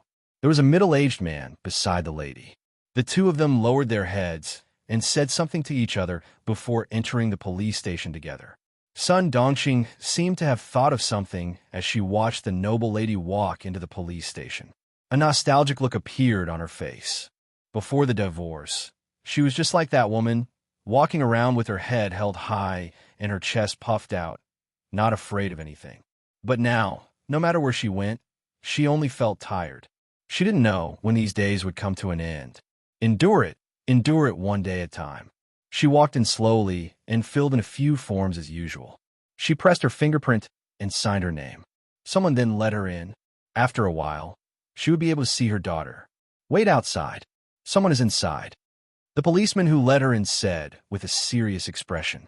He motioned Sun Dongqing to sit in the small room next door and wait for the person inside to come out. During the previous visits, Sun Dongqing had not changed her habit of being arrogant. As a result, she hit a hard wall. No one cared that she was the wife of the director of the Urban Construction Bureau. No one would give her face. They yelled at her and even directly ordered her not to make a scene. In the end, she was driven out of the police station with a gloomy face. Chapter 2402. Now, she was well behaved. She didn't dare to throw a tantrum and scold people as she used to. She did whatever the police said and didn't dare to act rashly anymore. Inside, the moment Sun Ying saw Mrs. Li, she was so scared that her whole body trembled. Her face was as pale as paper and her eyes were full of fear. Mrs. Li looked at her as if she was looking at an ant. Sun Ying was afraid of Mrs. Li. She had been locked up here for more than 10 days. It was all Mrs. Li's doing. She had no one to help her. But Mrs. Li's appearance gave Sun Ying a glimmer of hope. No matter how scared she was, she bit the tip of her tongue and forced herself to walk step by step to Mrs. Li. Plop. Sun Ying knelt down in a daze. Li Chuhai, who was sitting next to her and playing with his phone, raised his head slightly. There was a hint of interest in his gloomy eyes. It seemed that Yi Jifan's daughter was quite capable. She was so scared that she wanted to turn around and run away, but she dragged her legs and walked over step by step. Without any skill, she knelt down heavily. She knelt so hard that her knees were bruised. She was ruthless enough. People who were ruthless enough to themselves were usually more successful. Li Chuhai, who was interested, put his phone back into his trouser pocket, crossed his legs, and looked at Sun Ying calmly. He wanted to see how ruthless she was to herself. "Madam, I know I was wrong. I shouldn't have lied to you. I shouldn't have hidden the ridiculous things I did when I was studying abroad. Madam, I know I was wrong." Sun Ying put her posture in the dust. She knelt down straight and slowly shrank her shoulders like a bird with broken wings, showing the softest side. But her hands were clenched tightly. She dug her sharp nails into the flesh of her palms and continued to force herself not to faint and not to run away in fear. This was her chance, no matter whether she could leave or not. Mrs. Li's appearance was her chance. "Madam, Ying knows that she was wrong. I've done so many wrong things and made you lose face. Ying is ashamed of Madam's high praise." Sun Ying bent down. Her voice was choked with sobs, but she gradually said each word clearly. Her sincerity made people feel that she was sincerely remorseful. She didn't know why Madam Li was here. Before this, the person she wanted to see the most was Madam Li. Now, he was completely unprepared. Fortunately, he had thought about what to say to Madam Li. "Sun Ying, this is your chance. No matter what the outcome is, you have to seize it." In her heart, Sun Ying cheered herself on. Her apology did not move Madam Li. Instead, it made Madam Li smile. Her eyelids drooped, her gaze cold as she looked at the young woman who had caused her to become a joke and old, due to be given a demerit. Madam Li let out a soft laugh. This laughter made Sun Ying's heart sink to the bottom of the valley, and there was an unconcealable panic on her face. What to do? What to do? What should she do? Madam Li didn't come with good intentions. She hadn't calmed down yet. It was very likely that she came here to make things difficult for her. She could tell from his laughter. Sun Ying bit her lower lip hard. She was afraid that the scream in her heart would come out from her throat. It was just a soft laugh, which made her understand that the person she had offended was not an ordinary person at all. Madam Li had power and influence. She only needed to raise her hand slightly to put her in a hopeless situation. Chapter 2403. Her cleverness and tricks could fool Madam Li for a while, but they could not fool her forever. Thinking of this, Sun Ying's heart trembled so much that all the hairs on her body stood up. Suddenly, Madam Li's cold voice came from above. "Sun Ying, I've lived for more than 60 years, and you're the first person who dares to mess around with me. I admire your courage. You want her mother to save you? With me here, you're delusional. If you have the guts to lie to me, then you have to have the guts to bear the consequences of lying to me. What's the point of locking you up for a few days? You want your father to save you? He can't save you either. He's already been taken away by the Discipline Inspection Committee. If something happens, he'll lose his position. He'll be locked up longer than you. And the reason why your father is in trouble is because of you. Now, your parents can't even save themselves. Both of them will be locked up. Tell me, who will come to save you? Madam Lee didn't need to spend much effort to deal with someone who was just a little smart. With just a few words, she cut off all hope of Sun Ying leaving. It was enough to make Sun Ying feel desperate. Hearing that Yi Jifan was taken away by the Discipline Inspection Committee, Sun Ying, who was kneeling, felt her vision turn black. Dad was taken away by the Discipline Inspection Committee? How could this be? She hadn't left yet. How could Dad be taken away by the Discipline Inspection Committee? Then who would come to save her? Who would come to save her? Sun Ying, who was kneeling on the ground, started to twitch uncontrollably. Fear, panic, despair all came. Her mind was blank. She dug her nails into her palms until they bled, but she didn't feel any pain. Li Chuhai's lips curled up. Despair was a wonderful feeling. He liked to make others feel despair. When people saw a glimmer of hope after despair, it was even more wonderful. Feeling Sun Ying's fear, Madame Li's cold eyes finally had a faint smile. That's right. She stepped on her face like that and made her the joke of the entire upper-class society in the capital. She still wanted someone to save her? What a delusion. Now that the General Staff Department had their eyes on Old Du, the Great Hall had some movements. She really needed to restrain herself. Then let the Yi family kill each other. Then, let's see if she could dispel the hatred in her heart. Madame Li's ruthlessness was not an ordinary kind of ruthlessness. Her ruthlessness would make the other party so afraid that it would leave a mark in the depths of their soul. He would slowly toy with people, pulling them out of a hopeless situation and pushing them back into a hopeless situation. In the end, he drove himself crazy. Sun Ying's fear at this moment only brought a fleeting smile in Madame Li's eyes. You're scared just like that? How could he have been so bold back then? No, that wasn't right. She was quite brave just now. She continued to pretend to be docile with that little face that he had misjudged. She was trying to deceive him again. Sun Ying, oh Sun Ying, you still think that Li Chenglan is easy to fool. Madame Li's eyes flashed with viciousness. She stood up and said with a faint smile, I'll give you a clear path. If you want to come out, you can. She deliberately stopped and did not continue. Sun Ying, who was trembling in fear, suddenly saw a ray of hope. She suddenly raised her head and looked at Madame Li with tears in her eyes. As long as it can make you happy, Ying is willing to do anything you say. As long as she could get out, as long as she could see Qian go to hell with her own eyes, she would do anything. Just tell me more about your father. This is your last chance. Madame Li said her request and saw Sun Ying's eyes flinch. Chapter 2404. Cleverness also had its benefits. Sun Ying understood what Madame Li meant by her words. Mrs. Li's mouth twitched slightly, showing deep wrinkles which made her face even colder. Sun Ying, you don't have a choice. If I know you have other tricks, there are so many beggars outside. Do you want to be one of them? I, Li Chenglan, am a woman of my words. Don't take it as a joke. There are so many beggars outside. A picture flashed in Sun Ying's mind, and her chest heaved up and down. Those beggars had no hands, no feet, and even no complete face.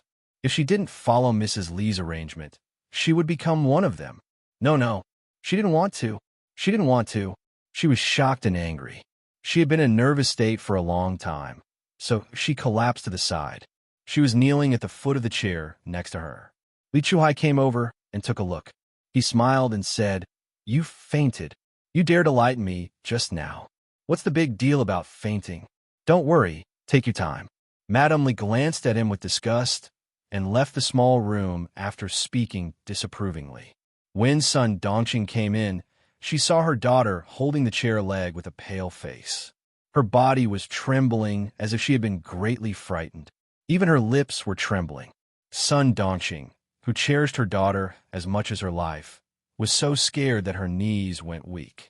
Sitting in the next room, she did not see Madame Li, nor did she hear what Madame Li said. She only saw Sun Ying twitching in fear and was in a very bad state. Ying. Seeing this, Sun Dongqing almost crawled over and hugged Sun Ying tightly. She shouted in a hoarse voice, Ying, what's wrong with you? Don't scare me, Ying. What's wrong with you? What's wrong with you? Someone come quickly. Someone come quickly. Someone come quickly. Someone come quickly. Sun Dongqing was so anxious that her back was covered with cold sweat. She held Sun Ying and shouted again and again. The iron door leading to the guardhouse opened, and 2 policemen came in hurriedly. Seeing this, one informed the outside, and the other squatted down to check the situation. Sun Ying fainted. To be precise, she fainted because of fear. Mrs. Li came in for 3 minutes. She didn't give Sun Ying a chance to speak. After she left, Sun Dongqing came in from the lounge and missed her. Sun Ying, who had fainted, was rushed to the hospital. The Southern Province Public Security Bureau did not interrogate Sun Ying. They were still investigating. During the investigation, even though Sun Ying was imprisoned, she was given a separate room. Other than not being able to move freely, there were not many restrictions placed on her. Who would have thought that Sun Ying would torment herself day after day? One moment, she would make a fuss about wanting to go out. The next moment, she would make a fuss about wanting to see her father. She was hysterical all day and night. Now, she had actually fainted. The accompanying police officer explained the situation to the doctor, and the doctor injected a sedative into the medicine to temporarily allow Sun Ying, who had been tense all this time, to rest. Sun Dongqing didn't wait for Sun Ying to wake up. Instead, the people from a commission for discipline inspection arrived. At the same time, there was a group of police officers behind them. Sun Dongqing didn't react until she was taken into the car. Why was she taken away? What did it have to do with her? Wasn't it all about Yi Jifan? What did it have to do with her? Chapter 2405. Yi Jifan was taken away by the disciplinary committee. A few days later, word spread that he was reported by his ex-wife, Sun Dongqing. After about a week, Sun Ying's matter gradually became known. Everyone kicks a man who is down. Before Yi Jifan walked out of the disciplinary committee, the matter that he had suppressed was slowly revealed. By the time the villagers of Shuku village found out, it was already mid-April. It's a pity that we finally have an official in Shuku village. The villagers didn't drag him down, but his wife did. Sigh, our family is unfortunate. Our family is unfortunate. Sun Dongqing used to do things in our village. Which one of them didn't drag Yi Jifan down? Our neighbors don't get along with each other. She's strong and unreasonable. This kind of woman is a scourge. That's right. Not only did she drag her husband down, but she also harmed her daughter. Like mother, like daughter. Look at what Yi Ying did. She actually played tricks during Yi Qian's college entrance exam. How can she be so vicious at such a young age? Wasn't she quite obedient in the past? Who said she was obedient in the past? She's a bad girl who bullied Yi Qian. I knew she wasn't a good person. Bah! Big Mouth you and Big Mouth Chiu used to compliment Sun Dongqing a lot, right? Every day, you said that her daughter was beautiful and would have a bright future. Why are you going back on your words now? She was a famous gossip in the village. She used to say bad things about Yi Qian. Now that she was being mocked by the village's woman, she looked a little embarrassed. Isn't Sun Dongqing the wife of an official? People don't fight with officials. If I don't compliment her, what if she makes things difficult for me one day? Her words made the villagers who were gossiping roll their eyes. This Big Mouth, he was even more shameless than Big Mouth Chiu. Yi Jifan's family is ruined. His wife reported him, and his own daughter reported him. Sigh, he's really unlucky to have such a mother and daughter. Yi Ying is too cruel. How could she treat her own father like this? What Yi Ying? Her surname is Sun now. She's called Sun Ying. If she hadn't reported her father, how would she have had the chance to come out? Using her father's matter to claim credit in exchange for herself.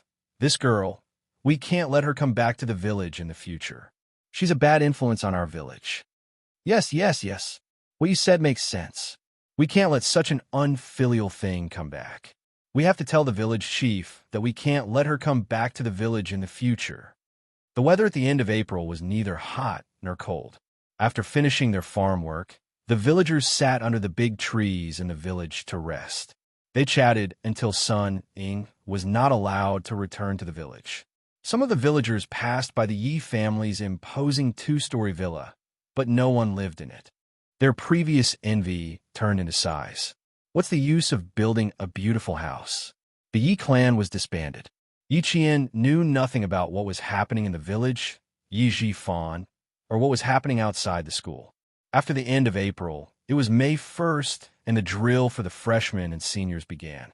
All personnel took the train to the northern part of the province to complete the 3-day and 3-night exercise. The freshmen were participating in the drill for the first time. It would be a lie to say that they weren't nervous. They didn't admit it, but their hearts couldn't calm down. The students sitting on the hard seats swayed along with the train. Not many of them could sleep peacefully. Yi Qian was an exception. Sitting by the window, she slept soundly. When the train was about to arrive at the station, she slowly woke up. Chapter 24:06. Su Wen, who had panda eyes, kept yawning. Seeing Yi Qian so refreshed, she was so envious that her eyes almost popped out of their sockets. "Jane Eyre, you're amazing. You fell asleep right after getting on the train and only woke up after getting off. How can you still sleep?" After getting off the train, all the freshmen and seniors were pulled to the drill base. The freshmen took up a few carriages while the juniors took up the rest. When the train stopped, the instructor blew a whistle.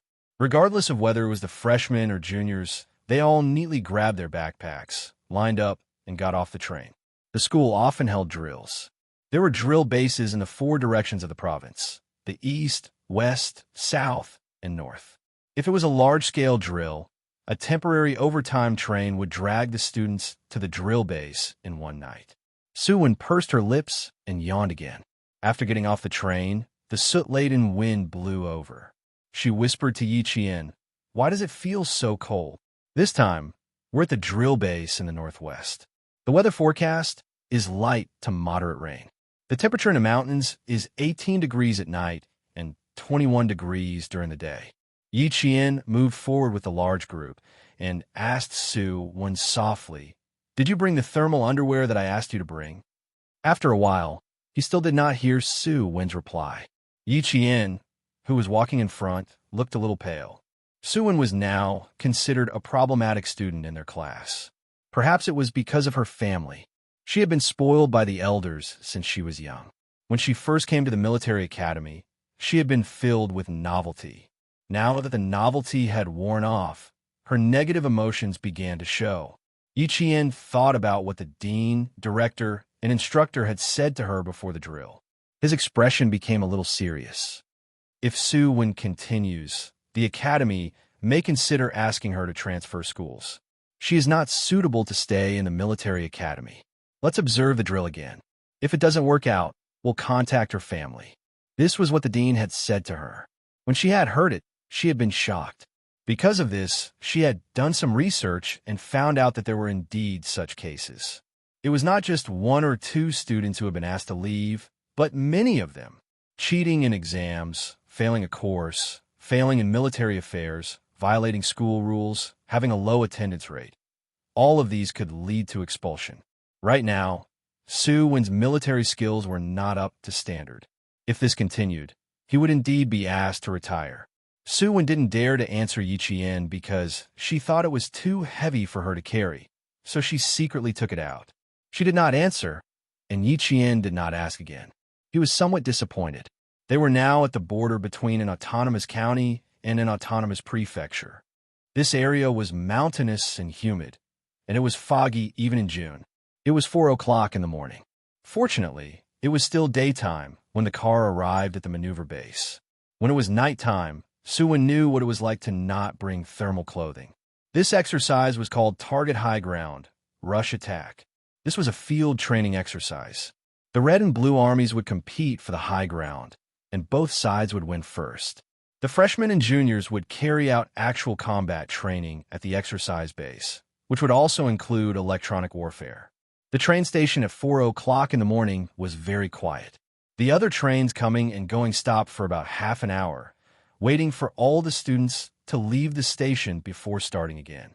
There were more freshmen and juniors, but half an hour was enough for them to leave the station. Within 15 minutes, everything was completed, including exiting the station and boarding the trucks. Each truck dragged about 20 people and headed towards the training base. Chapter 2407. He-Jing purposely sat beside Yi Qian. As the car rocked, she said softly, "When Z has been having a lot of problems recently. When you were away, she was called to talk to the instructor every day. After you came back, she restrained herself a little. Forget it. Don't worry so much. I've told her all the good and bad things. She's an adult and doesn't need anyone to control her. She should restrain herself. If this goes on, it'll be difficult for her to stay." The main thing was that she might not appreciate it if she said too much. He-Jing didn't say it out loud. She only said it in her heart. After a while, Yi Qian nodded gently. Try to persuade her if you can. If you can't, then it's useless.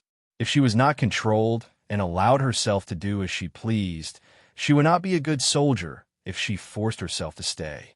In that case, it would be better to persuade her to leave early and go back to a local university to continue her studies. He-Jing knew that even if she didn't say it, Yi Qian would be smart enough to understand. She smiled and said softly, "I'll sleep for a while more. Qian Yanjun is sitting beside me. That kid looks gentle, but when he snores, damn, he's a pig. I can't sleep even if I want to." Hearing her description, Yi Qian smiled and looked away. Actually, she didn't sleep all the way in the car. She woke up a few times on the way, but she was always woken up by the snoring of the male students. Other than the 3 female students, everyone else in the car was male. It would be strange if they didn't snore. The car drove for 2 hours and arrived at the base at 6:00 sharp. All the freshmen got out of the car and lined up. There were hundreds of people in the car. Just looking at the ostentation, it was big enough. Soon, each class was given a military map and a set of drill rules. Yi Qian took the map and scanned the drill rules. His pupils shrank slightly. The drill was still about fighting for the high ground. However, the rules were not what they knew before. The freshmen will fight for the high ground between the red and blue teams. The winning team will fight for the high ground against the winning team of the 3rd year. Yi Qian sat cross-legged in the middle. Around her were more than 40 students from her class. With a solemn expression, her voice was steady and calm as it traveled to the ears of every student. There's electronic warfare inside. Brothers and sisters, this is our weakness. They were commanders, and electronic warfare was indeed their weakness. For example, if someone wanted to intercept their radio waves, it would be a matter of minutes. However, it would be difficult for them to intercept the other party's communications with technical means. But we also have our strengths. Battle commanding is our forte. We use coercion to win. Yi Qian smiled and looked around at all the students in the class. Now, we're divided into red and blue teams. We're in the red team. One is from the School of Science, the other is from the School of Aerospace Engineering, and the other is from the School of Optoelectronic Science. The 4 academies are in the red team. Although electronic warfare is our weakness, we still have a chance to win since we're in the same red team as the top 3 academies. On the other hand, the first-year blue team consisted of the School of Computer Science, the School of Humanities and Society, the School of Information, and the School of Mechanical and Electrical Engineering. On the other hand, the School of Computer Science and the National University of Science and Technology was a group of experts who specialized in various fields. They were also the main attacking team. Although the red team had a chance to win, it would be quite difficult. Soon, the 4 red teams gathered and began a battle discussion. Yi Qian and the other commanders opened the discussion. Each class sent 2 representatives to discuss the battle. Chapter 2408. Yi Qian was a famous person in the military academy. She was the red team's highest commander for this exercise. She spread out the battle map and began to deploy. The high ground that we freshmen will fight for is here. Now, all of us freshmen are here. She picked up a tree branch and used it as a teaching stick. She slowly drew it across the battle map. We will send a 15-man team to this high ground and secretly monitor the blue team's movements. The blue team is the main attacking team, and this is an electronic battle. I suspect that the blue team has some secret advanced weapon that the red team doesn't know about. We have to be careful. The 15-man team will be the first team to go to the high ground. It's equivalent to an assault team. Next, we will send another 15-man team to distract the enemy's line of sight. Remember, the 15-man team can't walk in a straight line or stay in one place for too long. You have to walk in circles, but you can't split up to avoid being caught alive by the blue team. At the mention of being caught alive, Yi Qian sneered. I have to remind everyone that if we are caught alive, we can only choose to die bravely. We can't let the blue team get information out of us. The heavy atmosphere was suddenly broken by Yi Qian's words. The top students from 4 departments couldn't help but laugh. There weren't many students in the National University of Science and Technology. Unlike the translation department of a local university, there were many classes. The National University of Science and Technology had always been strict with their enrollment. Therefore, there weren't many students in the 4 departments combined. It wasn't the quantity that mattered, it was the quality that mattered. Communicating with a group of highly intelligent people could save a lot of time and effort. Following the sound of the bugle horn, the red team and the blue team's exercise began. Brigade commanders, political commissars, instructors, and other important leaders sat in the main tent. They discussed the battle video sent by the digital satellite map system. Yi Qian's deployment video was the first to be sent to the main tent. Seeing a female soldier in a group of male soldiers, wielding the red team's commanding staff like no man, and seeing her step-by-step deployment, the leaders in the main tent couldn't help but nod in satisfaction. She's worthy of being called the most influential person in the first year. Even if the blue team is the main attacker, they'll still be played by her. Illusory and real. Advancing in the illusory and fighting in the real. Truly amazing. To be able to point out the red team's weakness immediately, quickly bypass the red team's weakness, and attack the blue team's weakness. His mind is very clear, and his logical thinking is quite strong. He's a good leader. To be able to guess the blue team's secret weapon, arrange for skilled soldiers, and then mix in electronic information technology soldiers to directly attack the blue team's secret base, they really have guts. Her arrangements are also quite tactical. She knows how to fight in a roundabout way, feints, and even knows how to draw out the battle line. The blue team had the advantage in a surprise attack, but they were chasing after scattered soldiers. You can't break the red team's main formation. This move seems to have separated the forces, but in fact, it has always been pulled tight. When the brigade commander sitting at the top heard this, he smiled and said, "Political Commissar Yu, what is the evaluation of Yi Qian's fighting spirit? Bring up her information, and let's take a look together." After the brigade commander spoke, Political Commissar Yu immediately brought up Yi Qian's fighting spirit evaluation and projected it on the screen. The leaders sitting in the main tent all faintly gasped. Her fighting spirit was an excellent value. Why would they gasp? An excellent fighting spirit was equivalent to reaching a relatively high level in all aspects. The most appropriate analogy was Yi Qian was a special forces soldier, while the other students were still rookies. Chapter 2409. Why were they so shocked by the results of Yi Qian's combat spirit evaluation? As a soldier who could enter the battlefield at any time, combat spirit was undoubtedly the soul of a soldier. As long as the soul was not extinguished, it would never fall. This was the pillar that supported soldiers to fight for their country without hesitation. Similarly, a strong army was inseparable from a strong combat spirit. With a strong combat spirit, one would be able to determine victory or defeat on the battlefield.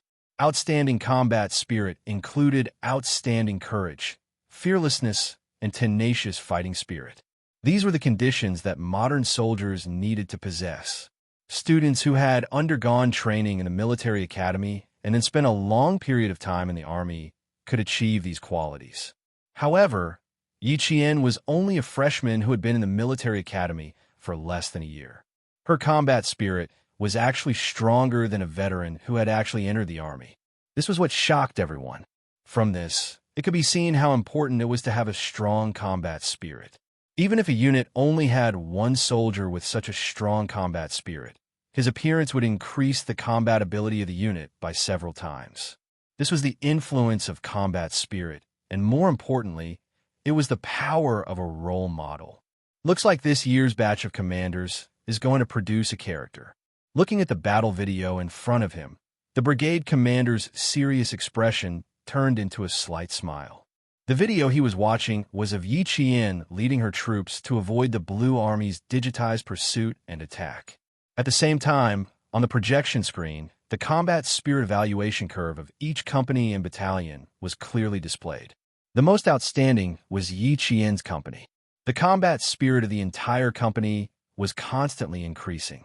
2 hours later, Yi Qian's company's combat spirit evaluation curve was steadily at the top of the red wavy line. Bring up Yi Qian's personal combat spirit. The brigade commander's gaze fell on the image of Yi Qian rushing out of a trench. He instantly grasped the image and pointed at it as he ordered the fourth-year technical soldier who was providing support for the drill. Bring up this photo of her rushing out of a trench and put it together with her personal combat spirit evaluation curve. The technical soldier's fingers tapped on the keyboard for a while. In less than a minute, Yi Qian's combat spirit evaluation curve and her photo were both displayed on the largest projection screen. Take a look at her evaluation curve, and then take a look at her photo. The brigade commander looked up at the screen with a sharp and cold gaze.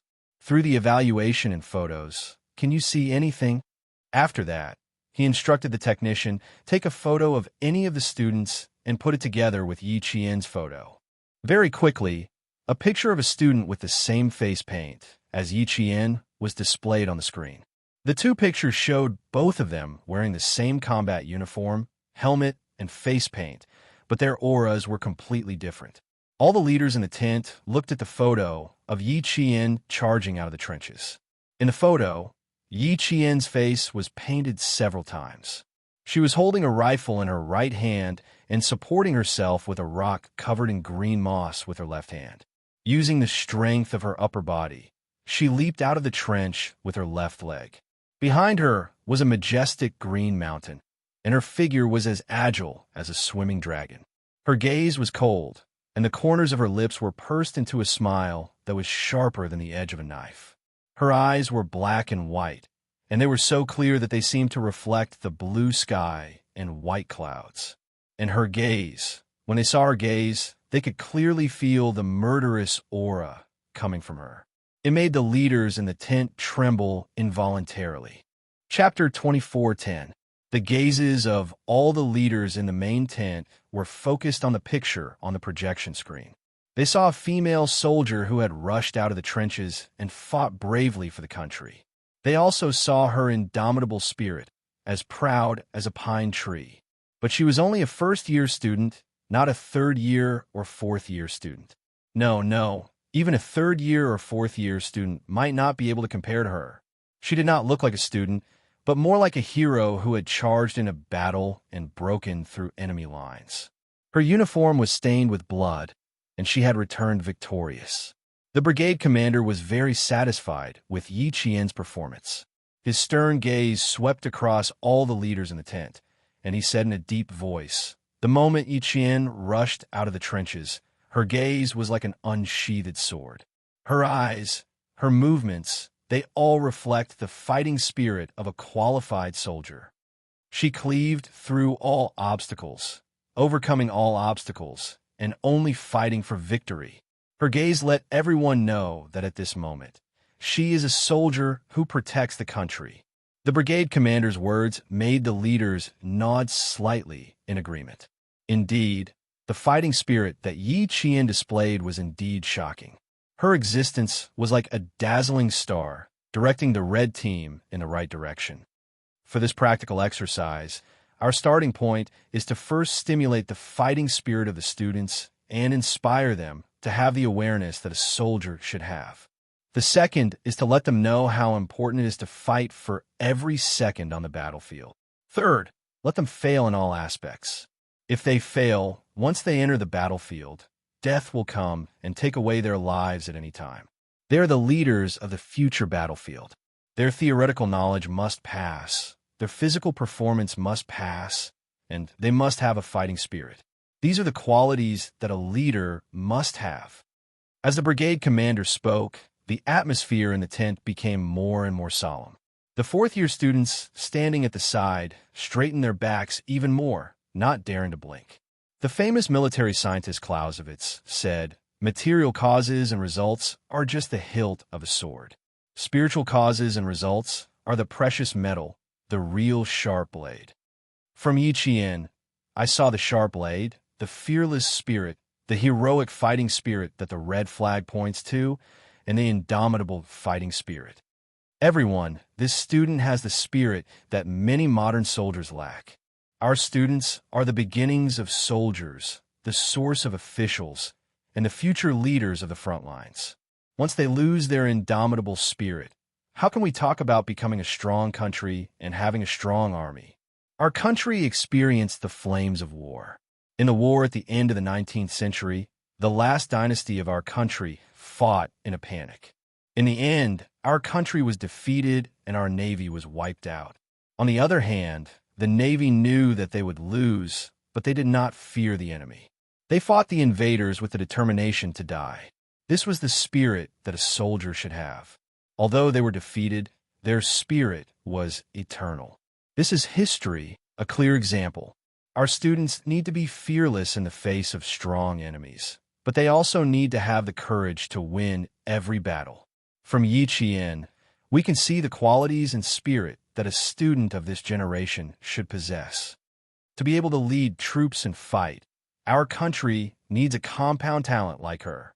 The brigade commander's cold gaze swept across the faces of every leader.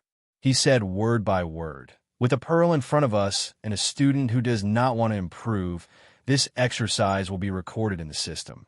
If anyone violates the rules midway, they will be warned once, notified twice, and temporarily detained in school for observation 3 times." Chapter 24:11. Yes, sir. The rest of the leaders responded in unison, and the atmosphere became quite solemn. At the same time, Yi Qian, who had been avoiding the blue team for 2 hours, led the company to rest in a ravine controlled by the red team. Sitting with her was a top student from the Optoelectronic Sciences Academy. He saw that the morale of his company was high as they cleared out the ambushes set up by the Blue Army. He sighed with emotion and said to Yi Qian, "Did you notice that when we were discussing the battle plan, everyone was very nervous? Now that you're leading the team, everyone is very excited. The light in their eyes can start a large generator." Hearing his words, Yi Qian pursed her lips and smiled. Whenever the students of the academy chatted, they would definitely talk about things related to their specialization. Even their metaphors revolved around their field of study. "What are you smiling about? I'm not exaggerating. You saw it before. Everyone was afraid that they would die before the battle even started. They were as timid as mice. The slightest movement would make them fall down immediately. When you led us to attack the blue team, the students' confidence suddenly increased. Look at them now. They are not as timid as before. They are all very brave." The top student from the Optoelectronic Sciences Academy had the surname Wang. He was the vanguard of the academy. He was outstanding in both his specialization and physical fitness. The science and engineering students looked like the sports students. He introduced himself to Yi Qian as Old Wang. It was easy to remember and familiar. Old Wang was very satisfied with the current situation. He added, "I think this is the fighting spirit that the instructor talked about. We know that the blue team is strong, but we are not afraid of them. We're going forward courageously." Hearing his words, Yi Qian also felt sorry for Old Wang. Old Wang was indeed Old Wang. His understanding as a top student was indeed much higher than the other students. He pondered for a while before answering Old Wang. Actually, the academy organized a drill for a reason. First, it was to let the students feel the atmosphere of battle. Second, it was to raise their fighting spirit. Like you said, we know that the blue team is strong, but we are not afraid of them. We're going forward courageously.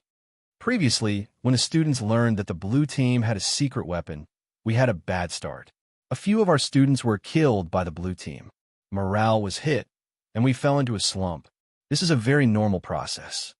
And as the commander of the red team this time, the low morale of the students is my responsibility.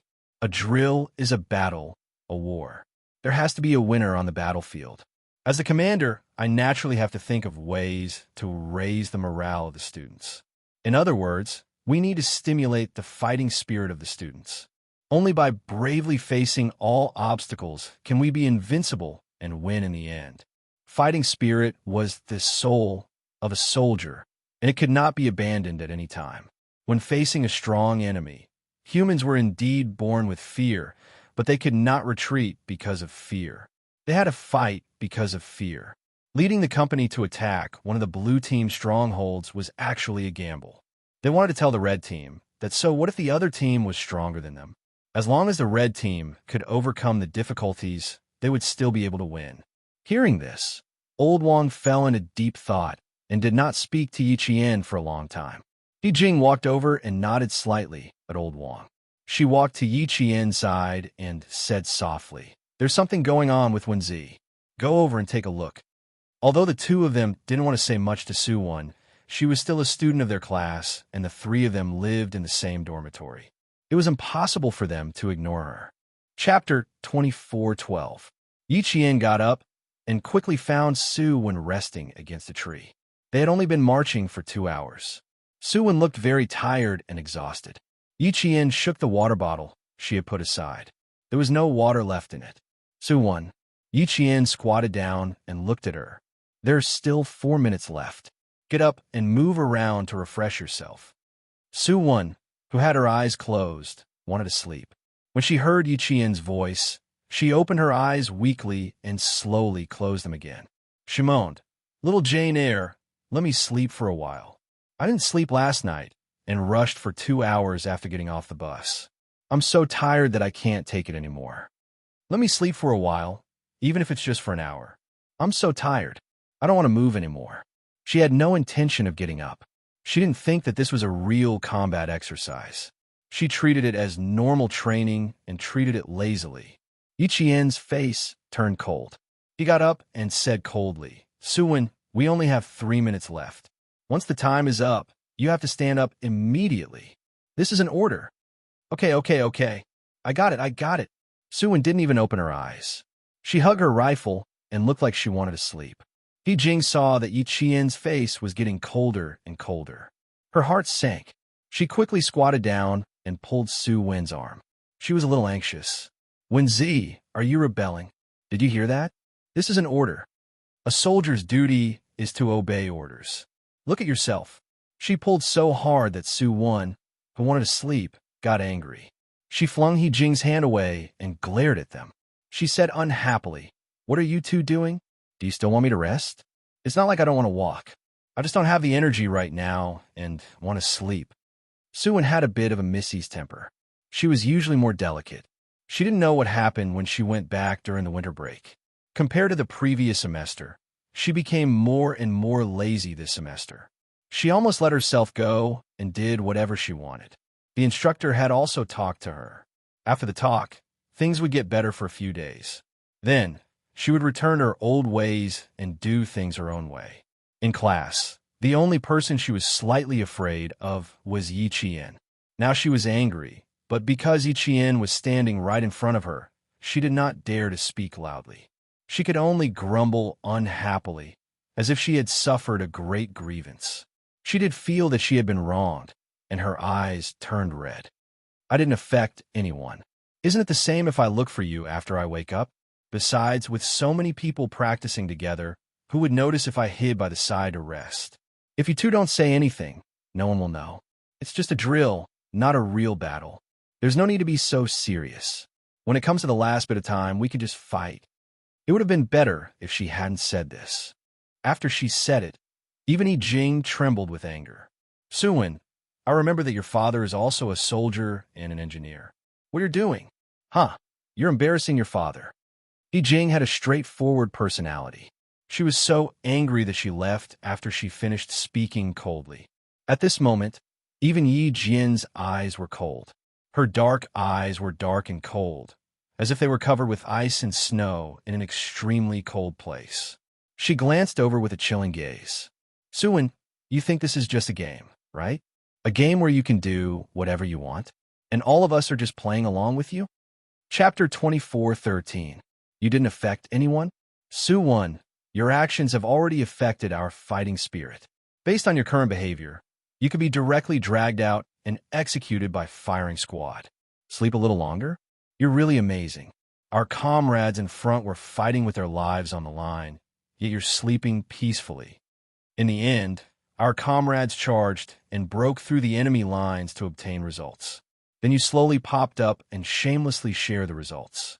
Suwon, I feel ashamed that our red team has someone like you. The better the relationship, the more disappointed he would be. If she said that he couldn't do it during training, then he would persevere with her and wait for her to finish before clapping and celebrating. It didn't matter. They would fight side by side, grow together, and train together. However, what Yi Qian didn't expect was that Suwon would shamelessly say things like, "Sit back and enjoy the fruits of others' labor." At this moment, Yi Qian was completely disappointed. If her physical fitness wasn't good, she could still train. If she couldn't do it, then training would be useless. Suwon didn't expect Yi Qian to be angry. Looking at her cold and expressionless face, Suwon's heart thumped. She stood up in a panic. "Little Jane Eyre, don't be angry. I'm just really tired. I really want to sleep. Don't be angry, don't be angry. I'll leave now. I'll follow you immediately." This time, Yi Qian didn't forgive her. Her eyes were cold as she said calmly, "Those who like to fight will die. Those who forget to fight will be in danger." Normal combat preparation and acting are based on actual combat requirements to improve the combat effectiveness of troops. Suwon, this is what the instructor said during the first period of our military theory class. And you've already forgotten all of this. Suwon, you've disappointed all of us. After Yi Qian finished speaking, he didn't look at Suwon's shocked expression. He turned around and left. Suwon anxiously chased after him. Then she heard Yi Qian say, "Do you think that the military camp won't know that you're sleeping alone? Touch your armband. There's an all-weather tracker inside. There's also an automatic sensor on the metal frame nearby. Our battle situation will be sent back to the military tent in the form of pictures and videos at any time." Suwon, do you really think you can have a good sleep? Do you think that everything will be fine just because you've been admitted to the military academy? Suwon, who was chasing after them, suddenly froze. At the same time, her eyes were extremely flustered as she looked around. When she saw that there was a high-voltage tower less than 100 meters away from her, the panic on her face could not be concealed. She just wanted to slack off secretly and not work so hard if she could. Grandma had already said that there was no need for a girl to work so hard. The most important thing was to marry into a good family. Given her current school, she would be a grassroots officer in the future, and it would be easier for her to find a boyfriend with a good family background. Recalling Yi Qian's last words, "Do you really think that everything will be fine now that you've been admitted into the military academy?" Suwon's heart skipped a beat. Realizing that she might be in trouble, her face turned pale. The 10-minute break was over. Yi Qian continued to lead the troops towards the high ground. He Jing met up with Yi Qian midway. When she mentioned that Suwon was not acting recklessly, she couldn't help but ask Yi Qian, "How did you understand all of a sudden? Look, just now, when she ambushed the blue team, she was even braver than the male students." Suwon isn't stupid. She's just lazy. I told her that everything will be fine now that she's been admitted into the military academy. She's smart, so she naturally understood what I meant. Yi Qian sighed softly. Seeing the change in He Jing's expression, Yi Qian smiled and said, "We're in the same class after all. She's not a bad person, but